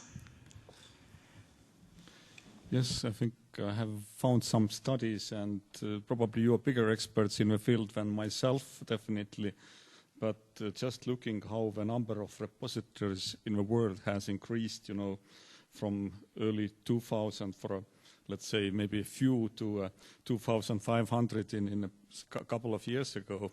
So that means that there will be such an increase, it will be exponential growth or something like that. And that means that if it's not yet a huge question, a funding question, but it will be in 10 years or maybe even 5 years, the question how we should arrange, where we should direct our money and who should do it, because there was one proposal was made that the funding agencies have to do for scientists. But on the other hand, there is not only everything funded through the funding agencies, for example, with social databases, and then it's question how generally we have to organize, because it is not, I don't think that we have an answer at the moment, but this is really a question what one should work on it, and to see can be some general access or approach to reach these goals. I'm maybe outside of this a little bit, but I think for me it was always natural to think that all these, and I'm talking about data, not about research papers, but data, that the most natural place to develop those archives is, of course, library. Library has been always data store house somehow, so for documents, as Veiko said. So it's so natural to build most archives on current libraries, and there are experts who can handle this. And so I can't see, if I'm right now, what you were pointing at, this maybe partly you were thinking about this. So there are libraries, all universities have libraries, so it's natural. I think a related question is really what Veiko pointed out earlier, that let's say we have a social data and data about economy and so on, but if it cannot be used making decisions, then we should do something about it to get it validated or referenced in a way that otherwise there will be always be a little bit double accounting.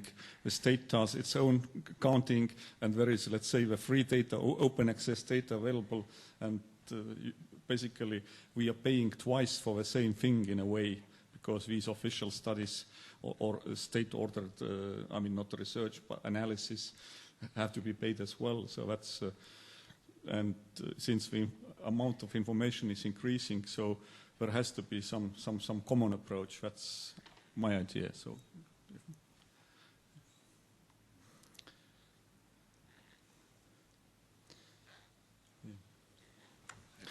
Yep. Everyone agrees, yes, I guess. Yeah, I mean, it's a really good question.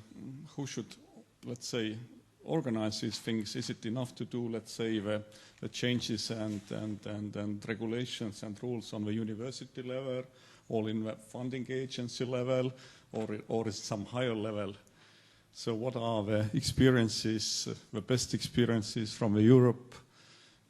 I think that probably there will be good examples in all ways, but since Estonia is a small country, so we have to, let's say, to get to a correct way immediately, otherwise trying to introduce it in wrong levels, it wouldn't be very good way of doing it. So what is your experience from other countries? How you're trying university level, state level, some other level? Yes, please. I can talk a bit about the experience we had in Portugal. The first open access initiatives in Portugal began with us within our university, but since the first beginning, we thought that we shouldn't be alone in this quest, and we started to work with other institutions.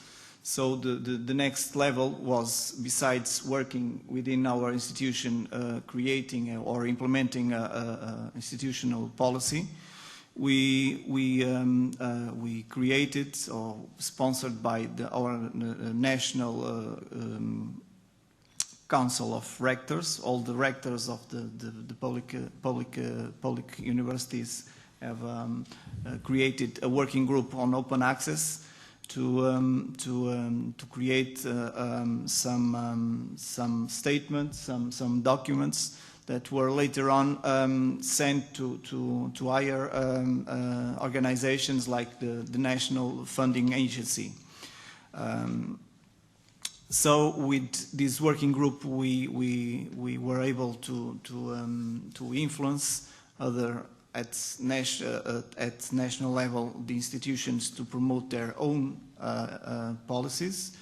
But most recently, we also managed to because we also produced a national survey where we questioned all the national researchers. We had a good compliance in terms of answers. And that survey showed very clearly that the great majority, more than 70%, agreed that the national funder could implement, said that they would be willingly to comply with a national policy. So starting from institutional level, for example, at least in Portugal, we could go from bottom up, and currently there is being discussed a national policy. There is a lot of discussion about the green road, the gold roads. I think in Europe also there is a lot of talk about this, and we are at least in the proposition is in public discussion, and I think in the beginning of next year we should have a national policy implemented in the field. So this is more or less the environment we have in Portugal. Yeah, thank you. So, yes, please. Okay, a few words from Finland. First about data. We do have, I think, 3 or 4 national level archives where the research data can be stored. And they are good archives which work properly, but the problem is how to get the data, since the researchers won't deliver it. And that is the way how we come to the institutional level, to the universities. And the main thing is that we should organize the management of research data inside the university first, and by that also nationwide. And if we don't manage the data, there's no need to talk about open data if we don't manage the data first. So that's the thing number 1 in Finland. We should take care of the data first. About open access publishing and self-archiving, libraries are the ones who take care of repositories in Finland, and it's just a natural thing. But we have only 3 universities which have made some kind of policy about open access. And now these 3 libraries are working together to create the national open access policy. But one thing I would like to pick up is that when talking about green open access and APCs and subscription models, we are living quite confusing times in university libraries. On the other hand, there's a pressure that we should take care of APCs on behalf of authors in our university, and on the other hand, we should take care of the subscription fees. For example, I don't know whether this scope 3 was here in Estonia also. We turned it down, at least for now, since we saw really no sense in it, since we don't want to pay double the same journals. So confusing times from university libraries' point of view. So as we have learned, so in 2 countries it has been going from bottom-up approach. Question is also because we, in Estonia, there are also several databases, like we heard about the Pluto-F, and there are other databases on a way. Should we follow also the same approach, or should we do something differently? May I have a comment about the situation with Estonian public archives? We have one large public archive called National Archives, pretty much the same as in, not pretty much the same, sort of like in Finland. We don't have this Sotaarkisto or this kind of things. And this National Archives, of course, has a digital archive project. And they are preparing this infrastructure for now, let's say, 6 years. They're mostly using it for the digitized materials. They're digitizing a lot of materials. They're not collecting, or as they say, there is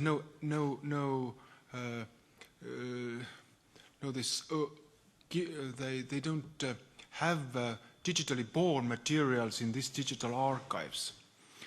They do the evaluation and giving this archival value, as it's called, to some kind of materials, and for example for the state registries. They don't collect all things, and these registers, they collect only after the registry is closed. For example, we had a registry for houses, now we have a registry for this real estates. And this old registry was closed and archived. But all the dynamic data, all the registers which are dynamically used, nothing there is no collection policy. Therefore, and there is no way, we're using instrument, pretty much the same instrument as in Finland. This called, in Estonia, it's called record schedule or the argistomoodustussuunnitelm. This is a dokumentide loetelu, this is called in Estonia. And there is no databases listed in this. There's only the traditional documents. And therefore, this policy is not looking on this kind of data.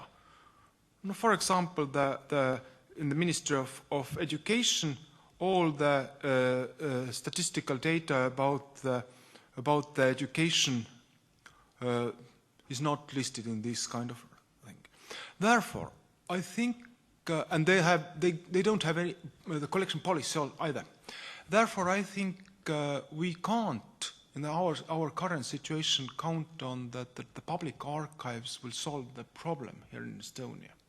They simply don't have, and of course the lack of resources, as always public authorities are, as they say. And therefore the idea to count on the libraries or basically the libraries or data archives or whatever, or repositories, institutional repositories, this is the way out by my mind, but not the national authorities. Thank you. We have heard that in Finnish approach the most important is to take care of data first, and this brings to a question how our universities should take care of data. What are the guidelines, experiences, ideas, how to arrange that? We are in the very beginning at the moment. Yes, please.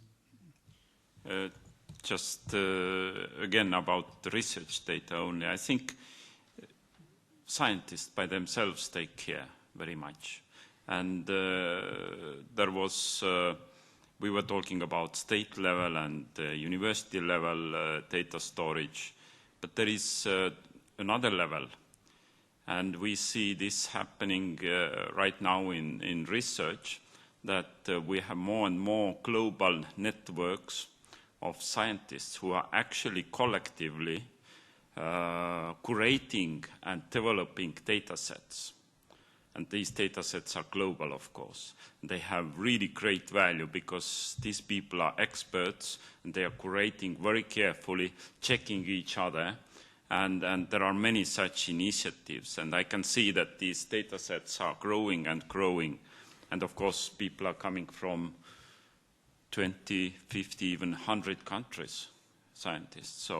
So this is another topic because it cannot be taken care by maybe by single state or university. Thank you. Someone? Yes, please. Well, some universities just say that there will be a data collection within already existing institutional repository, and every faculty member can have up to, for example, 1 gigabyte of data storage space for free. I don't remember the exact figure, but if you want, I can check how it's done in the UK and in the Netherlands. And then they just bring the data on a memory stick, or they send it via Dropbox account to institutional repository, and then institutional repository manager checks metadata, and owner of the data and university decide together whether it's closed access or whether it's open access. And I think that's probably the best way to start to decide how much free disk space you're ready to allocate for that, and to see what is current interest from researchers. Perhaps it could be a pilot with one faculty or, I don't know, one department who already has data and ready to share it either, share in closed access or in open access. Yes, please. Just to add also an institutional experience, we have our repository almost a decade, and a couple of years ago we decided to allow some researchers to use, and we contacted some more prolific departments if they wanted to use the repository to submit also data sets. From the first beginning, we saw that it was a very sensitive area because a lot of researchers said that some of data sets were confidential, they didn't want to share. So at that time, we didn't have much success with that approach, using our repository to put their data sets. So more recently, we decided to promote and to sensibilize the authors to this question of research data. And the thing we are doing now is to have a survey at a scale at the institution to acquire some knowledge about the volume of data, of what kind of data, who produces what are being curated in what way, what kind of metadata should we use to do. So currently we are doing that study, but we don't have right now some concrete answers to answer you, but this is the way we do it until now. Okay. Yes, please. I think that what Urmas said about this, what scientists are doing with their data, using it carefully, might be one way out. I don't know, is it the only way or right way? But definitely the risk is that when we're using these large institutions, large memory institutions, and we have tendency to use the large memory institutions to finance them, then they more keen to put the data they have provided from budget to build infrastructure or even real structure, for example, the house, but not to deal so much with the content. By my mind, this is and this over-institutionalization that the only institutions can solve the problems, not the groups of users or network of groups. This might be also the problem that we are giving resources to somebody and they don't put these resources so much into real services, but into the infrastructure. On another hand, the Estonian experience, by my mind, is that in the long run, without institution, it's no way out. And all the groups have gone. Morgenstern is dead, but his library is here. And this is the question that we need to answer also. Yes, I think this is a very, very important topic. What to do, I mean, in a way, because also at the Tartu University we have very nice data sets, databases like Urmas described, but there are also Estonian genome project with genome data, with medical data to that attached separately and safely, of course. We have linguistic data. We have, all kinds of data. And now it's really a question, should we really have, let's say, a big plant somewhere here near the Emajõgi, which will probably boil after we have to cool down the storage systems? But that's a good question. And the other question is, if you have such a huge data on different areas, how to access it in a way that you could combine different data. That's not that within a single database it's all organized, but if you would like to get to know a little bit about the people, a little bit about the plants, a little bit about the animals living in this area, that is not a single task. So what are your opinions? What are the practices?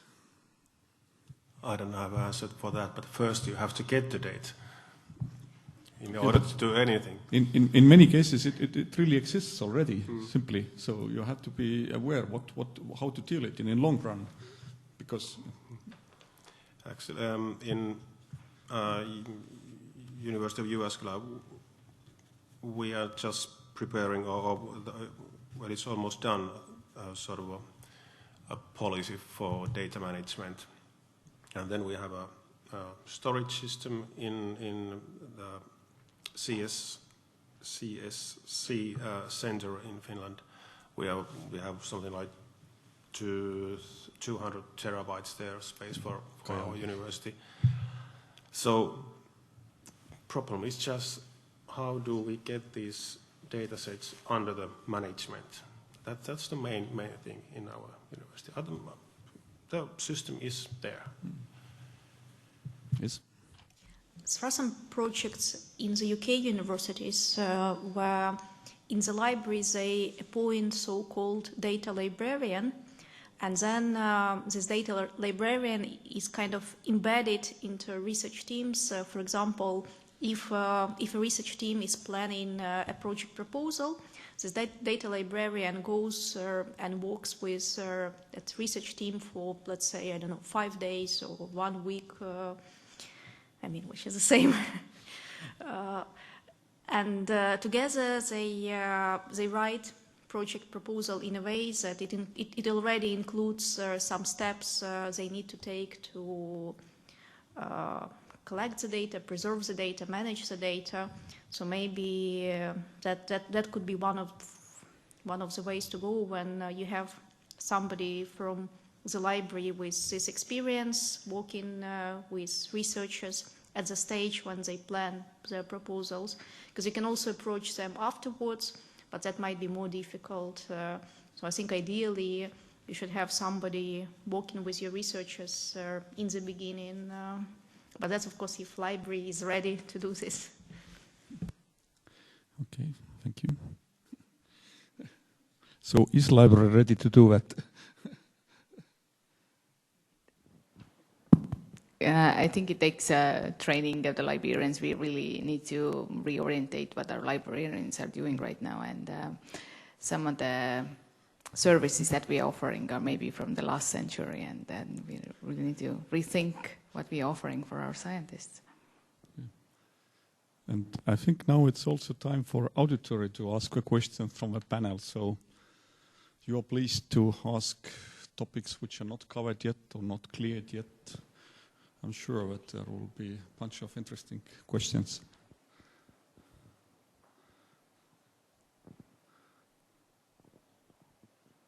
No one wants? So maybe when I have to continue simply. Marika, maybe you. Do you want to comment?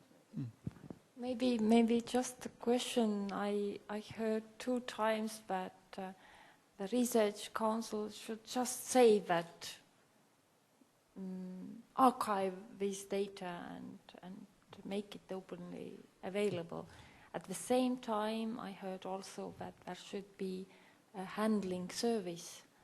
So I think that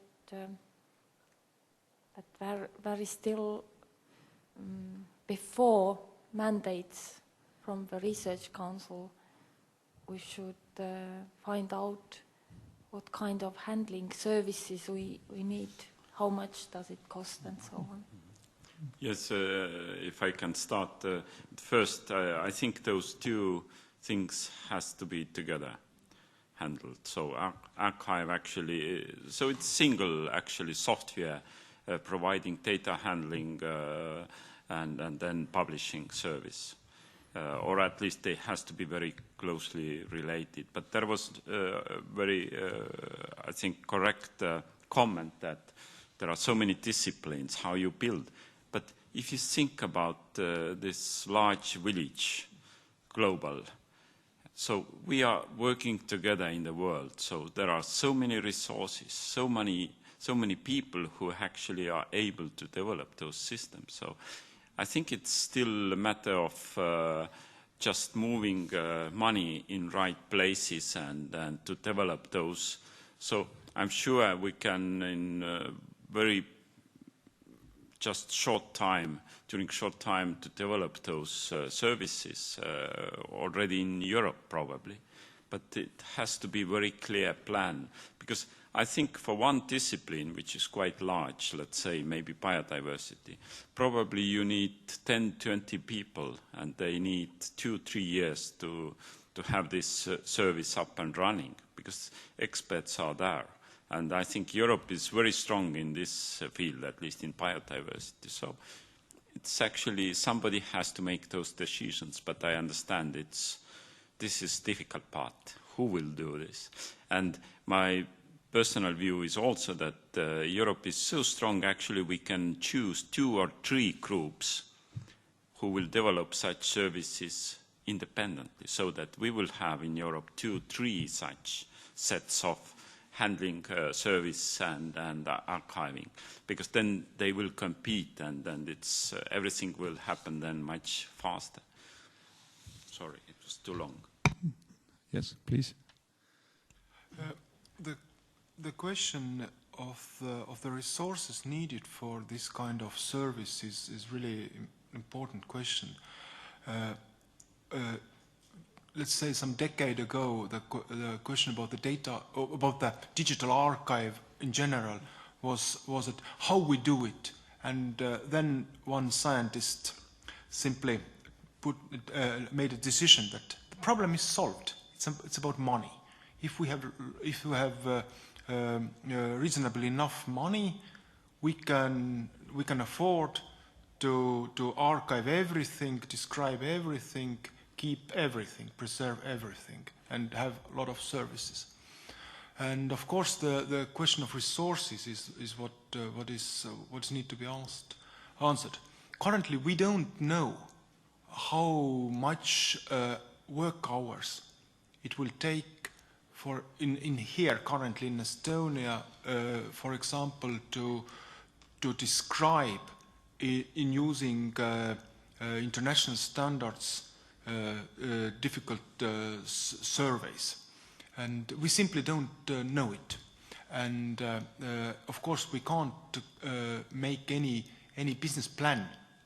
What kind of what will services will cost? What will be the cost of the submission or handling, as Urmas using this term, of putting the data into the archive. And we don't know what will be the cost of all this archiving process and the dissemination. It's not easy to answer. Urmas, you who was this who answered you? What is the cost of this portal service? And you didn't know the correct, no, didn't know answer, not correct answer. You didn't have the answer. What is the real cost of this one kind of portal or another kind of portal to maintain the service? And by my mind, this is important to understand the maintenance, the service maintenance costs. Are we ready at the moment to define the services needed, or it's still in developing phase in a way? Basically, I think I know at least what kind of services, how to describe the services, quality services any digital repository needs from the archival point of view. This is not so difficult to define them, describe them, but of course when we don't have practical maintenance in the place, we can't know the cost, total cost. I think there is also very important who are the target groups, because one group can be the scientists who would like to work in research work. That's one. If there will, let's say, some people studying the society, making analysis, so on. So it's a wide range of different needs, and this, in my mind, makes this developing these general services also rather complicated. But I think one very important aspect is always the people who do this work. And we have been talking about the open access. At the moment we are like in very many new things. We are beginners, we start somewhere. What we should do about the education to teach the people the open access, the principles, understanding. Is it special discipline, or is it just something what has to go along with our general higher education? What are your opinions on that? Sorry, I'm talking too much, but of course when we started to build our own data handling and archiving service, so we thought, and it is built so that actually, and we have a lot of users as citizen scientists. And we have also school children and teachers who are developing their own data sets. And this is my answer. You have to think and you have to teach them from the beginning so that they start and they can have very simple workbench to upload data and work, and very simple portal based on this data, and then they start. And finally they will grow up, and some of them will become researchers, and then they are ready because they have done this when they were 10 years old already, and it works, and they are very smart actually. Thank you. Yes, please. Yeah, I agree with that, and perhaps like a short-term solution we can suggest for now. Ricardo's organization, mine, and also some other organizations in Europe will be launching a project called Foster, and the idea is to train librarians and researchers on open access, and research funders as well, on open access and open data management, and we will be building kind of a portal that will be pointing to already existing training materials that could be used for training. Then we'll be having some guided training courses online and also on site. So I think that project will help to answer this immediate need for at least some specialists. And we'll have some budget which we will be distributing to institutions and to countries. So we will have a call for proposals, and Research Council or Tartu University or another university can submit a proposal to us and receive some funding for doing like on-site training in the country. And sorry, it will start in February next year. I see. Very nice proposal, so thank you. Some other viewpoints from other sciences, like linguistics, how you do with the people, with the databases, specific informatics education? I can say from Jyväskylä universities on behalf that in our university, the university library takes care of educating the researchers. We are inside the doctoral schools of the university, and in general studies of the doctoral schools there are certain sections about open access and data management also. and also in a national program of Estonian language technology, and in our language resources center, we try to educate our users or the project leaders in their field when they create language resources, how to make them by standards, common standards in the field, and also what kind of legal questions they should make clear before giving the resource as a project result to the Center of Estonian Language Resources. Thank you. I'm sure that Veiko wants to say something as a practical teacher.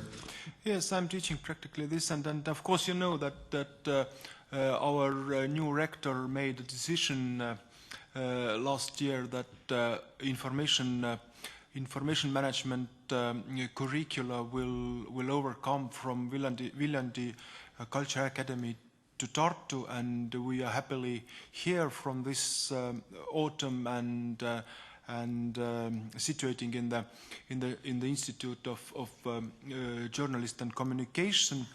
And of course we will continue with the curricular development with the courses, especially and we have special attention to this subject matter about the description of the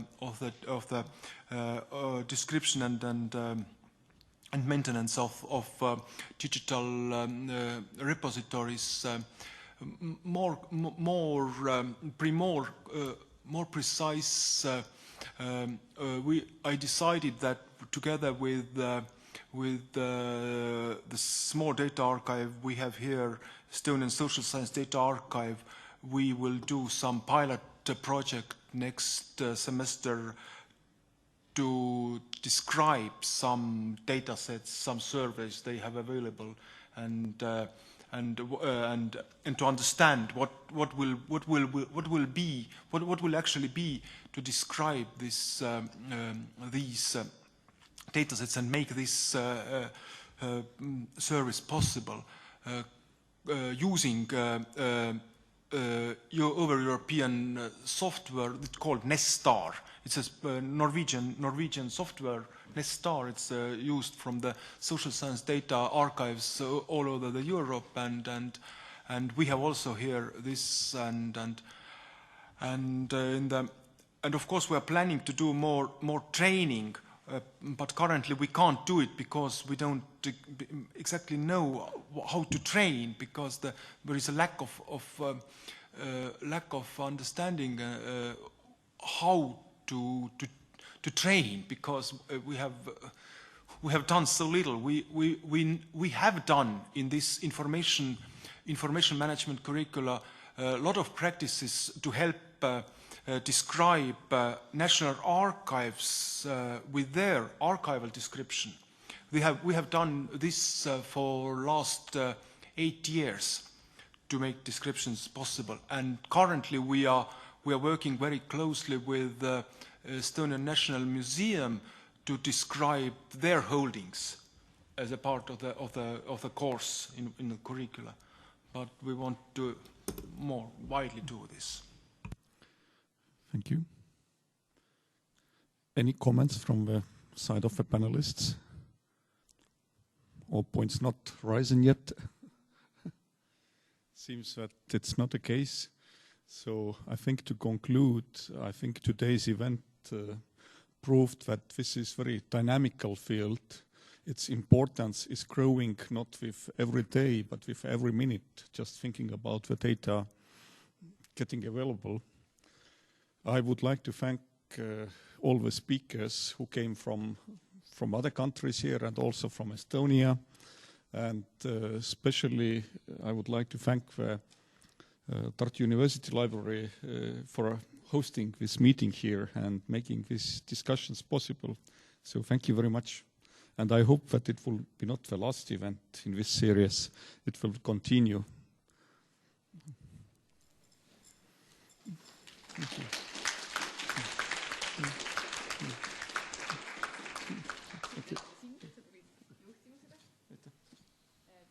osalejad, kes pidasid selle pika päeva vastu, et meil nimekiri oli tohutu, kes olid registreerinud ennast, et kohale tuli väga palju väiksem osalejate arv, aga me loodame, et järgmine aasta me jätkame, me kutsume teid tagasi järgmine aasta oktoobri viimasel nädalal, nagu meile kombeks on. Sel aastal me tegime, enne kui me lasen teid kõiki koju minna, me tegime veebis just inimeste harimise põhimõttel küsimustikke. Meil oli 4 erinevat küsimustikku, pluss meil oli avatud juurdepääsu mäng, mida inimesed said siis mängida ja meile oma skoorid saata. Nüüd me tahaks loosida 2 auhinda nende inimeste vahel, kes vastasid. Ja kuna Marko on siin, sa kasutad auhind on selline, autot me välja ei loosi. It will be not a car, but it will be access to open data. Need 5 häält oli maksimum ühel inimesel võimalik saada, kuna meil oli netimäng ja 4 küsimust, nii et täiesti avalikult. Nii. 2 inimese nime, mitte sama nime. Vaatame, kes siit tuli esimesena. Merike Poljakov. Äkki on siin? Ei ole. Ei ole. Nii. Ja kes meil on siis teine? Teine on Maris Arv. Väga tore. Ja, mis siis auhinnad sama? Ja. So.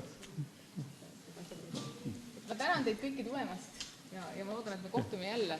Kui me ei kohtu selle ürituse raames, siis loodetavasti muudel viistel, kuidas me hakkame arutama, kuidas raamatuga saab teadlasi aidata. Aitäh! So, thank you very much.